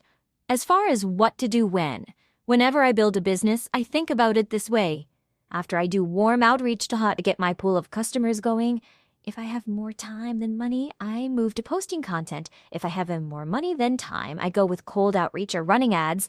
But remember, you only need to do one to get engaged leads, so just pick one, then max it out. Do more, do better, do new. And all the advertising methods compound together. The money, systems, and experience you earned from the prior method will help you master the next. A business that posts free content and runs paid ads will get more out of their ads in their content than a business that does only one or the other. A business that does cold outreach and makes content will get more from their cold outreach and work their warm leads better than one that does only one. Every combination of the core 4 advertising activities boost each other in some way. And as a personal note, I've done them all. I built my first business off posting content and warm outreach. I built my gyms off free content and paid ads. I built Gym Launch off paid ads and cold outreach. I built Prestige Labs off affiliates, which we cover in Section 4. I built Allen off paid ads and affiliates, also Section 4. I built Acquisition.com off posting content. There are many ways to get engaged leads. If you master one, you will be able to feed yourself for the rest of your life. They all work if you do. Next up. If you follow the steps in this book, you'll run out of hours in the day. You won't be able to do any more, any better, let alone add anything new. So you'll need help on your journey to the land of endless leads. You'll need allies. Those allies come in 4 different flavors. And since there are more of them than there are of you, they're the key to getting there. So let's go get them. Get people who get you more leads. Give me a lever long enough and a fulcrum on which to place it, and I shall move the world. Archimedes Building. A $100 million lead machine is all about leverage. An old lady can lift a semi-truck with a long enough lever. The strongest man in the world, without one, can't. The length of the lever determines how much someone can lift. This is leverage. We can use the principle of leverage in advertising. Let me explain. Someone with internet can send a message to millions of people at once. Someone writing postcards by hand can't. The internet allows us to reach more people for the same time spent. So, it's higher leverage. That means leverage boils down to how much we get for the time we spend getting it. So, we want to use higher leverage activities to get what we want and more stuff we want. Less time getting it. Good. And we want leads. Lots of leads. Pro tip. Don't mistake leverage for speed. One person can only move so fast. A person 1,000 times ahead of you isn't moving 1,000 times faster. They can't. They're doing different stuff. So the future feels so far away with leverage Is closer than you think. Lead getters give you leverage.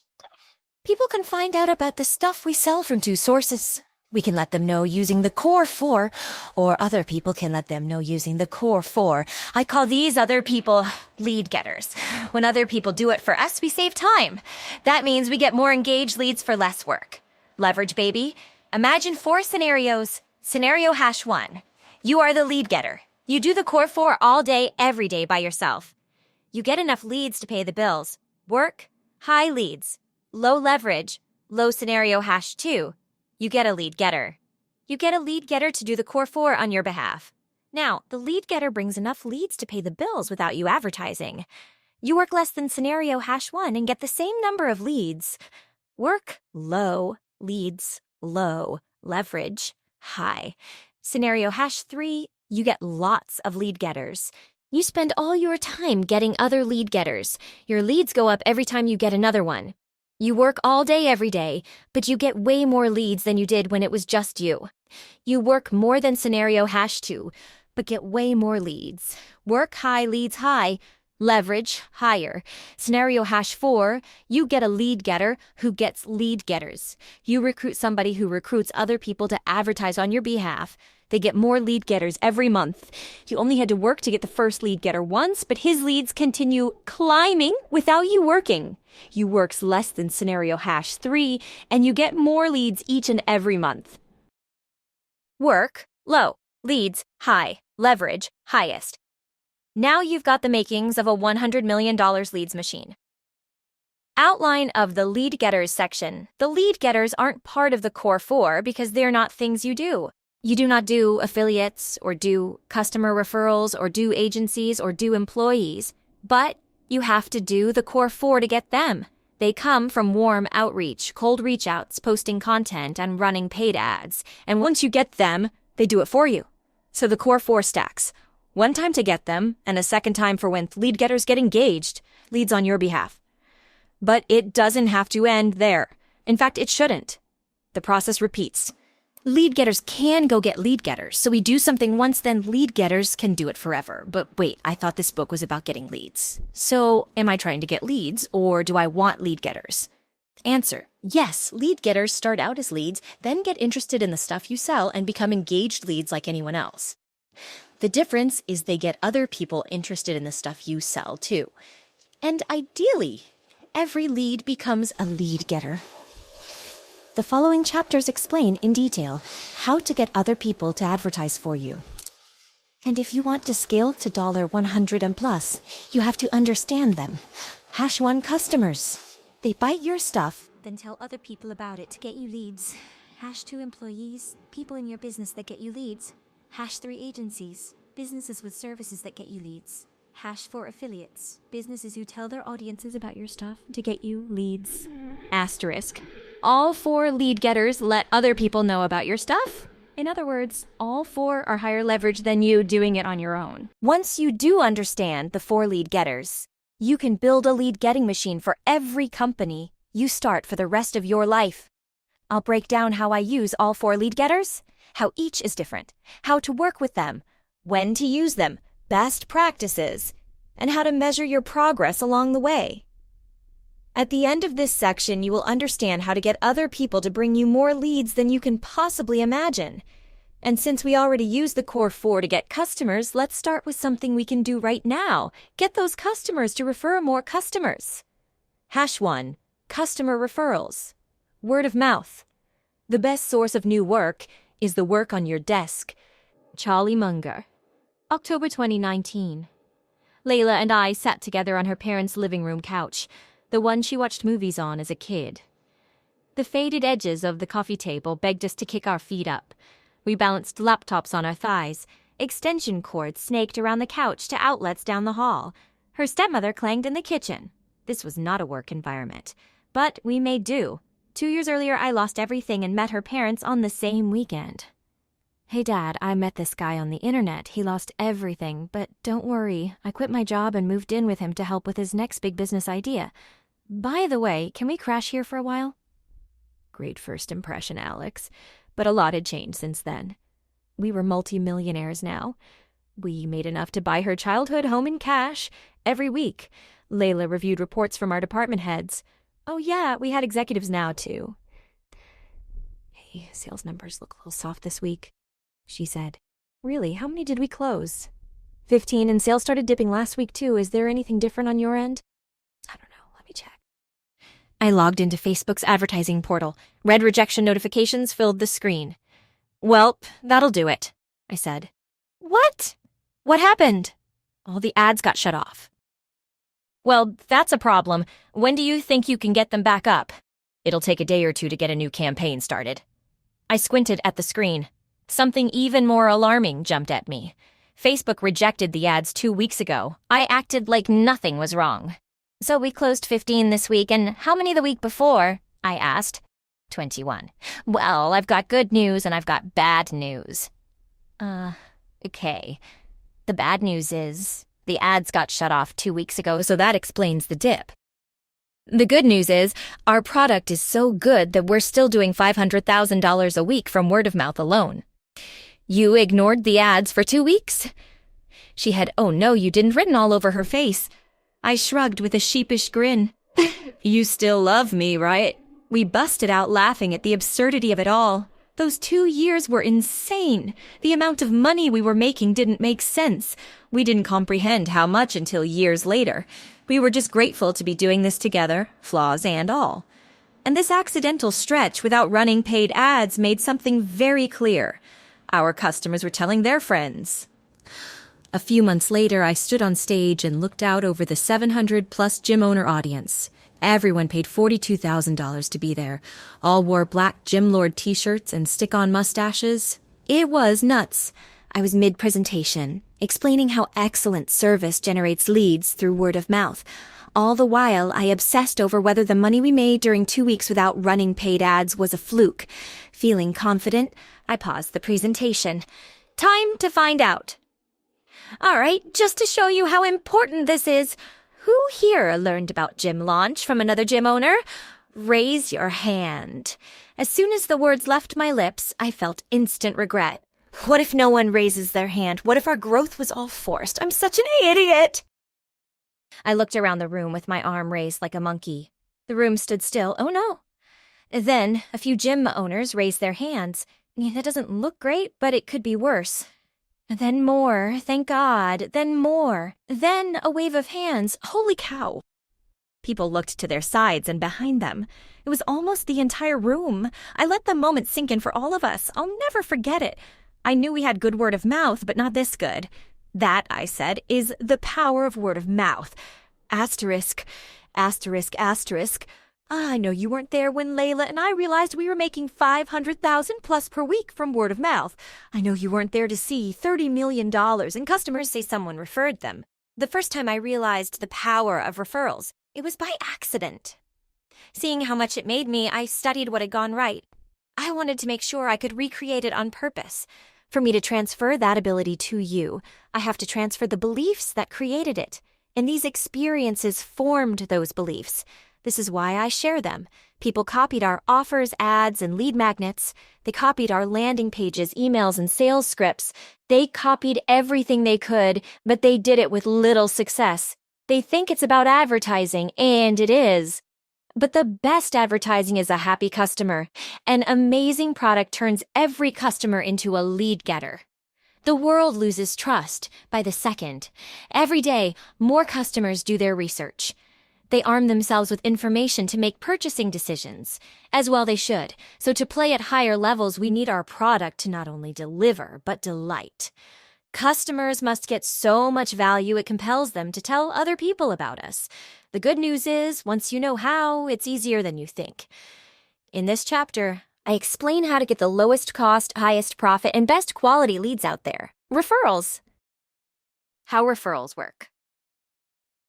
A referral happens when somebody, a referrer, sends an engaged lead to your business. Anyone can refer, but the best referrals come from your customers.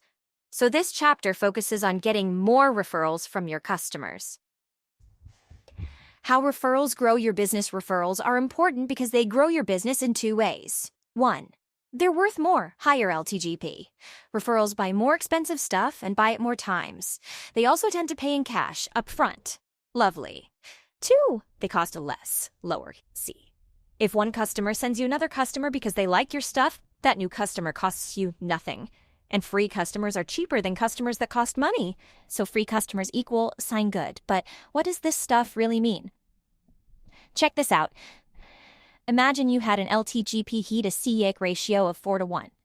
That means it costs 25% of your lifetime gross profit of one customer to get another. Not bad. But now imagine if every customer brought you 2 more customers. You'd now have an LTGP to CAC ratio of 12:1.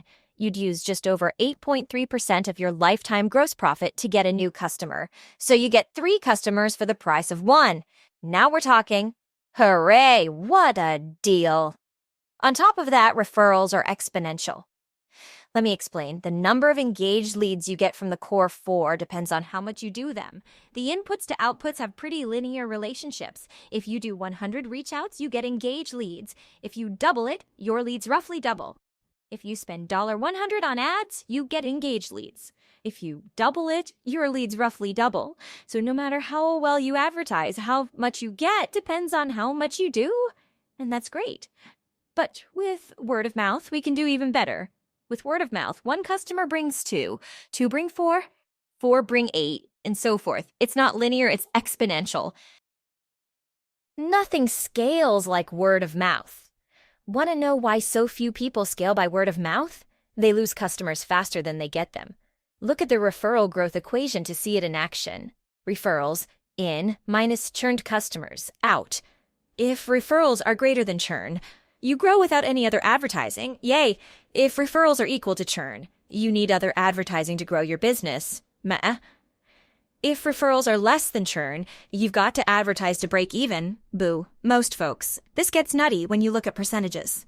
If the percentage of referrals every month is bigger than the percentage of customers who leave, your business compounds every month. You'd have to spend that much more money on ads, do that many more reach outs, or post that much more content just to maintain that growth. You eventually hit a wall, but with referrals, you can maintain growth no matter how big you get. This is how companies like PayPal and Dropbox exploded into multi-billion-dollar businesses. I'll break down their exact strategies later in the chapter. On the other hand, small businesses barely scrape by because they have about the same customers exiting as they do entering. A hamster wheel of death. Here's why. 2 reasons most businesses don't get referrals. Most businesses don't get referrals for 2 reasons. First, their product isn't as good as they think it is. Second, they don't ask for them. Problem #1, the product isn't good enough. Everyone loves our stuff, we just need to get the word out, says every small business owner with a product that's not as good as they think it is. I'm gonna take off my nice guy hat for a second. If your product were exceptional, people would already know about it. And you'd have more business than you could handle. So if you sell direct to consumers and they are not bringing you more customers, your product has room to improve. I like to ask myself, why are my customers too embarrassed to tell everyone they know about my product? It may be okay, but it's unremarkable, as in, not worthy of remark. In fact, most of the stuff I pay for kind of sucks. My pool guy forgets stuff half the time. My landscapers make tons of noise at the worst hours. My cleaners routinely put my clothes in my wife's closet.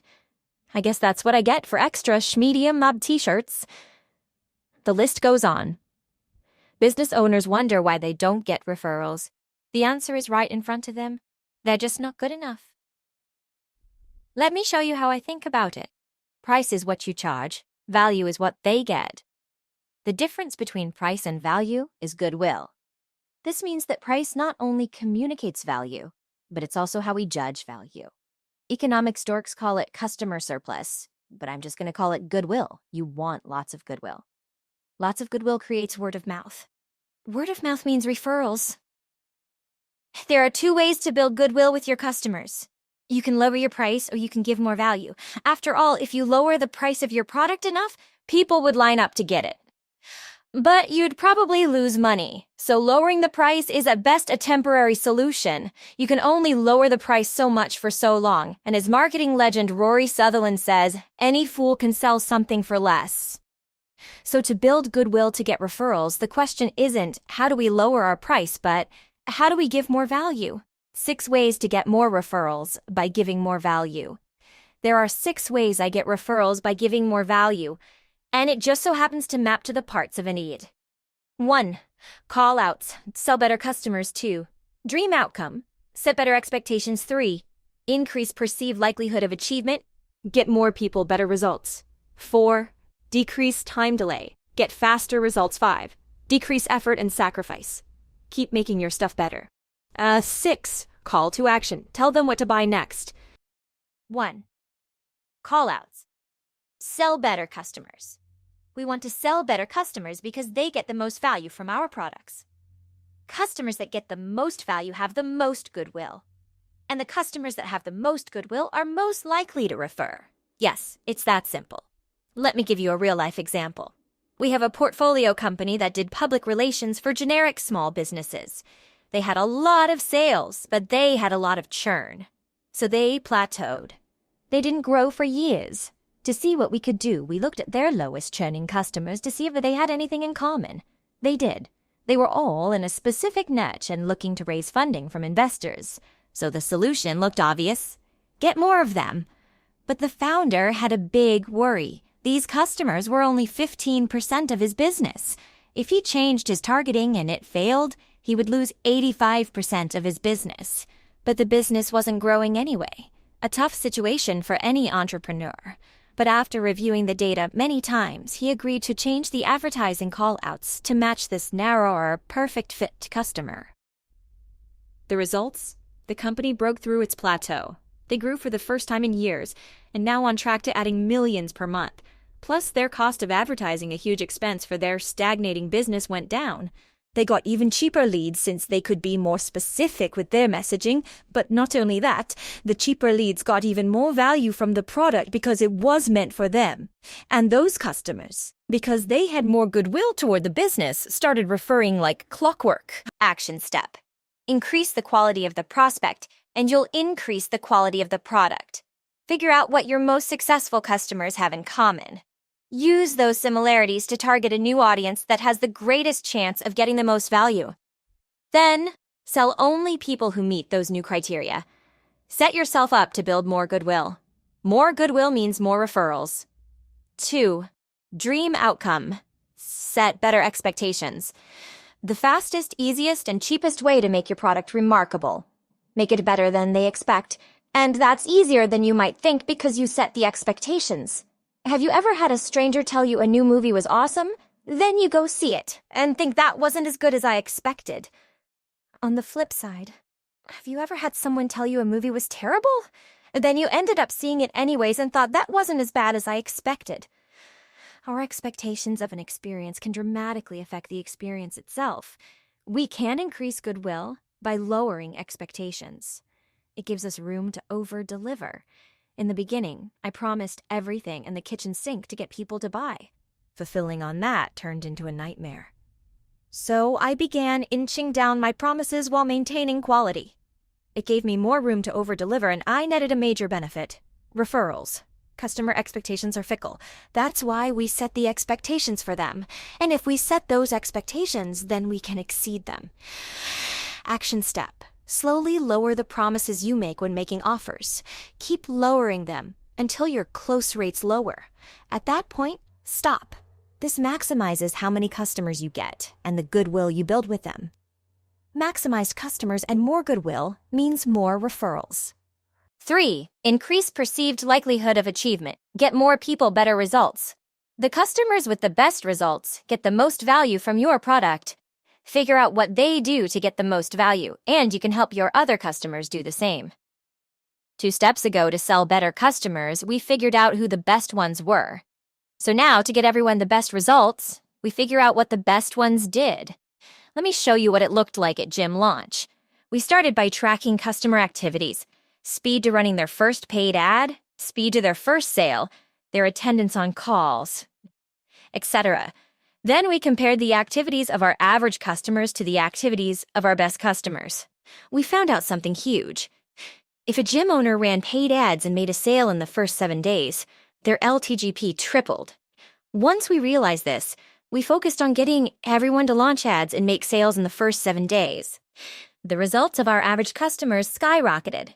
More customers, more testimonials, and more referrals followed. Here's the process I use to get more people better results. Step hash 1. Survey customers to find the ones who got the best results. Step hash 2. Interview them to find out what they did differently. Step hash 3. Look at the actions they had in common. Step hash 4. Force new customers to repeat the actions that got the best results. Step hash 5. Measure the improvement in average customer results, speed, and outcome. Step hash 6. Match the conditions of your guarantee to the action that get the best results to get more people to do them. Pro tip: make the success activities the conditions of your guarantee. As soon as you start getting customers' results, note what they did. Then start guaranteeing new customers those results. But do it on the condition they do what the best customers did.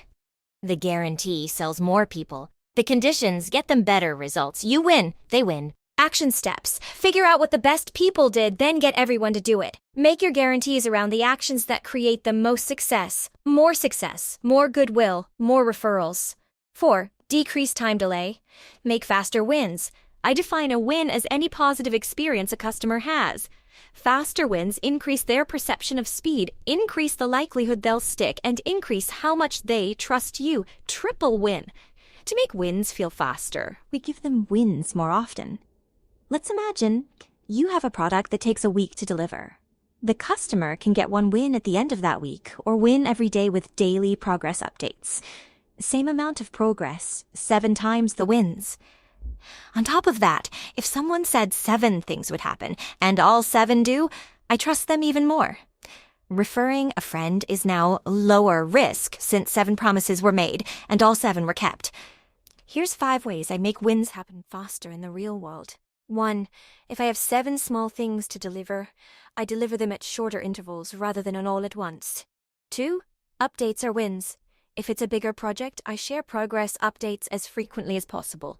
You can never give someone too much good news, and regular updates, progress or not, is better than leaving your customers hanging. 3. Customers form their lasting impression of a business within the first 48 hours after they buy. Force a good impression. Force as many wins as you can in that window. Set many expectations. Meet many expectations. Repeat. 4. They should always know the next time they'll hear from you. I got a slick saying from a public CEO friend of mine: bam fam, book a meeting from a meeting. Again, never leave a customer in no man's land. They should always know what happens next. 5. Never expect customers to forgive you, ever. So, act like it. For example, you can deliver early, but never late. I add 50% to my timeline, so I always deliver early. That makes on time for me, early for them. Action step. Break down outcomes into the smallest possible increment. Communicate as often as reasonable, even if there is no progress. Update them. Set timelines with breathing room. Deliver early. More customer wins means more goodwill. And more goodwill means more referrals. 5. Decrease effort and sacrifice. Keep making your stuff better. If the customer does less stuff they hate to benefit from your product, you've made it better. If the customer gives up fewer things they love to benefit from your product, you've made it better. And there's no such thing as a perfect product. You can always make it better. And the easier you make it for them to benefit, the more goodwill you get, and the more likely they'll refer. Here's my process to keep making my stuff better. Step hash 1. Use customer service data, surveys, and reviews to find the most common problem with your product. Step hash 2. Figure out your fix. To get a head start, get feedback from the customers who made your product work for them despite the problem it has. Step hash 3. Use that feedback to improve your product. Step hash 4. Give the new version to a small group of your struggling customers. Step hash 5. Get your next round of feedback. If you solved the original problem, then roll it out to all customers. If it didn't, go back to step hash 2. Step hash 6. Move to the next most common problem and repeat the process. Do this until the end of time. Action step. Keep making your stuff better. Survey, make changes, implement, measure, repeat. I run this process every month. Set this as a recurring monthly process. A product that takes less effort and fewer sacrifices means more goodwill. And more goodwill means more referrals. A6. Call to action. Tell them what to buy next. If you have an amazing product, they'll want more. You have to satisfy their desire to buy. If you don't, they'll still buy, but from someone else. Don't let that happen. Sell them again. You can either sell them a new thing or more of the thing they just bought. In either case, you'll get even more goodwill and extend the lifetime of the customer. And besides, the more stuff they can buy, the more stuff they can refer their friends to. For example, in a weight loss company we know, lots of customers referred friends to their first tier product. But some didn't. A lot of those customers who didn't refer to the first product when they bought the more expensive thing referred their friends to that. So you gotta keep selling. In my experience, people obsess over their front-end offers, and that makes sense. But then they neglect the back end and customers fall off. And customers that fall off your product are unlikely to refer. So keep selling them so they don't. Action step. Treat every customer like it's the first time you've sold them. Make sure your next offer is more compelling than your first. Remind them to buy more after each big win. More things to buy means more opportunities to add even more value. More value means more goodwill, and more goodwill means, you guessed it, more referrals. One question to rule them all. Let's consolidate these 6 steps into one thought experiment. I encourage you to try it out with your team. Here it is. You've lost all your customers but one. The gods of advertising ban you from doing the core 4 and decree, all customers must come from this one customer. Violate our terms and we will destroy your business and every other business you start for eternity. Tough break. But the question remains, how would you treat this customer? What would you do to make their experience so valuable they would send all their friends? What kind of results would they need to get? What would their onboarding be? What type of customer would you pick? Think about it. Write it out. Your business depends on it. Then do it. Start acting like the advertising gods will revoke your core 4 privileges at any moment.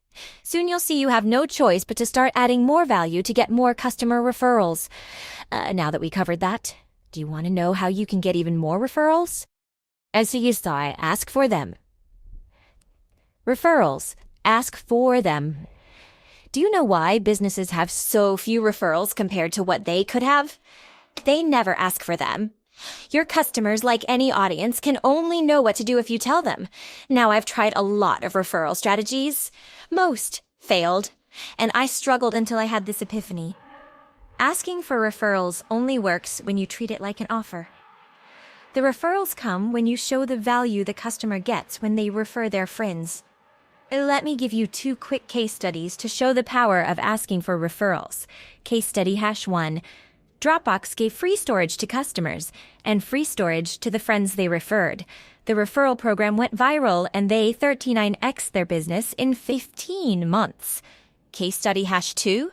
PayPal gave $10 in credit to customers and $10 to the friends they referred. Within 2 years, the program helped them reach 1 million users, and 6 years later, they hit 100 million users. They still use it today, so how do we harness the same viral growth in our own small businesses? We do what they did. We ask for it. 7 ways to ask for referrals. There are 3 components to a referral program: how you give the incentive, what you incentivize with, and how you ask. Rather than give you 100 variations that may or may not work, here are the 7 combos that worked best for me. 1. One-sided referral. Benefit: I'd rather pay customers than a platform any day of the week. Pay your average cost to acquire a customer and CAC to the referrer or the friend. Make them aware of the incentive. Eeks: Imagine it costs $200 to get a new customer. Ask the current customer to make an actual 3-way introduction to a friend via call, SMS, or email. Not just a name and number, also ask them to do it right when they buy. Don't wait. Then write them a check for $200 when their friend signs up, or give their friend $200 off. X: This works great for spouses because they both basically get the benefit. Always ask for the spouse and give a household discount. 2. Two-sided referral benefits. This is what Dropbox and PayPal used. We pay our CAC to both parties. Half goes to the referrer in credit or cash, and half goes to the friend in credit. This way they both benefit. X: We sell $500 programs. Our cost to get a customer is $200. For every friend someone refers, we give them $100 cash and give their friend $100 off signing up. Good for up to 3 friends. This worked really well for my local businesses. Pro tip: run your paid ads for free. In our service businesses, we routinely get an additional 25-30% of signups as referrals. If we asked for a referral right when they signed up. So if we signed up 100 clients for a promotion, we would usually get another 30 clients from referrals. And since we always operate above 3:1 LTGP.KC, the cash from referrals often covered the cost of the ads and some, a bingo, a fee. Ask for a referral right when they buy. On the sales contract or checkout page, ask for some names and phone numbers of people they'd like to do this with. Show them how they will get better results when they do it with a friend. Example: I had a new salesman come into one of my portfolio companies and shatter all the sales records for an upcoming event. We didn't know what was going on, so I hopped on the phone with him. How are you selling more tickets than everyone else? He shrugged and said, I'm doing the same thing as everyone else. I just make sure I ask them who else they'd want to have come with them, then ask them to introduce me. Half his sales were referrals. So simple, and yet no one does it. Scripting example: people who do our program with someone else tend to get 3x the results. Who else could you do this program with? 4. Add referrals as a negotiation chip. On top of that, you can ask for referrals as a way to negotiate a lower price. In other words, if someone wants to pay $400 and your price is $500, you can give them the discount in exchange for an introduction to 3 friends. You can ethically charge a different price for the same thing because you change the terms of the sale. Example: I can't do anything less than $500 down, but if you make a 3-way text introduction to a few of your friends right now, I'd be happy to cut that initiation fee. And to address the question you didn't ask, if a full-price customer finds out you gave someone else a discount, which I've had happen, here's all you say. Yes, Stacy got $100 off because she referred 3 friends. I'm happy to give you $100 if you refer me 3 friends. Who do you have in mind? They either back off or they give you 3 friends. Win-win. 5. Referral events where people get points, credits, dollars, or even just bragging rights for bringing friends within an explicit time period. Referral events typically last from 1 to 4 weeks. Whenever you run one of these events, sell everyone on the benefits of working with others. Use some stats, internal or external, to show high success rates and the selfish benefit to bringing friends. I use names like Bring a Friend, Promotion, Spouse Challenge, Promotion Accountability Buddy, Promotion Coach Challenge Promotion, where you create teams with your employees and customers. This works well in coaching-style businesses. 6. Ongoing referral programs. Instead of running a limited duration referral promotion, you talk about the benefits of doing things with others all the time. Think in your free content, outreach, paid ads, etc. After a buddy did this, he saw a 33% boost in total signups. For context, he had 1 million customers buy tickets to his virtual event, and 250,000 of them were referred. This stuff works. 7. Unlockable referral bonuses. Create bonuses for people who 1. Refer, and 2. Leave a testimonial. A few examples.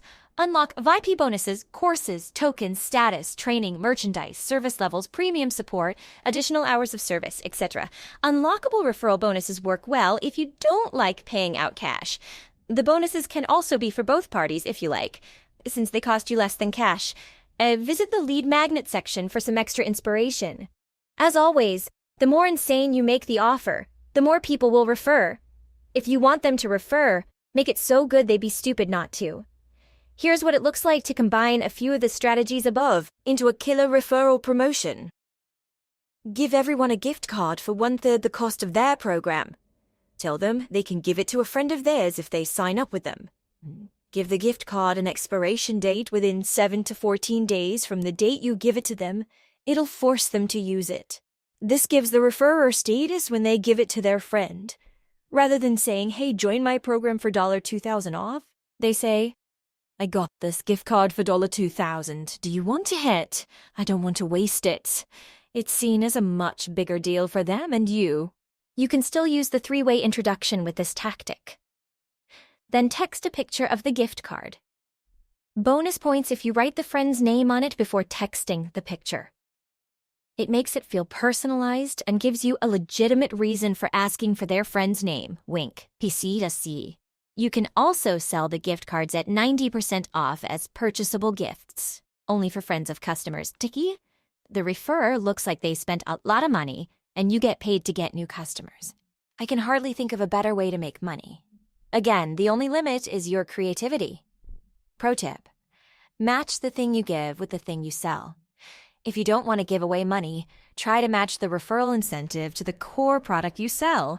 For example, if you have a t-shirt manufacturing company, giving away free t-shirts makes a lot of sense, because your incentive will attract people who actually want t-shirts, and they're more likely to become paying customers.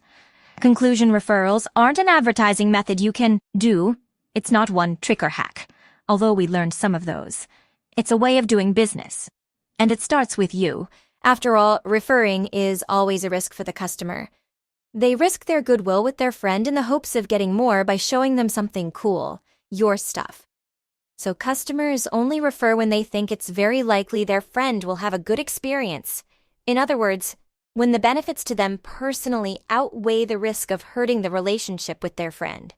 So we add benefits for them and their friends with incentives, and we lower the risk by building goodwill, showing we deliver on our promises.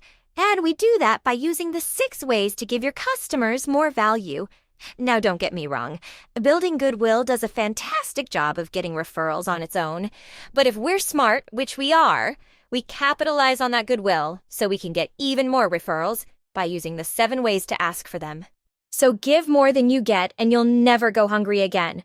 This is how we treat our customers. Do this and you can monetize goodwill forever. To keep this in perspective, I always remind myself I am compensated tomorrow for the value I provide today. Action items: figure out your referral percentages and churn percentages to set a baseline. Implement the 6 giving value steps to build goodwill. Then capitalize on that goodwill using 1 or more of the 7 ways to ask for referrals. Next up. So now we have to figure out how to scale a team. It looks like we'll have to call out potential teammates, show them the value of joining the team, then ask them to join. Wait, that sounds familiar. But seriously, if you really want a $100 million leads machine, buckle up. The most valuable chapter in the book is coming up next. Employees. For real, this isn't a boring chapter, and you're gonna need them if you want to make the big money. #2. Employees.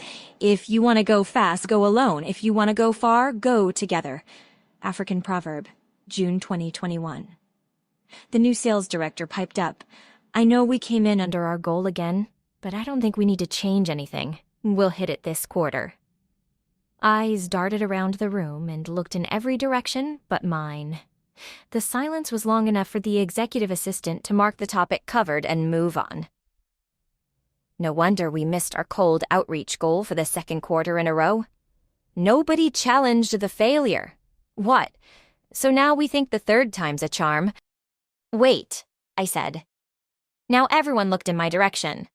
I'd like to know why that we didn't hit this 2 quarters in a row.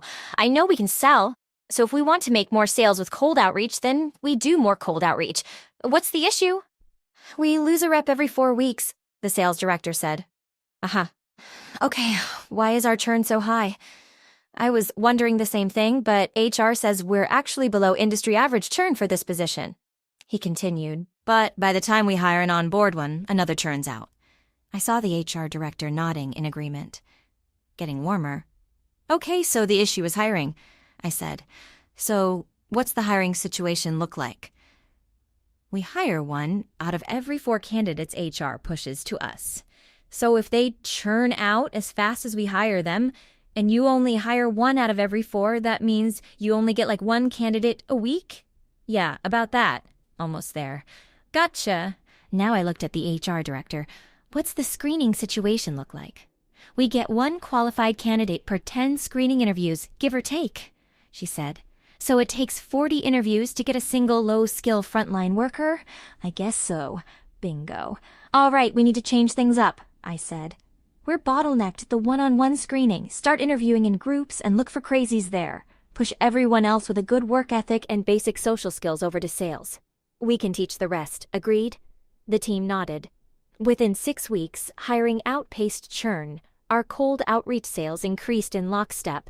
By the end of the quarter, cold outreach sales had doubled and made up more than half our total sales.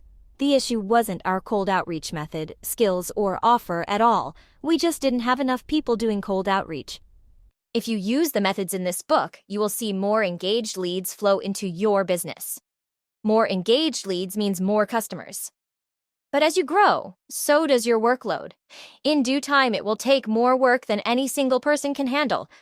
And you can solve the problem of too much work for one person by having more people work. In short, to advertise more, you'll need more workers. And this chapter will show you how employees work, why they make you wealthy, how to get them, and the method I use to turn them into lead getters. How employees work. Lead getting. Employees are people working in your business that you train to get you leads.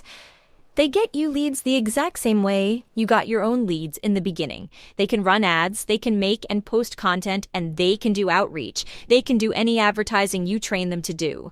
So more lead-getting employees means more engaged leads for your business. It also means less work you have to do to get the leads. More leads and less work. Sign me up, but wait. Not so fast. Don't get me wrong, employees take work. They just take less time and work than doing everything on your own. In my experience, if you trade 40 hours of doing for 4 hours of managing, you work 36 hours less. Brilliant. And the best part is, you can make that trade over and over. You can swap 200 hours of work per week for 20 hours of management. Then, you trade the 20 hours of managing for a manager, who costs you 4 hours per week to lead. What remains is 4 hours of work for 200 hours of lead getting. Boom. Bottom line, employees make a fully functioning enterprise that grows without you. Why employees make you wealthy. For your business to run without you, other people need to run it. Scenario hash 1. Imagine you have a business that makes $5 million per year in revenue and $2 million in profit. And to make that profit, you have to work around the clock. In this situation, you basically have a high-paying job. But let's say you're okay with working all hours and knowing your business would burn down if you took a vacation. Vacations are for losers anyways. Kidding, asterisk, cough, asterisk, sort of. We still have another important thing to look at. Sure, you make a bit of money, but your business isn't worth much. If the business only makes money with you in it, then it's a bad investment for anyone else. That may not sound like a big deal right now, but let's consider an alternative. Scenario hash 2. Your business makes the same $5 million in revenue and $2 million in profit. But there's one big difference. The business runs without you. This does 2 very cool things. 1, it turns what used to be a risky job into a valuable asset. And 2, it makes you much wealthier. Here's how. First, you get your time back. So you can use that time to invest in your business, buy other businesses, or take your stinkin' vacations. Second, you become much wealthier because your business is now worth something to someone else. You turned a liability that relied on you into an asset you can rely on. If you have an asset that makes millions of dollars without you, then that means somebody else could use it to make millions of dollars without them. In other words, your business is now a good investment. Then investors looking for assets like acquisition.com, for instance, would buy some or all of it from you. And your $2 million in profit per year, especially if it's climbing, could easily be worth $10 million right now. So your business went from having almost zero value to having $10 million of value. So learning how to get other people to do it for you makes a $10 million difference to your net worth. I'd say it's worth learning how to do it. Reminder, you get rich from what you make. You become wealthy from what you own. And it took me years to realize this, because not that long ago, everything I thought I knew about employees was wrong. Have you ever heard, Atha? If you want it done right, you gotta do it yourself. No one can do it like I do it. Nobody can replace me. I have. I said all that stuff. I lived all that stuff. For years, every time I hired somebody, I would compare what they could to what I could do. In my head, I felt like it was me against them. To somehow prove I was the moreable one with my own team. And this belief, this way of leading people, never made me more money. For business, nobody can do it but me, and if you want something done right, you gotta do it yourself. Aren't facts. They're false. Somebody did similar stuff before you were around, and somebody will continue doing some version of it after you're gone. In one way or another, everyone is replaceable. It might be by multiple people, technology, or later in time, but everyone can be replaced. My suggestion, replace yourself as soon as you can. Then you can make yourself useful somewhere else. Many other people figured this out, and so can you. In the early days, whenever I started a business, I could do stuff better than the people I hired. My entire workforce always ended up looking like a ragtag group of misfits who could kind of do one of the many things I could do. This got me up and running at first, but I fell into the trap of believing I was better than everyone else. I would go back and forth between gloating because I was better than them and complaining because they weren't as good as me. And for whatever reason, it never occurred to me I was the one who hired and trained them. Who was I kidding? The reality was twofold. First, I didn't have the skills to train or lead a team properly. Second, I was too poor, and then, when I had a little money, too cheap to hire anyone better. In other words, it was my fault they sucked. Oops. The more I tried to outcompete my employees, the more distracted I became, and the worse my business got. Sure, at the time, maybe I could do anything better than any of my employees, but I couldn't do everything better than all my employees. And when I finally realized this, I started adopting better beliefs about talent. If you want it done right, get someone to spend all their time doing it. If I can do it, someone else can do it better.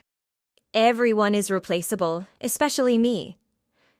These new beliefs about talent not only made a much healthier culture in my businesses, but also came with very profitable side effects.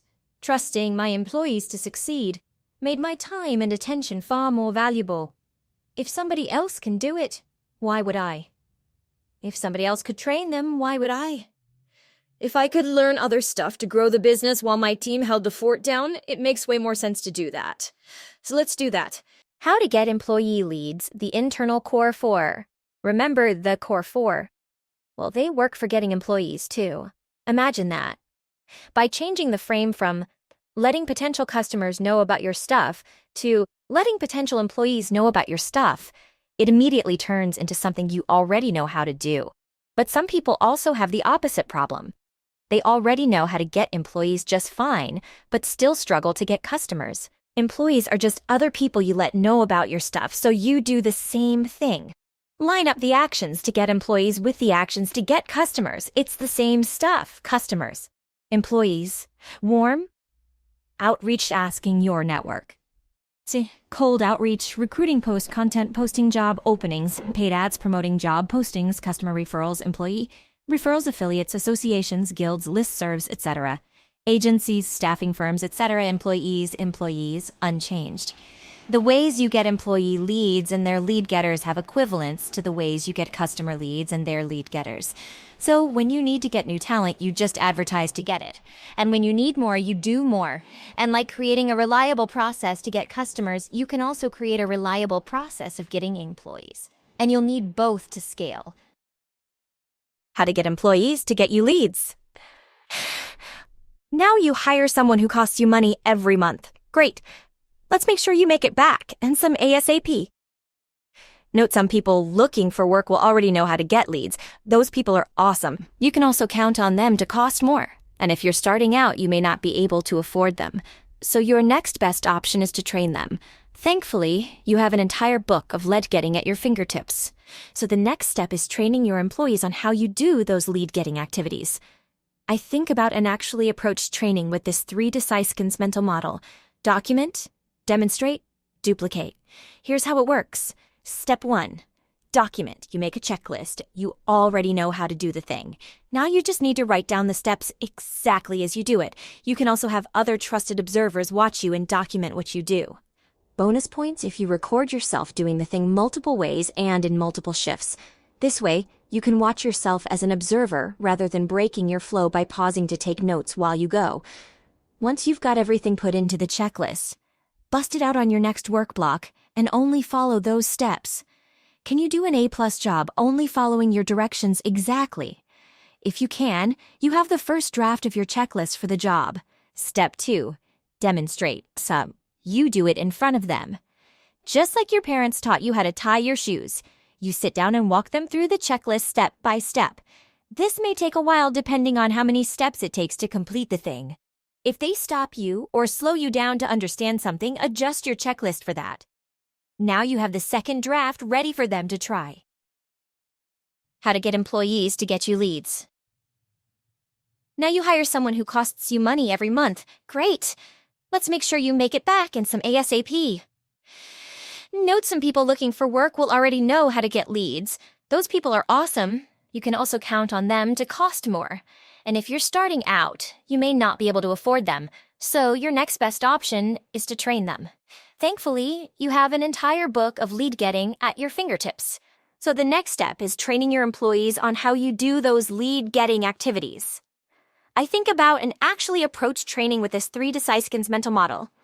Document, demonstrate, duplicate. Here's how it works. Step 1. Document. You make a checklist. You already know how to do the thing.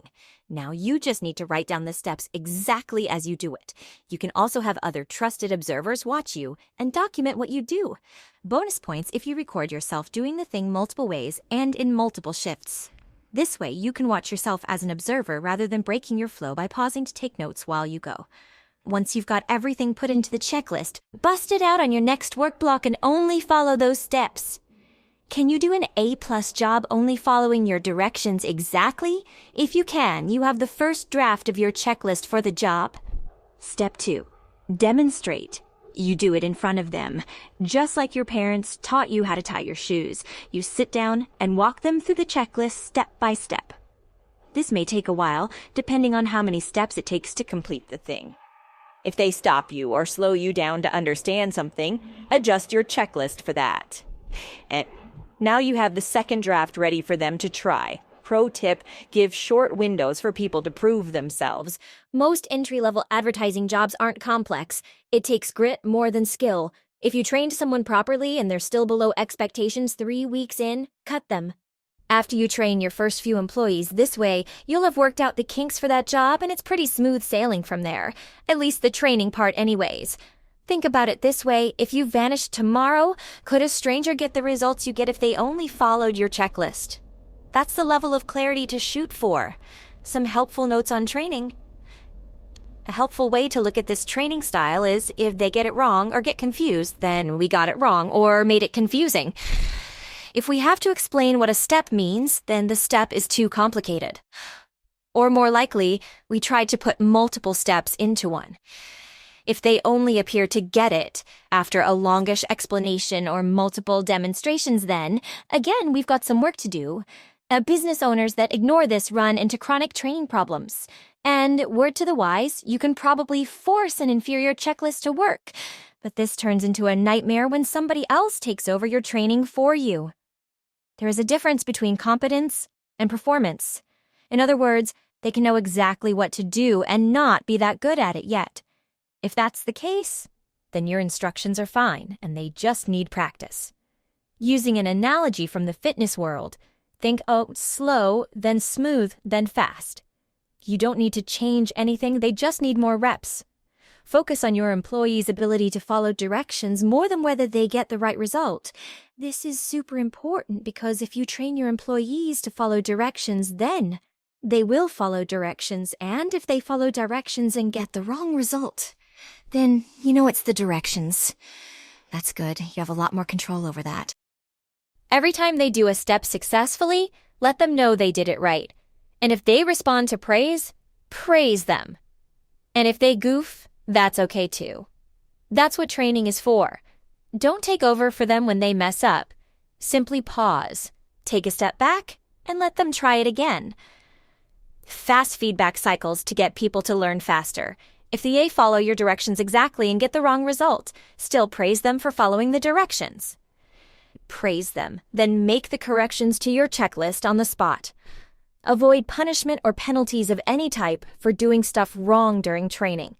As a rule of thumb reward, the good stuff you want them to do more of and they'll do more of it. Learning a new skill is punishing enough. We don't need to add to it. It's hard to fix multiple things when you've never done something before. Give feedback one step at a time. Give one piece of feedback at a time. Practice until they get it right. Then move to the next step. Whenever there is a major dip from normal performance, retrain the team. They stopped doing an important step in the process, often because they didn't know it was important. Once you figure out the step, reward people for following it going forward. How to calculate returns from lead-getting employees. Excluding the cost of running paid ads, the cost of advertising, outreach, content, etc., with employees is almost entirely based on the amount of money you pay them to do it. We simplify this by just comparing how much money we spend on payroll to how much money the engaged leads they bring in. Total payroll, total engaged leads, equals sign cost per engaged lead, X $100,000 divide by 1,000 leads, equals sign $100 per engaged lead. If 1 out of 10 of the engaged leads become customers, then our CAC is $1,000, $100 per engaged lead, times 10 engaged leads per customer, equal sign $1,000 CAC. If each customer has an LTGP of $4,000, then you have an LTGP. CAC to 4 is to 1. $4,000 LTGP, divide by $1,000 TAC, equal sign 4 is to 1. For example, at the time of this writing, I get about 30,000 engaged leads per month at acquisition.com. I run no paid ads and do no outreach. But the team responsible for creating the content that generates that interest is about $100,000 per month. This means it costs me roughly $3.33 per engaged lead, 100,000 divide by 30,000 leads in payroll to generate them. We make much more than $3.33 per lead, so we're profitable. You can apply the same math to whatever advertising method you use. How to know which employees to focus on to maximize returns, like we learned in Run Paid Ads Part 2. If your cost to get a customer is within 3x industry average, then you're doing good enough. From there, you focus on bumping up your LTGP. If your CAC is more than 3x industry average, then you have a sales problem or an advertising problem. We diagnose this with a single question. Do my engaged leads have the problem I solve and the money to spend? If no, then they're not qualified. That's an advertising problem. If yes, then they're qualified and they're buying, but you don't have enough of them. Advertising problem. They're qualified but not buying, sales problem. Don't fire your sales guy if you've got advertising problems. And equally, don't fire your advertising employees if you've got a sales problem. That little question can help you identify which employees to focus on. But fundamentally, you just need to figure out all your costs of getting a customer put together. And as long as they're at least 1/3 of the profit you make over the lifetime, you're in good shape. Conclusion. The goal of this chapter was to shift your perspective. It's your job to advertise and sell the vision of your company. You advertise it publicly and privately to employees and customers alike. That's the job. And once you get good at it, you become unstoppable. I say this because I believe anyone can be taught to do ground-level jobs for any business, advertising or otherwise. So who you pick is not as important as how you train the ones you do. Like I've said throughout the book, and will say again here, it doesn't take a genius to advertise. I'd even say it hurts. We've got plenty more iron wills than brainiacs anyways. Remember, this isn't about brains, it's about guts. And although some people might be born geniuses, nobody is born with an iron will. After all, we all come out crybabies. All this to say, having guts is a skill. And that means anyone can have the guts if they learn how. So if you have an iron will, and as an entrepreneur you probably do, it won't take long for you to figure out that you got it from your life experiences. You can pass those experiences on as lessons to anyone who cares enough to listen. Then they can stand on your shoulders and have a better chance at succeeding in life. And you can't really know anything anyway until you train them well and give them a fighting chance to succeed out in the field. Plus, for low-level jobs, you'll never have a shortage of labor. Get picky when you have to make massive investments in hyper-specific multiple six-figure C-suite employees, aka fancy employees. I find at this current stage it's actually a better use of time to hire and train anyone willing. Then when you find winners, and with this method you will, treat them well, don't burn them out, and give them what they deserve. In the land of overflowing leads, you'll need allies. Employees are among the most powerful of these allies. We talked about how they make you wealthy, how they work, how getting them works, how to get them getting you leads, how to keep them getting you leads, and how to know you're doing a good job. And once you've built a system for getting people who get you leads, doing the core 4 on your behalf, you just need to do more. The next lead getter. The next stop on our advertising journey leads us to agencies. Yes, you can pay people to shortcut your path. I have paid zillions of dollars to agencies, and I believe I've finally cracked the code on how to create a win for all parties. For us, so we're not dependent on them forever. For them, so they can make more profit and provide more value to their customers. They've been key to many breakthroughs I've had, so you won't want to skip this next one. #3 agencies, everything is for sale. Summer 2016. I wasn't a tech guy, I was a fitness guy who had learned a few marketing and sales tricks building my gyms. But now I had 5 and was launching my 6th. It was time to level up. Facebook had just released some new features, retargeting, interest groups, pixels, etc., and I didn't understand any of it. I bought a few courses, but ended up more confused than when I started. I asked a few friends if they knew anyone who could help. I got 2 referrals. Both were agencies. I was scared. I had never used one before. I had only ever heard horror stories about advertising agencies, mostly that they cost a ton and never work. But then I realized that even if they did work, I'd need them forever. They'd have my business by the balls. It turns out my expectations weren't far off. They offered to run my ads all right, for an arm and a leg, money I couldn't justify spending with my low margins. But then again, my advertising costs were killing me. And at this rate, in a few months, I wouldn't be able to keep my doors open. Stressful. I refused the first agency because I couldn't afford it at the time. The second call started going the same way. I began to panic. How am I going to fix this? In what felt like a last-ditch effort to stay in business, I asked the second agency owner for what I really wanted. Can you just show me in a few hours how you would run ads on my account?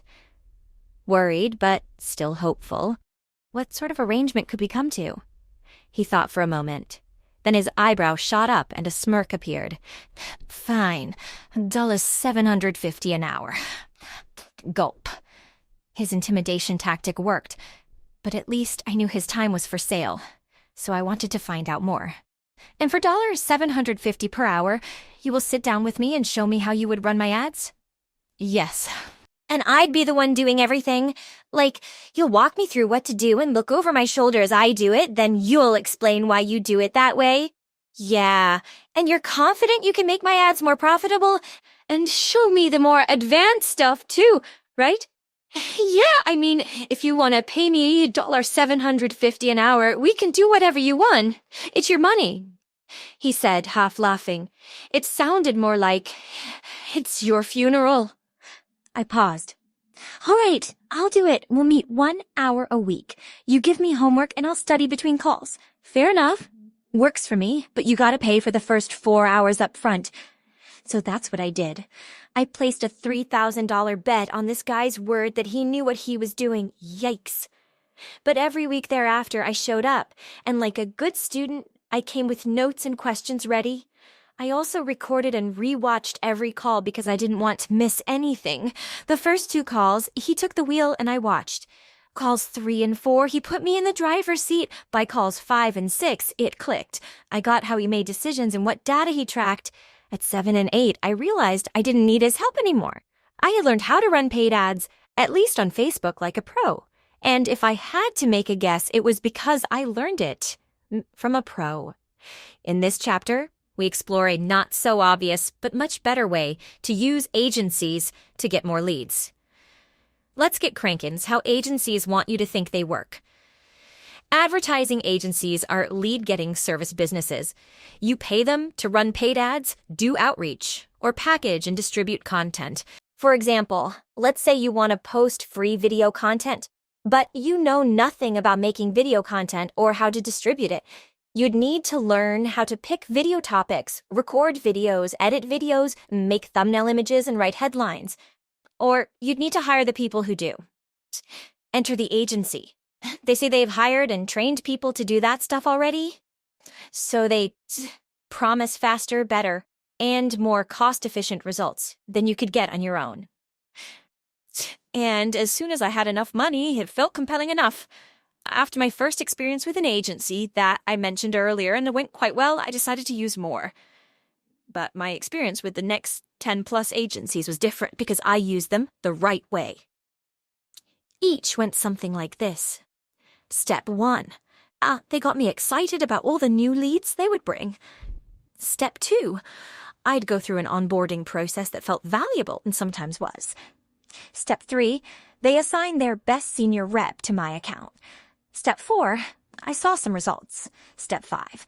They moved my senior rep to the newest customer. Step 6. A junior rep starts managing my account. My results suffered. Step 7. I complained. Step 8. The senior rep would come back once in a while to make me feel better. Step 9. Results still suffered, and I'd eventually cancel. Step 10. I'd search for another agency and repeat the cycle of insanity. Step 11. For the zillionth time, start wondering why I wasn't getting results like the first time. To be clear, like the introduction to this chapter shows, agencies can play a valuable role in business growth. But not the way they want you to. I don't want anyone else falling into the same trap. In fact, I hope all the money I wasted goes towards paying down your ignorance tax too. So keep reading. It's frankly ridiculous that it took me so many years to figure out that I actually used an agency the right way, the first time. But now, after playing their game so many times, I feel I cracked the how to use an agency code. And it doesn't come from playing their game at all. It comes from playing a different one. And this chapter breaks it all down in 3 steps. 1. Hiring an agency versus doing it yourself too. How I use agencies now, and how you can too. 3. How to pick the right agency, hiring an agency versus doing it yourself. First, let's get this out of the way. Good agencies cost money. So if you have no money, then agencies are out of the question. You've got to learn through trial and error. And that's no big deal. We all start that way. But if you do have some money, I suggest using agencies for 2 things: learning new methods and learning new platforms. If I want to learn new ways to do content, outreach, or paid ads, then I hire agencies offering new ways to do them. They've already made the big mistakes. So instead of wasting time figuring it out myself, I skip straight to the make money part. I like the make money part. I also use agencies when I want to start advertising on a platform I don't understand. I make money faster because they do the early setup and maintenance for me, and because I get them to teach me how to do it. Hiring an agency is all about investing in important skills you can't really learn anywhere else. That is, unless you go through all the trial and error to learn it yourself. And if you did, you lose the time and attention you could have used to learn the other important stuff that scales your business. And scaling your business is the whole point. Action step. As soon as you have enough money for a good agency, start poking around. If you follow the rest of the steps in this chapter, you'll make it all back. And then some. How I use agencies now. And how you can too. I've become a little more sophisticated than the story I told at the beginning. Here's how I use agencies now. Rather than believe the lie that I'll never have to learn this stuff because they can do it, I start every agency relationship with a purpose and a deadline to fulfill it. I open by saying, I want to do what you do in my business, but I don't know how. I'd like to work with you for 6 months so I can learn how you do it. Plus, I'll pay extra for you to break down why you make the decisions you do and the steps you take to make them. Then, after I get a good idea of how it all works, I'll start training my team on it. And once they can do it well enough, I'd like to change to a lower-cost consulting arrangement. In this way, you can still help us if we run into problems. Are you opposed to this? In my experience, most agencies are not opposed to this. And if it doesn't work for them, that's perfectly fine. Just move on to the next agency. But before you start kicking everyone to the curb, be willing to negotiate. At some price, it's worth it for both of you. Viva capitalism! This is how I use agencies now. Like when I wanted to learn YouTube, I actually hired 2 agencies. The first, I hired to keep me committed to making videos while they did some legwork on the platform itself. The second I hired, at 4x the price, to really teach us the in-depth ideas behind making the best content possible. And once our videos beat their videos, we drop down to consulting only. I've used this method again and again. I hire one good enough agency to learn the ropes of a new platform. Then, I hire a more elite agency to learn how to maximize it, and I cannot recommend this strategy enough. If you are upfront about your intentions and the agency agrees, you get the best of both worlds. You get better short-term results because they probably know more than you, and you get better long-term results because you learn how to do it yourself, or your team learns to do it for you. You also spend the maximum amount of time with their best reps. Remember, you only get a fraction of the agency's attention, so results get worse whenever they get new clients. Meanwhile, your team gets better and better because they stay focused on you full time. So compare your team's results to the agency's until you beat them. Then, cancel the relationship and put the money into scaling everything you just learned. Action step. When you find an agency to work with, next step, set terms with them and deadlines for yourself. Use the template above as your guide, and feel okay with negotiating a bit to make it work. How to pick the right agency.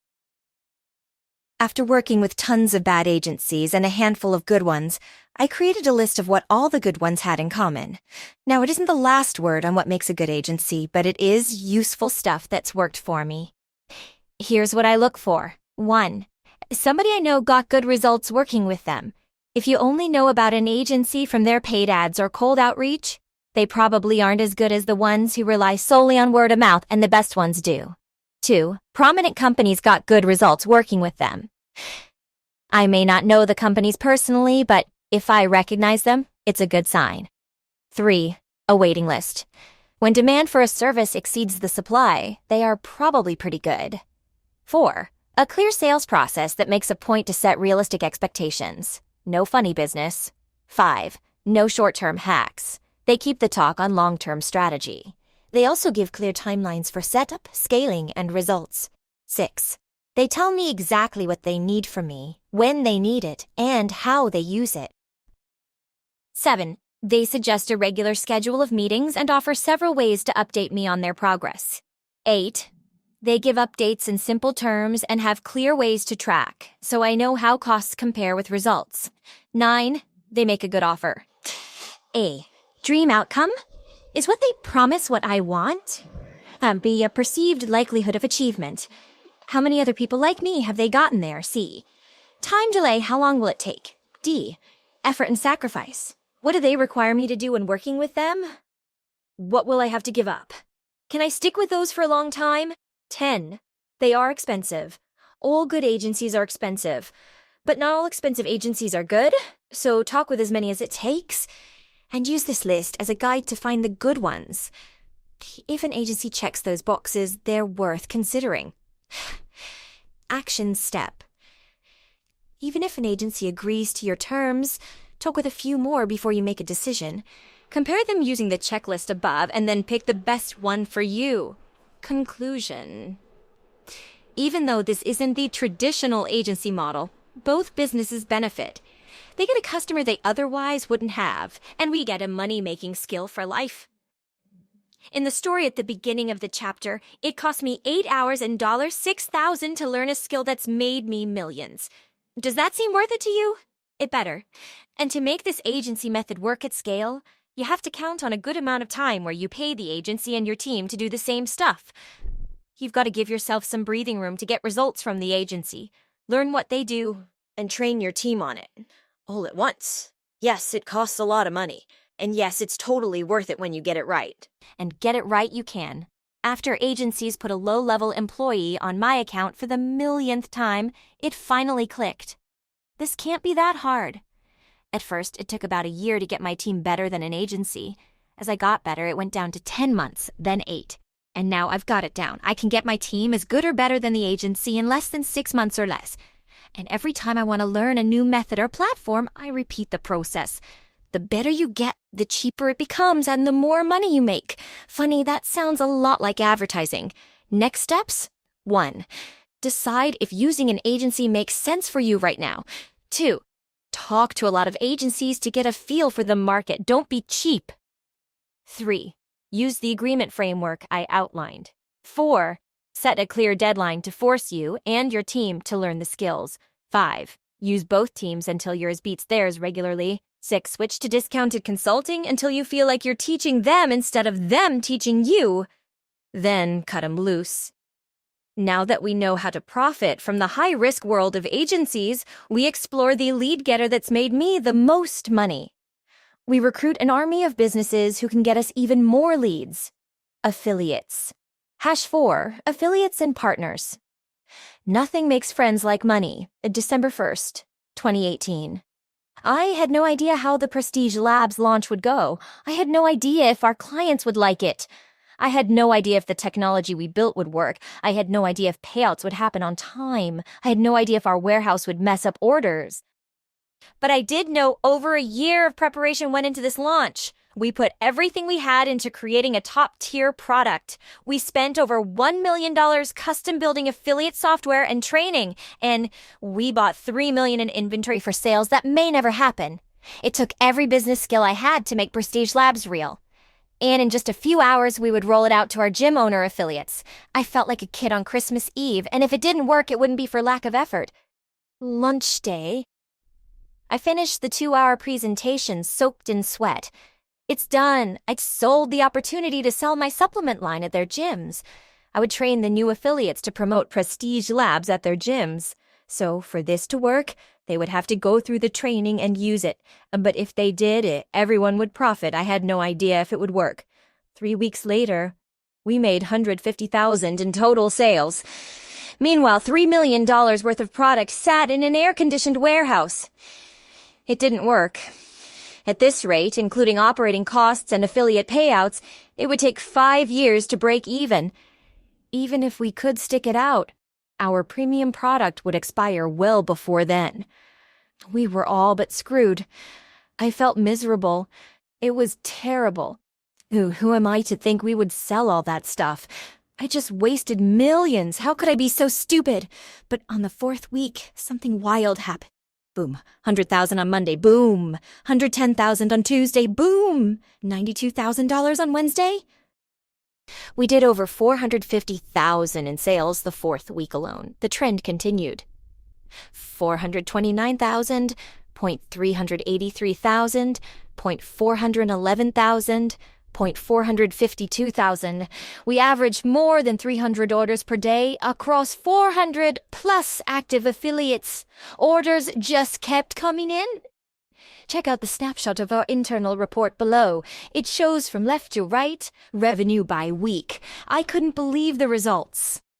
Sometimes I still can't. The best part is I didn't advertise or sell any of the products at all. No paid ads, no sales team, nothing.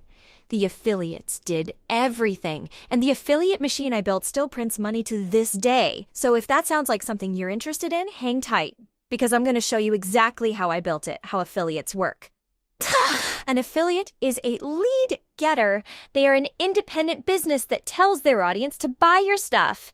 Affiliates seem like referrals on the outside, but are much different under the hood. First, they have their own businesses and do their own advertising. Second, they agree to offer your stuff to their engaged leads in exchange for money, free stuff, or both. Now, you get affiliates by advertising and then making them offers just like you to customers. But affiliates demand a unique type of offer.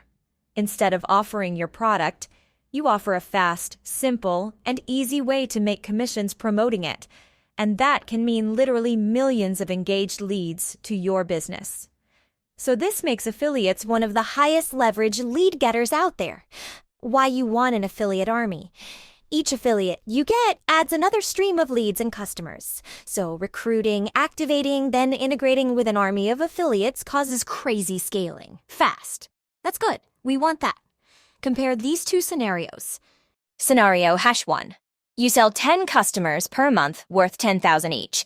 Your business caps at $100,000 per month. In 12 months, you've made $1.2 million.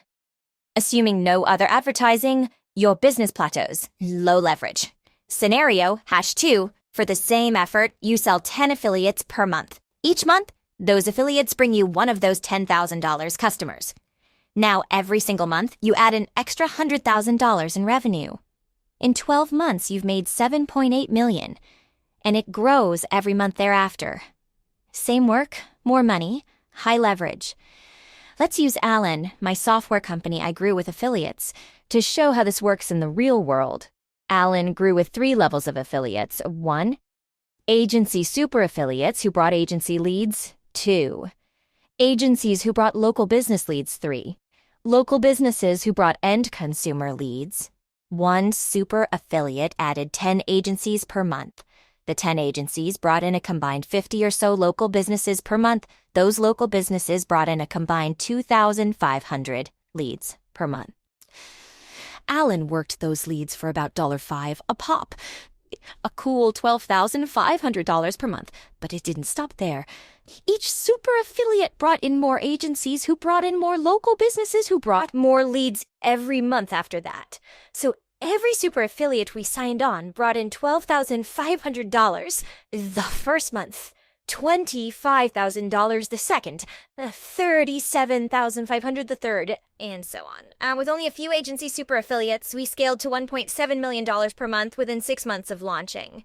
That's why you want an affiliate army. So let's build one. How to build an affiliate army in 6 steps. Affiliates are among the most advanced ways to get engaged leads. First, you have to convince them to advertise someone else's stuff. Second, you have to convince them to advertise your stuff. Third, you have to keep them advertising to make them a long-term lead source. It seems like a lot. And it is, but I have good news. I've built 2 companies with affiliates. Allen and Prestige Labs. Together, they have done more than $75 million in revenue from over 5,000 plus affiliates. And the affiliate strategies I share worked for me, so they can work for you. I'll break down each step. Step 1, find your ideal affiliates. Step 2, make them an offer. Step 3, qualify them. Step 4, figure out what to pay them. Step 5, get them advertising. Step 6, keep them advertising. That's it. Let's dive in. Step 1, find your ideal affiliate. The ideal affiliate has a business with a warm audience full of people like your customers. Start making a list of those businesses. If none come to mind, answer these questions about your best customers. What do they buy? Who provides that stuff? Where do they go? What businesses are in those surrounding areas? What do they like to do? Who provides those services? If direct to consumer, the employers of your consumers could make great affiliates. What types of businesses do they work for? What kinds of jobs do they have? In a nutshell, who's got my leads? For example, when I started Allen, agency owners were my ideal affiliate. So I made a list of 200 products and services for agencies and the businesses that delivered them. After a little bit of work, I realized they fit pretty neatly into categories. Softwares, products, equipment, services, groups they belong to, and events they attended. Every time I create a new affiliate hit list, I start with these categories. Note, if you find a business that falls into multiple categories, there's a high chance they've got lots of good leads for you and that they'd make a great affiliate. Now that I knew the businesses that had my leads, I knew exactly where to put my advertising efforts. It wasn't fancy, so don't overthink it. Action step. Make a sheet with each of these questions and categories. Search online to fill it in. If you struggle, call up your customers and ask them. End result. Create a lead list of your highest potential affiliates. Step 2. Make them an offer. We make the affiliate offer and advertise it the same way we would any other offer. We call out our audience, show our value elements, and then call them to action. But affiliates will only sign up with us if we give them a strong reason. Thankfully, it's pretty simple. Since affiliates are businesses or start a business by signing up, you offer them a new way to make money. We'll start with the call-out. Call-outs for potential affiliates often include the affiliate business owners themselves. Attention spa owners. The affiliate's customers. Do you work with busy professionals who spend all day in meetings? Results the affiliate business's promise. To the heroes who heal the stress of others? On products and services the affiliates deliver. If you sell lotions or scented oils, this is for you. To our own customers. Do you know anyone who owns a spa? Now that we can grab a potential affiliate's attention, let's make it worth their while. Elements of value. There's an unlimited number of ways to show value, but all money-making offers follow a similar structure. That's good news. We don't need to reinvent the wheel. Most affiliate money-making offers show value like this. Make more money from your current customers and get more leads than your current offer. Dream outcome. With a high chance of working since your customers already want the product. Perceived likelihood of achievement. Without needing to build, deliver, or provide customer support for the product yourself. Effort and sacrifice, so you can start selling it tomorrow. Time delay. Action step. Explore the different value elements and fill in the blanks. I won't go deeper on this since we've covered it already. You simply need to make affiliates the customer you're advertising to. Now that we've got the potential affiliate interested in our offer, let's qualify them. Step 3. Qualify them. Potential affiliates become actual affiliates when they understand and agree to your terms. And just like customers, we want to get them their first win as fast as possible. So we set up our terms to force them to win as fast as possible. I do that by getting them to invest. I prefer they invest their time, their money, and in the product itself. Any can work. But 9 times out of 10, if they pay, they'll pay attention. Here are the 2 ways I get my affiliates invested in winning. Make them a customer and make them an expert. Let's dive into each. Wayhash 1. Make them a customer. Make them buy and preferably use the product to keep affiliate status. This is the lowest barrier investment that's worked for me. I found the more money an affiliate invests in your product, the more money they make. This should make sense. If they don't believe in your stuff enough to buy it, they probably shouldn't sell it. You can tell them I said so. Pro tip. Bulk purchase. Wayhash 2. Make them an expert. I make them pay for the onboarding and training that certifies them as a product expert. If you have them buy a product to become an affiliate, you can have them use that as credit towards a certification. As in, the certification comes with the products they bought. Now, aside from actually making the affiliate useful, certifying them does 2 things. First, it covers some of the costs of advertising. Second, it means I can afford proper onboarding and training of every single affiliate. How much do I charge? I recommend 10-20% of what the average active affiliate makes in the first 12 months. So if your average affiliate makes $40,000 per year selling your stuff, then charge $4,000 to $8,000 to onboard and train them. Too low, and you won't get them invested. Too high, and you won't get enough affiliates. I found 10-20% maximizes the number of people who become active affiliates. If you're just getting started and have physical products, then use the bulk purchasing strategy from the pro tip. Otherwise, you can use the strategy from the warm reach out chapter and raise the minimum investment every 5 signups until you hit the sweet spot. Action step. Make your affiliates customers, experts, or both my favorite way. If you don't get enough people to start, lower the commitment. If you don't get enough people to follow through, raise it. Step 4. Figure out what to pay them. The first biggest problem to solve with affiliates is getting them bought in.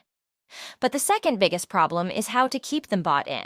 And no matter how you slice it, keeping your affiliates bought in depends on how you reward them for advertising your stuff.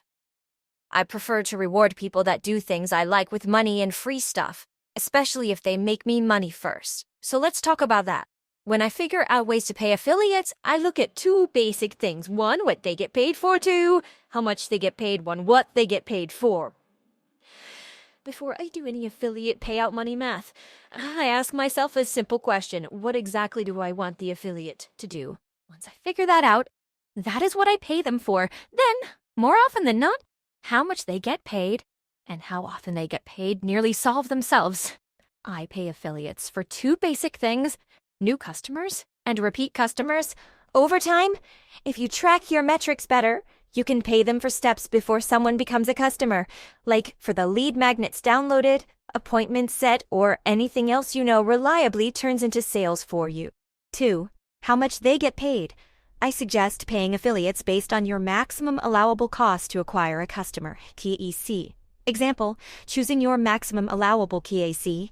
Let's say we sell a single-use product for $200 and it costs $40 to fulfill. This gives us $160 to pay the affiliate and run the business. If we want an LTGP CAC ratio of 3:1, then 3 parts goes to the business $120, and 1 part, $40, goes to the affiliate. This means we will pay up to $40 for an affiliate to get a new customer. But here's where things get interesting. I used to give away the farm, the whole CAC. I suppose I still do, but I've gotten pickier about who I give it to. Not all affiliates are created equal, so I suggest having a 3-tier payout structure. Using the example above, with a $40 maximum allowable KAC, a 3-tier payout structure might look something like this. Tier 1, 25% KC, $10 payout. Anyone who agrees to my initial terms qualifies. Example, they sign up and buy products or a certification. Tier 2, 50% KC, $20 payout. Once they activate, example, actually finishing the certification they bought, doing a specific number of posts and outreach, doing a launch, etc. This gives them a nice reward, twice the pay for activating. Tier 3, 100% CAC, $40 payout. Once they sustain a level of performance. Example, they maintain 5 customers per month on subscription. This tiered method also has a hidden and very profitable side effect. The average payout is much less than your maximum allowable KEC. This means if we leave the maximum payouts for top affiliates, then we get to keep the leftover profit. We can use the leftover money to run huge contests, advertise to get more affiliates, incentivize rising stars, etc. Or, I suppose, we can just plain pocket it. For example, if 20% of sales come from Tier 1, 20% from Tier 2, and 60% from Tier 3, your blended payout is $30 instead of your maximum allowable CAC of $40. This means your LTGP is to KSC ratio just improved from 3:1 to 4:1. And often, cutting marketing costs by 33% can translate into 10% to 20% more net profit at the end of the year. A massive jump. Pro tip, pay with product if possible. Sell 3, get it free. Everyone likes free stuff, often more than what it would cost them to get it. Rewarding performances with product is a cheap and effective way to keep them winning.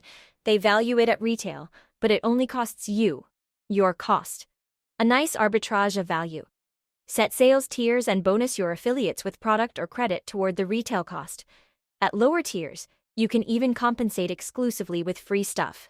For example, if your affiliates send you tons of massage clients, it's totally acceptable to reward your affiliates with free massages. At low volume, a massage is often worth more to them than sending them a $30 check, your cost. But as affiliates send you more customers, they'll usually opt for more money. After all, cashing in 100 massages becomes unrealistic.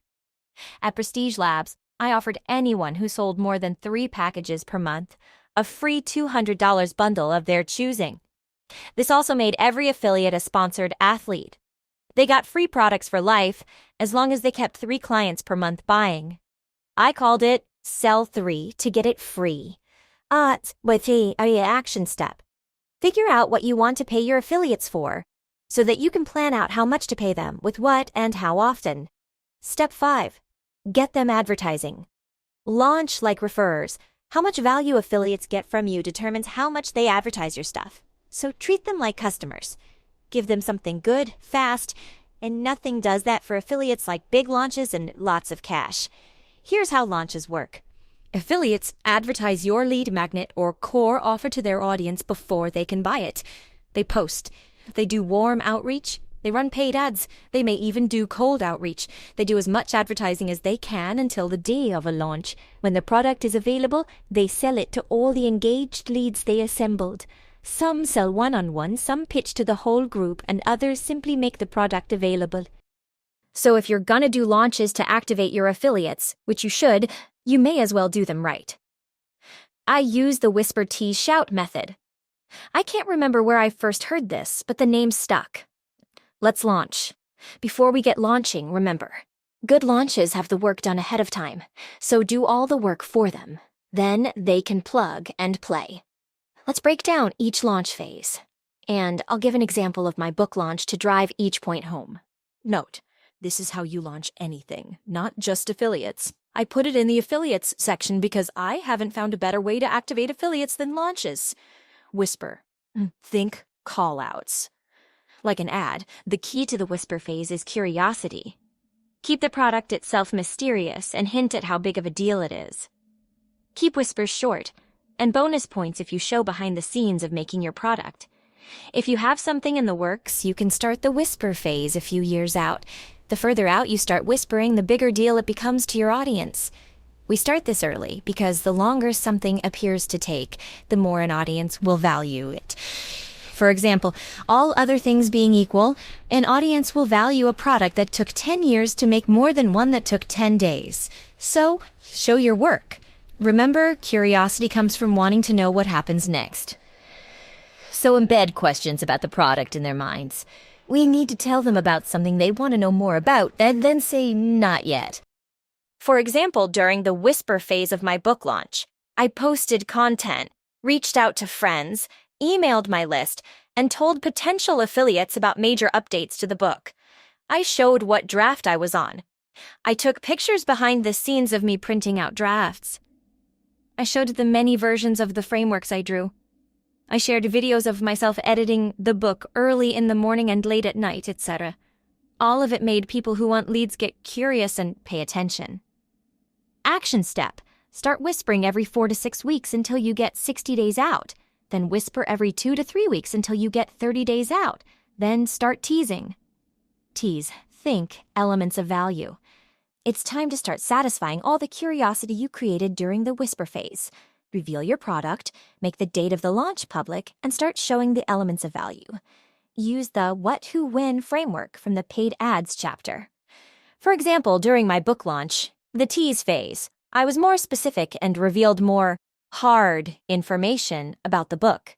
I started advertising how the book satisfied the dream outcome of limitless leads, of doing less work and getting it done faster than they could imagine. I also showed dozens of examples using the book to its potential. Action step. Start teasing once per week until 14 days out, then tease twice per week until 3 days out. 3 days out, it's time to shout from the rooftops. Shout, think, call to action. Give specific actions for the audience to take when the product launches. Now you start pounding the audience with bonuses, scarcity, urgency, and guarantees around being the first ones. You shout to get as many people exposed to your offer as you can. For example, during my book launch, the shout phase, I gave specific calls to action. Short, sweet, clear reminders to register for the book launch. I reminded everyone of the exclusive bonuses only for people who bought during the launch. Action step. Shout at least twice a day starting 3 days out. On the day of, start shouting every few hours until 2 hours out. Then shout every 30 minutes until you launch the product. Pro tip, movie releases. The best real-world example of whisper tease shout is movie releases. They do 5-second trailers a year out, then a 30-second 90 days out, then longer trailers as the date approaches. They drive curiosity, then interest, then action. Action, step, get your affiliates to launch. Set them up with everything they need to do the whisper, tease, shout right. They do the advertising, you get the engaged leads. Everyone gets paid. Step 6, keep them advertising. The strategy we use to start them advertising differs from the one we use to keep them advertising.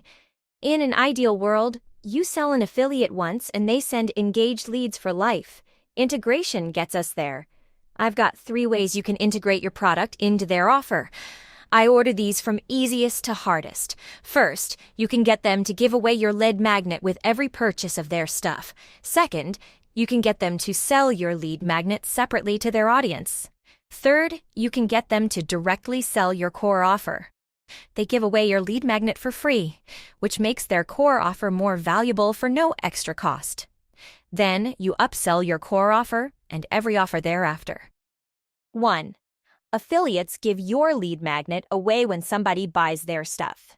The idea here is for your lead magnet to make the affiliate's offer more valuable. This allows them to charge more for it and get more leads than they could without it. Remember, the best lead magnets give away a free trial or sample of your thing, reveal a problem, or offer a single step of a multi-step solution. Here are examples of each. Samples and trials. Say I sell massages and recruit the personal training studio next door as an affiliate. Now, everyone who buys personal training from them gets a free massage from me. The personal training studio now has a stronger offer they can charge more for, and we get more massage leads. Everybody wins. Reveal a problem. Instead of giving a free massage, we offer a free or discounted posture assessment with every training package they sell. Assessments and discounts add less value to the affiliate's offer, but some people will still do it. And to be clear, after assessing the customer, you make them an offer to solve the problems you revealed. 1 step in a multi-step process. Say you have a 3-part treatment plan: massage, stretching, and adjustments. People getting enough value from 1 step will fear missing out on the rest of the steps. So the more they think the other steps will help solve their larger problem, the more likely they are to buy them. Your affiliate would give away step 1 of your multi-step process for free. You'd upsell the leads from there.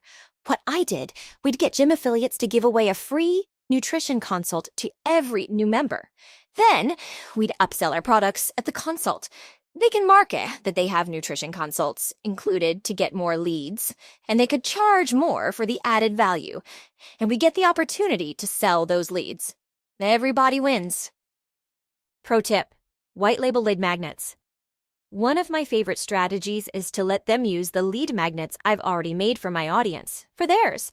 Just make sure your affiliates agree with how you give value and understand your call to action.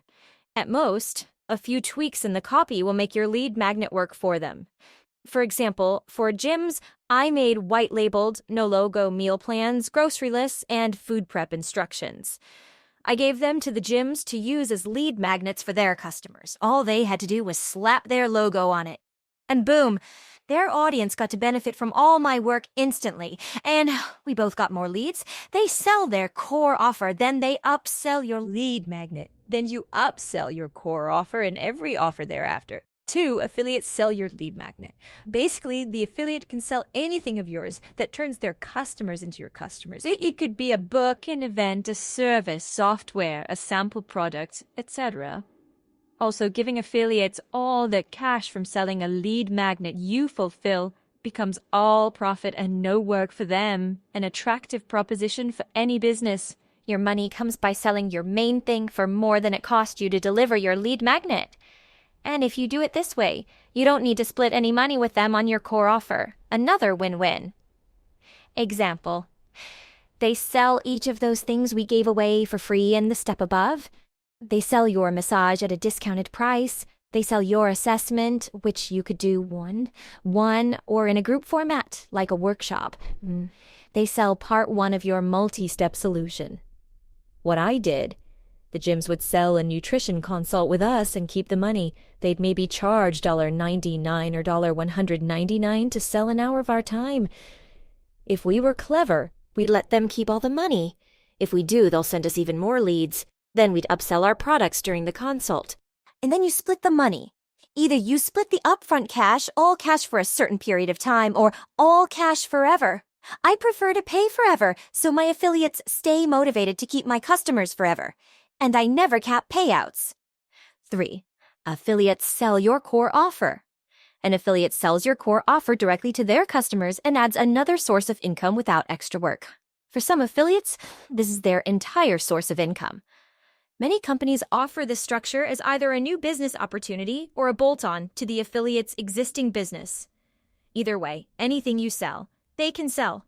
When you do it this way, the affiliate will get a higher percentage of your lifetime gross profit, but you won't have to do anything but deliver.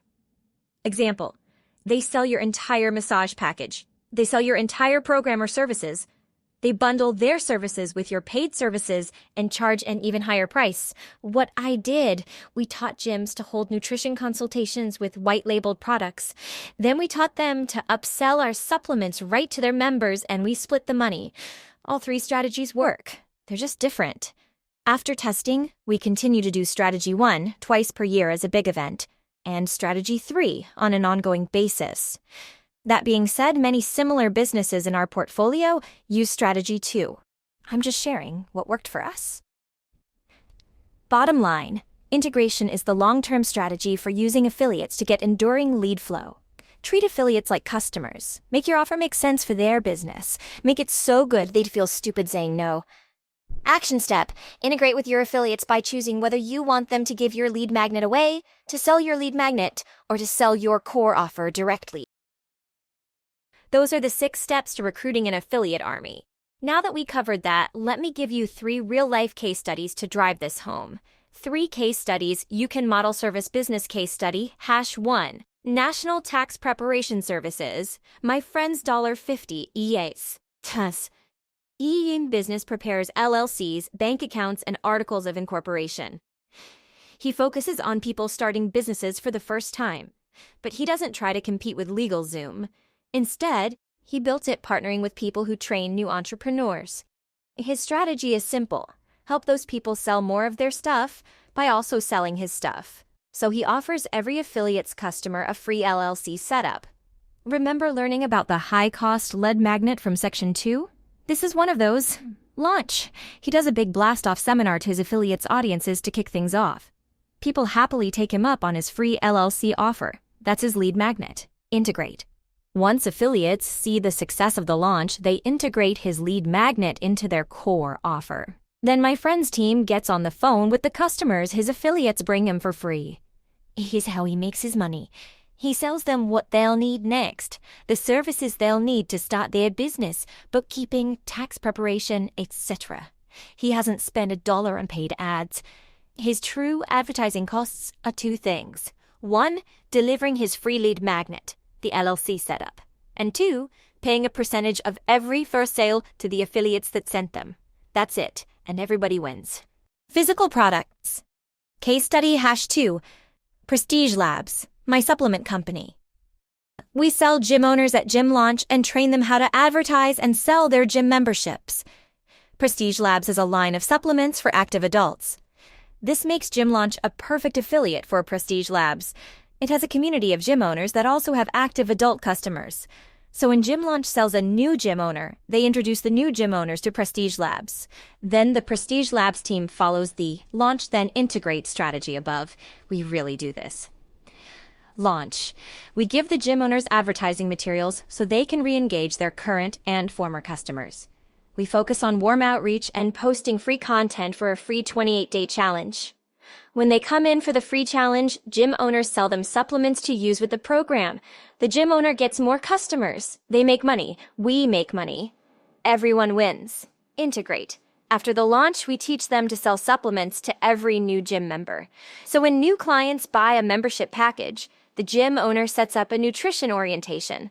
At the nutrition orientation, the gym owner sells them $50 to $1,000 of supplements. So if a gym signs up 20 clients per month and gets 70% of them to buy supplements, we get 14 new customers per month per gym.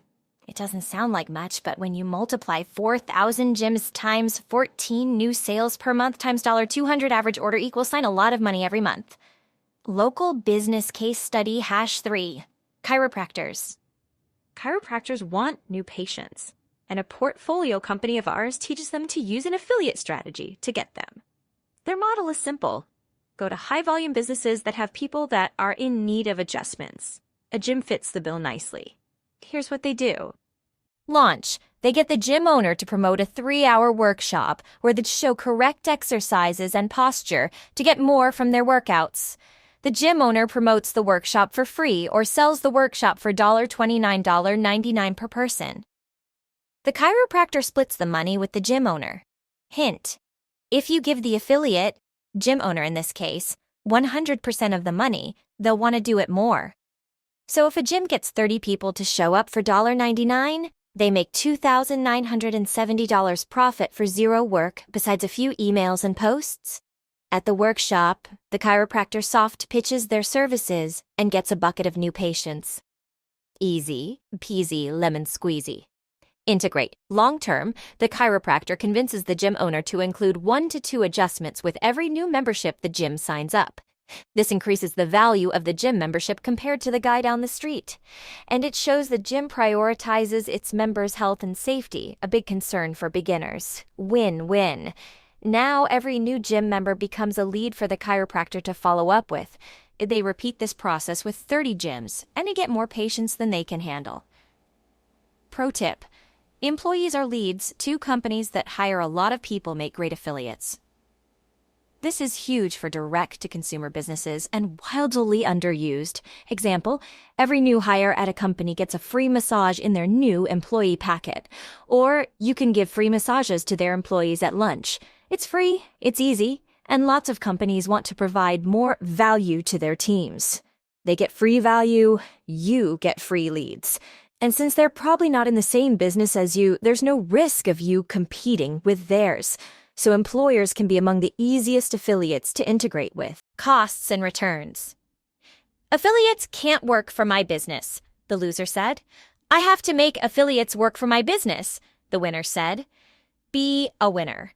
When calculating returns with other methods, we compared lifetime gross profit, LTDP, with cost to acquire a customer, CAC. So we spend money to get customers, and the customers, in a profitable business, give us more money back. Affiliates work differently. We spend money to get affiliates, sure. But we don't really make much back from affiliates themselves. Instead, the money we spend to get an affiliate comes back from the customers they bring us. So to calculate returns, we compare how much it costs us to get an affiliate with the gross profit of all the customers they send to our business. Example: let's say we own a widget company that grows with affiliates. It costs us $4,000 in advertising to get an affiliate. SIG = 4,000. Our average affiliate sells $10,000 in widgets per month and stays for 12 months. $10,000 per month times 12 months equal $120,000 total sales. The widgets have 75% gross margins. In other words, they cost 25% of retail price to make.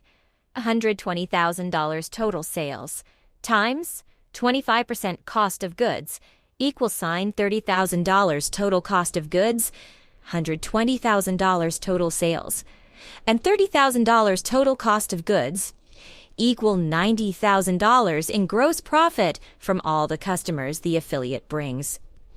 We pay affiliates 40% of the gross profit. $90,000 gross profit times 40% payouts equals $36,000 to the affiliate as payment. Here's the gross profit we have left after cost of goods and payouts. $120,000 total, minus $30,000 costs, minus $36,000 payouts, equal $54,000 left over. Let's find our affiliate LTGP's to KK ratio. $54,000 gross profit left. Divide by $4,000 to get an affiliate, equal 12.5:1. Not too shabby. If you recall from earlier, we need to be at least at 3:1 to have a decent business. Like the example, we want the ratio even higher than that, 5:1, 10:1 plus. Now, if we had these numbers, we'd just do more. But if your actual LTGP is to CAC is less than 3, here are the 3 ways to improve it. 1. Lower CAC. We get affiliates for less by improving our ads, offer, and sales process. 2. Increase LTGP and decrease CAC. Get more to activate by creating a launch process. 3. Increase LTGP. We make them worth more by improving our integration process. With affiliates, you now have at least 2 layers of customers. Your customers and the people who get you customers. And if you've got super affiliates, you add a third, the people who get you.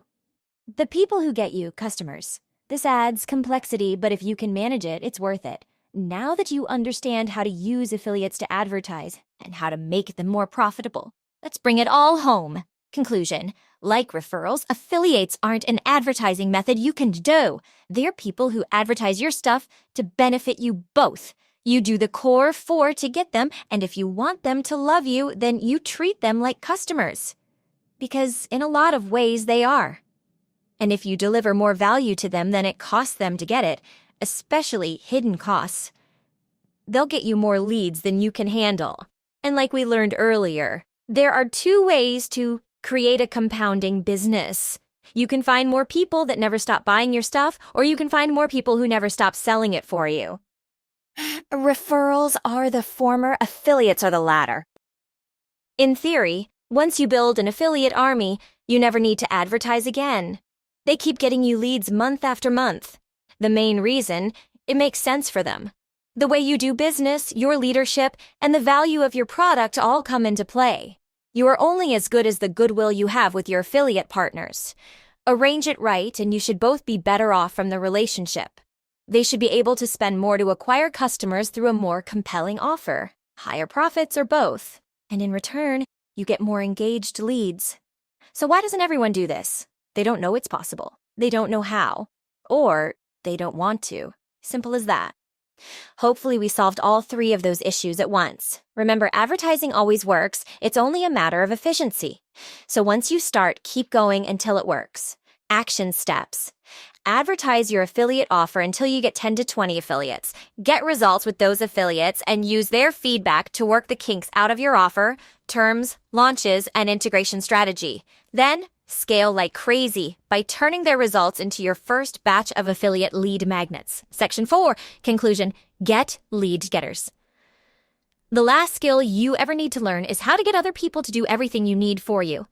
We do the core 4 to get engaged leads: warm outreach, post content, cold outreach, and paid ads. And we use them to get 2 types of engaged leads: the ones that become customers or the ones we turn into lead getters. Lead getters come in 4 flavors: referrers, employees, agencies, and affiliates. Each have key strengths. Customer referrals have the biggest potential for low-cost exponential growth. Employees have your direct influence and run your business on your behalf. Agencies teach skills you keep forever and can transfer to your team. Affiliates, once you get them going, can operate entirely on their own. You can either do the advertising or other people can. And there are more other people than there are of you. You get more leads for the work you do when you have help. So if you want to get a ton of leads, this is the way. Maybe your head is officially spinning. Now that you understand these advertising methods, you see leads everywhere you look. We have so many ways to grow, and you'd be right, but you don't know which one to focus on. Any or all of these lead methods can underpin a successful lead in getting strategy, and I put them in the order of what happens naturally. If you start on your own, you tend to get your first referrals before you start building a big team. And when you start building a big team, employees, you'll probably start looking for professional help, agencies. And only when a business owner has a handle on managing people inside of their business do they tend to get the guts to try and manage people outside their business, affiliates. In any case, you have to forget the idea that everything is going to work out the first time. If you think you're going to become a millionaire the first year you go out on your own, you're probably wrong. It's very unlikely, and an obsession with getting rich quick will likely ensure it never happens. People try shortcuts for a decade until they realize they should have picked a strategy and stuck with it for a decade.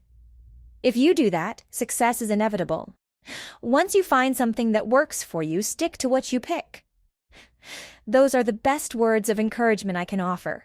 The longer you play the game, the better you will get, and the more success you will have. Just don't quit or switch methods after seeing a few losses. It's normal to lose in the beginning. In fact, I expect to crack a new lead source in 3 to 6 months, and this isn't my first rodeo. So if your expectations are faster than that, do you think your expectations are reasonable? We covered a lot here. This section was how you scale. You get other people to help you. They are the missing link. Each has their own strategy and best practices. Use what applies to you now. This leads us to Section 5, Get Started. I want to put everything together for you in a nice bow so you know exactly what to do next. Together, we'll eliminate leads as the bottleneck in your business forever. Onwards. Section 5, Get Started. It's not the end, it's not even the beginning of the end. But it is, perhaps, the end of the beginning. Winston Churchill, June 2017. 3 months after we lost it all, again, and switched gym launch to licensing. "Hey, Layla, what do you make of this?" I asked. "What's up?" I gave her my phone. "Mr. and Mrs. Hormozi, we cordially invite you to a private event for entrepreneurs earning 8 figures and up. Let me know if you're interested." "Seems cool," she said. "But we're not making 8 figures."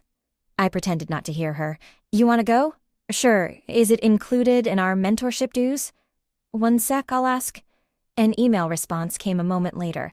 "No, this is an additional fee. It is a 2-day event, limited to 10 people at a private resort." Nope, I said. "Huh? Can we afford to go?" "Ouch. Who cares? We can't afford not to go." 10 days, a long flight, and a short drive later, we made it. The cool kids meet up. I had one goal, to add as much value as I could to everyone else in the room. But the moment I walked in, I knew I was out of my league. I recognized almost everyone there. They were famous in the advertising world. They all spoke at huge events, signed autographs, made millions. Then there was me. I wasn't an 8-figure entrepreneur. I was a kid from Baltimore just paying to breathe everyone else's air. Once everyone settled, we had a short housekeeping discussion and then got down to business. This way of doing things was a sharp contrast to the big stages, booming sound systems, flashing lights, and other theatrics that real events have. The first speaker was ready to go. He had almond bun and loose yoga-ish clothing. He looked like a hippie. But then he opened with how he was only doing $3 million per month. Is this for real? I felt like a fraud. The numbers he shared with such a casual attitude blew my mind. How is this possible? He continued on with his talk using all sorts of business, advertising, and tech jargon. He pointed to dizzying charts and graphs. I came here to learn more about advertising, but felt dumber by the second. I recognized enough of the words to realize I knew nothing useful about them. His presentation went way over my head. I started sweating bullets. Layla grabbed my hand. We both felt stressed and out of our depths. He finished and finally opened up for Q&A. Excellent, but the questions were still at the same level as his presentation. Nope, I'm still doomed. Then an awkward voice cracked. "So, what courses are you taking to learn all this stuff?" "Now we're talking." I leaned in, pen in hand. His answer changed my life. At this point, I don't expect to learn anything new from courses. I have to learn by doing, and by spending a percentage of my revenue to test new campaigns, new channels, new pages, or just plain crazy ideas. And I learn something every time I test, so the money is well spent. Whenever one of these tests is a winner, and some are, it's a big deal. I learn something amazing and make far more money than I spent. It raises the bar for my business, and more importantly, myself. So whether it's 1%, 5%, or 10%, set some percentage of your advertising budget aside to try new things without expecting a return. Consider it an investment in your education. I felt chills go through me like some judgment demon left my body. He gave me permission to fail. None of this is magic. If he can do this, so can I. The next week, I tripled my advertising budget. Yes, it was a bit aggressive, but my mindset had completely changed. I'd either make more or get better. Our business went from $400,000 in June to $780,000 in July. From there, my costs to get customers went up too high. So I tried new audiences. Most failed. Then a hit. Boom. We cruised past 1 million to 1.2 million to 1.5 M per month. Then I realized we didn't follow up with our engaged lead at all. We tested email, didn't work. We tested phone calls, nothing. Then I tried text blasts. Wham, we zoomed to 1.8 M the next month. From there, we tested paid ads like crazy. We made way more of them and put more focus on their production value. Boom. We cruised past $2.5 million per month. Then we launched our affiliate program and sacked another 1.5 AIM per month on top. That took us past $4 million per month. Years later, our portfolio now does more than $16 million per month. So test until you find something that works. Take massive action. Stay focused. Double down on it until it breaks, then test until you find the next thing that works and double down on that. Taking these leaps are the only way to unlock the business you want and the life that comes with it. And maybe slay your judgment demon too. So from now on, you either win or you learn. The end of the beginning. Your speed to making big money depends on how fast you learn the skills to making big money. Getting more engaged leads with the skills of advertising is a great start to making more money. In fact, if you make any amount of money, more engaged leads will make you even more. And sadly, those skills take time to learn. So I share my experiences to shave years off your time, to shorten the gap between no money and mo money. It's time to make it happen. Outline of the Get Started section. This final section has 3 chapters. They are short and sweet, just like our time together. In the first chapter, Advertising in Real Life, I'll lay out my one big advertising rule. Then I'll give you my personal 1-page advertising plan you can use to get more engaged leads today. In the next chapter, Putting It All Together, I'll lay out the roadmap to scale from your first few leads all the way to your $100M leads machine. Finally, a decade in, page I'll distill everything we learned into bullets to show how far we've come in our time together. Then, to send you on your way, I'll share a parable that has gotten me through even my hardest times. Advertising in Real Life, open to goal. If some is good, more is better. June 2014. When I launched my first gym, I used the same paid ads I used at Sam's gym from way back. And they worked for a while. Over time, the costs started creeping up. I got less leads for the same money, but I still needed more customers. I wasn't sure what to do. I talked to a mentor who ran a chain of tanning salons for some advice. He said, "Before all this fancy internet stuff, flyers crushed for us. You should try those." So, try them, we did. We printed 300. Over the next day, we put them on cars in areas close to the gym. A day passed, nothing. The next day, the phone rang. Finally. "Hey, you put a flyer on my car." My heart raced. It worked. Yes, I did. How can I? But before I could finish, he interrupted right back. "Yeah, you scratched my Mercedes." Crap. You're gonna need to pay for... I panicked and hung up the phone. He called back. I let it ring. He never called again. That was the only call I got from the flyers. No leads. Nothing. Universe. 1. Alex. 0. A few weeks later, I sat in the lobby of my gym waiting for customers to fall into my lap. Feeling bored and a bit frustrated, I called the mentor with the bright idea to put out flyers. "Hey, Alex, how's it going?" Not too good." "Why, what's up?" "We put out the flyers like you said." "Oh, yee, how many leads you get from 'em?" "None." That's odd." He paused. "What was your test size?" "What do you mean?" How many did you put out?" "I put out 300, I said in a resentful tone. "Shoot, you only put out 300. Hard to know if anything works with such a small number. I test with 5,000. Then when we find a winner, we put out 5,000 per day, every day, for a month." 5,000? He tests with almost 17 times more than my entire campaign, and he does it in a single day. I felt like the person who says exercise doesn't work after going to the gym one time, and I hate that person. "I mean, what kind of response did you think you were going to get?" He chuckled. "If we get 0.5%, that's decent. If we get 1%, that's a winner." With 300 flyers, 0.5% would be like 1.5 people.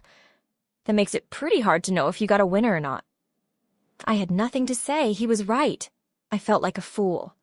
I doubt he remembers the call, but it stuck with me.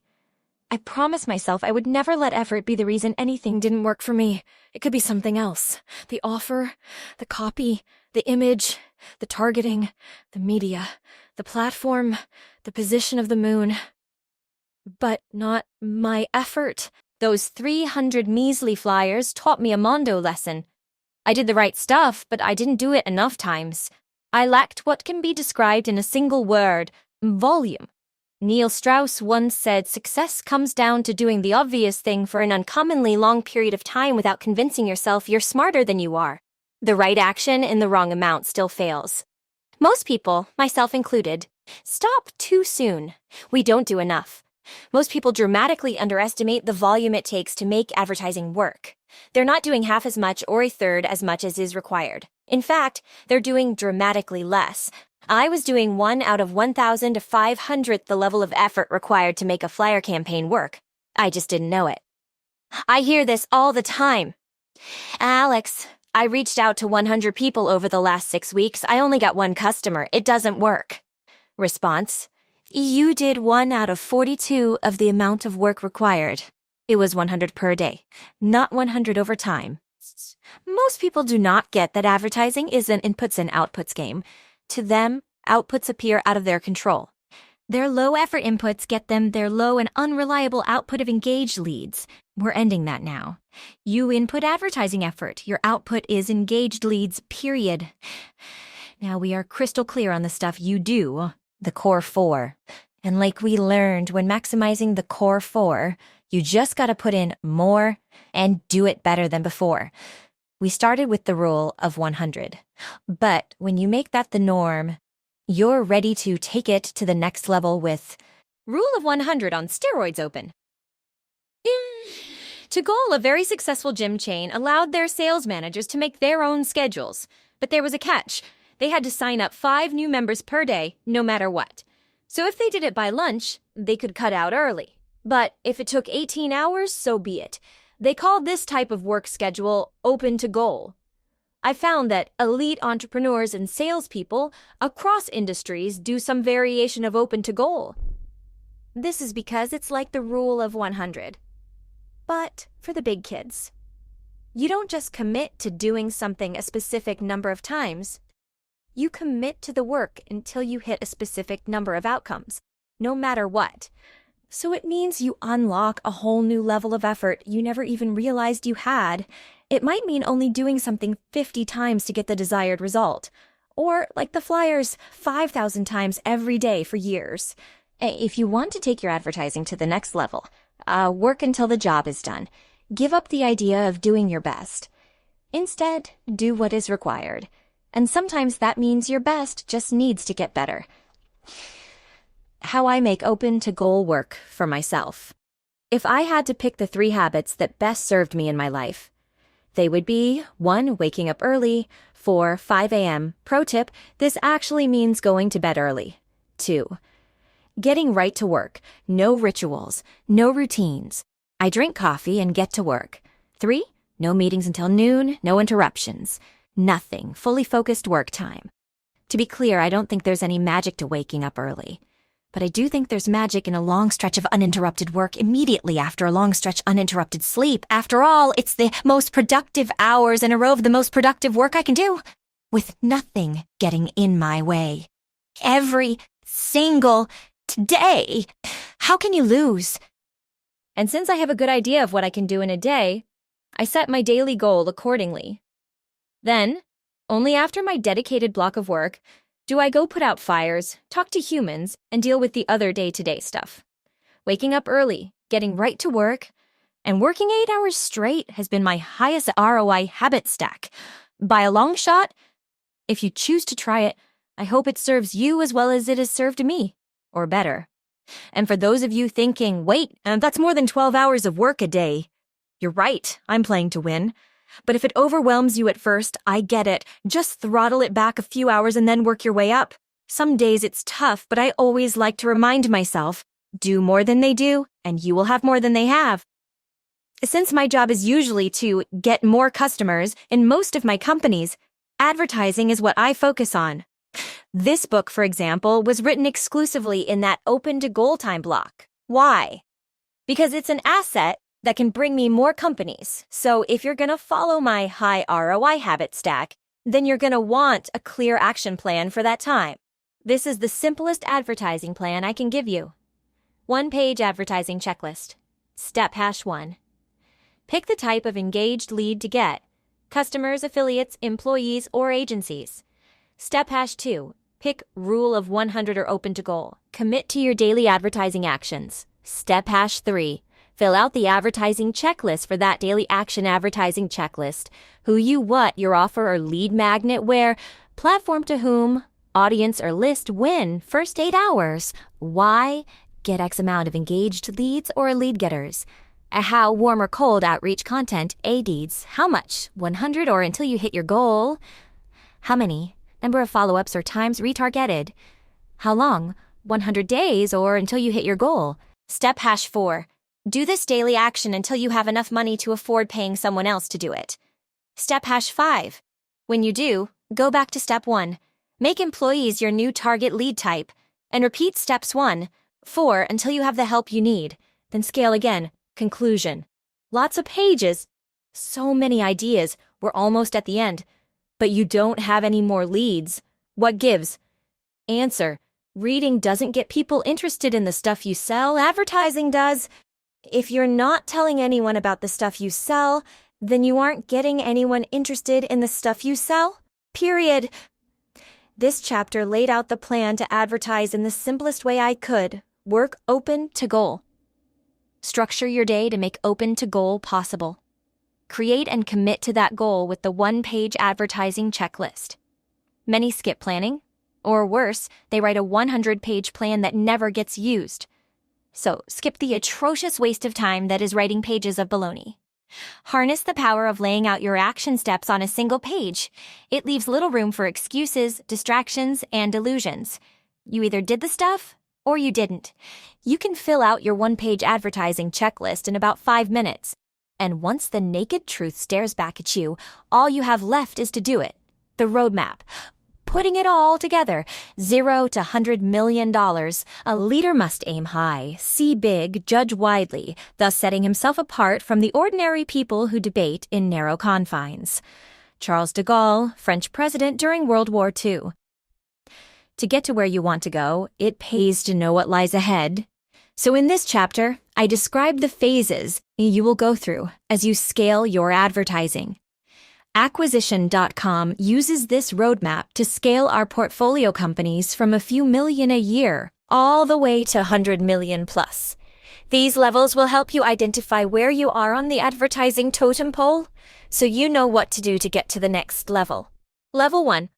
Your friends know about the stuff you sell. To start getting engaged leads, you make one offer to one avatar on one platform. The moment you get engaged leads is the moment you can start making money. For me, this started with reaching out to everyone I knew. Primary action, warm outreach, level 2. You consistently let everyone you know about the stuff you sell. You know the exact inputs to get an engaged lead with your chosen advertising method, and by scaling those inputs, you get consistent customers with it. But the consistent customers come from maximizing your personal work capacity. For me, on top of warm reach outs, I maximize my personal work capacity with paid aids, using a case study as my lead magnet. But looking back, I wish I would have started with posting free content. So I suggest that primary actions. Do as much warm outreach and post as much content as you can consistently. Level 3. You get employees to help you do more advertising. You've maxed your personal advertising inputs, but not the platform. And if you want more engaged leads, that can only mean one thing: doing more. For me, I hired a videographer and a media buyer to take most of the paid ads work off my plate. Primary action. You hire people to advertise profitably on your behalf. Level 4. Your product is good enough to get consistent referrals. You continue building goodwill and shoot for getting 25% or more of your customers from referrals. Now you've set yourself up to ramp your advertising again. But to make that work, You have to get more serious about hiring a team to make it happen. This is when I realized that my ads were shut off, but I was still getting referrals every week. So I doubled down on referrals. I built goodwill using customer feedback to update my product every 2 weeks. I also started a strong referral program with big incentives at the same time. Primary actions. Focus on your product until you get consistent referrals, then go back to same time. Primary actions. Focus on your product until you get consistent referrals, then go back to scaling your advertising with a bigger team. This is where most people mess up. They let their product slip and never recover. Level 5. You advertise in more places and more ways with more people. First, you expand to new audiences on your best platform. Then, you make ads with all placements and media types the platform supports. And after your team can get consistent results, you expand your team again to add another platform, lead getter, or core 4 activity.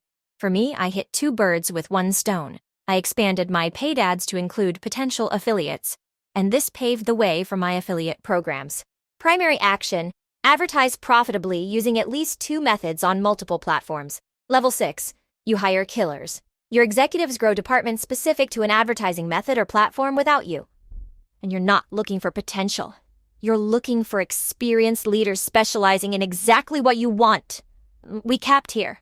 It took me 3 years to figure out 2 things. 1, that I needed veteran executives with experience suited to my problems. And 2, that they needed stronger incentives. But by the time I realized this, I sold those companies. Once I started acquisition.com, I realized the power of expanding the pie to get more of the right people invested in winning. This is how we crossed $100 AM, then $200 million in portfolio revenue and beyond. Primary action. Get battle-hardened executives and department heads to take over new advertising activities and channels. Pro tip. Hire experience, not potential. I tried cold reach-outs twice before it worked the 3rd time. The main difference? The person I hired to run it. First, I tried someone external with experience. That failed. Then I tried internally with no experience. That failed. Then finally I hired internally with experience. That worked. Since it's a people-heavy, operationally complex machine, the person you hire to manage the team matters a lot. Pick experience. They should know more than you do. If you're not learning from them in the interview, you've got the wrong person. Level 7. I'll come back and edit this chapter once I cross 1 billion. I promise I'll send the lessons as soon as I have them. You have my word. Last points. I know this looks clean, but it never is. Real business is messy. It takes a lot to find what audiences, lead magnets, methods, and platforms work best. And you can only find out what works if you try. So you have to try a lot of different things, a lot of different ways, for a long enough time to know for sure. Nobody can ever know the absolute best thing to do. But I do know this. The more you advertise, the more people find out about the stuff you sell. The more people who know about the stuff you sell, the more people will buy it. This is the key to the $100M leads machine, the 100 million plus lead machine. Let's look into your future. Your business makes $100 million annual revenue. It's great to have a clear picture of what the 100 million machine looks like. Let's have a look, shall we? First and foremost, your advertising fires on all cylinders. Your media team scales tons of free content in all media types on many platforms. You regularly make offers to your warm audience to get more customers or affiliates. Your ravenous audience makes anything you launch immediately profitable. You have teams running and scaling profitable paid ads across multiple platforms. Your cold outreach team gets you more customers. You have an affiliate manager launching and integrating all new affiliates. You have recruiters and recruiting agencies bringing in more lead getters. Your product is so good that 1/3 of your customers bring you more customers. Your executive team drives all this growth without you. And you have more engaged leads than you can possibly handle. How long does this take? For business owners who know what to do anywhere from 5 to 10 years. Building something great, even if you know exactly what to do, takes time. And so many like to trumpet overnight success, but looking behind the curtain tells a different story. It took my wife and I more than 10 years of our best effort to cross the first $100 million in net worth. So the bigger your goals, the longer your time horizons need to be. You want to play games where if you wait, you win. A decade in a page. Simplicity is the ultimate sophistication. Leonardo da Vinci. We've covered a lot, and I think organizing what we learned into one place helps it sink in. So I made this back-of-the-napkin list of what we've covered and why. 1. How to define a lead from this point forward. Now you know what you're after. Engaged leads, not just leads. 2. How to turn leads into engaged leads with an offer or lead magnet. And how to make them. 3. The core 4. The only 4 ways we can let people know about the stuff we sell. How to reach out to people who know us. Ask them if they know anybody. 5. How to post publicly. Hook. Retain. Reward. Give until they ask. C. How to reach out to strangers. Lists. Personalization. Big, fast value. Volume D. How to run paid ads to strangers. Targeting. Call-outs. What, who, whens. CTAs. Client-financed acquisition. 4. Maximizing the core. 4. More, better, new. A. What keeps us from doing what I'm currently doing at 10 times the volume? Then solving for that. B. Finding the constraint in our advertising. Then testing until it frees the constraint. Then doing more until it gets constrained again. 5. The 4 lead getters. Customers, employees, agencies, and affiliates. A. How to get customers to refer other customers. B. How to get employees to scale your advertising without you. C. How to get an agency to teach you new skills. D. How to get affiliates launched and integrated. 6. When advertising in the real world, the rule of 100 and open to goal. A. The 5-step, 1-page advertising plan to get more leads today. 7. The 7 levels of advertisers and the $100 million leads machine in action. As I promised in the beginning, the result of these bullets is more, better, cheaper, reliable, engaged leads. I hope this book provides you utility. I hope as a result of reading this, you know how to get more leads than you currently are, and I hope I unmask the mystery behind lead getting.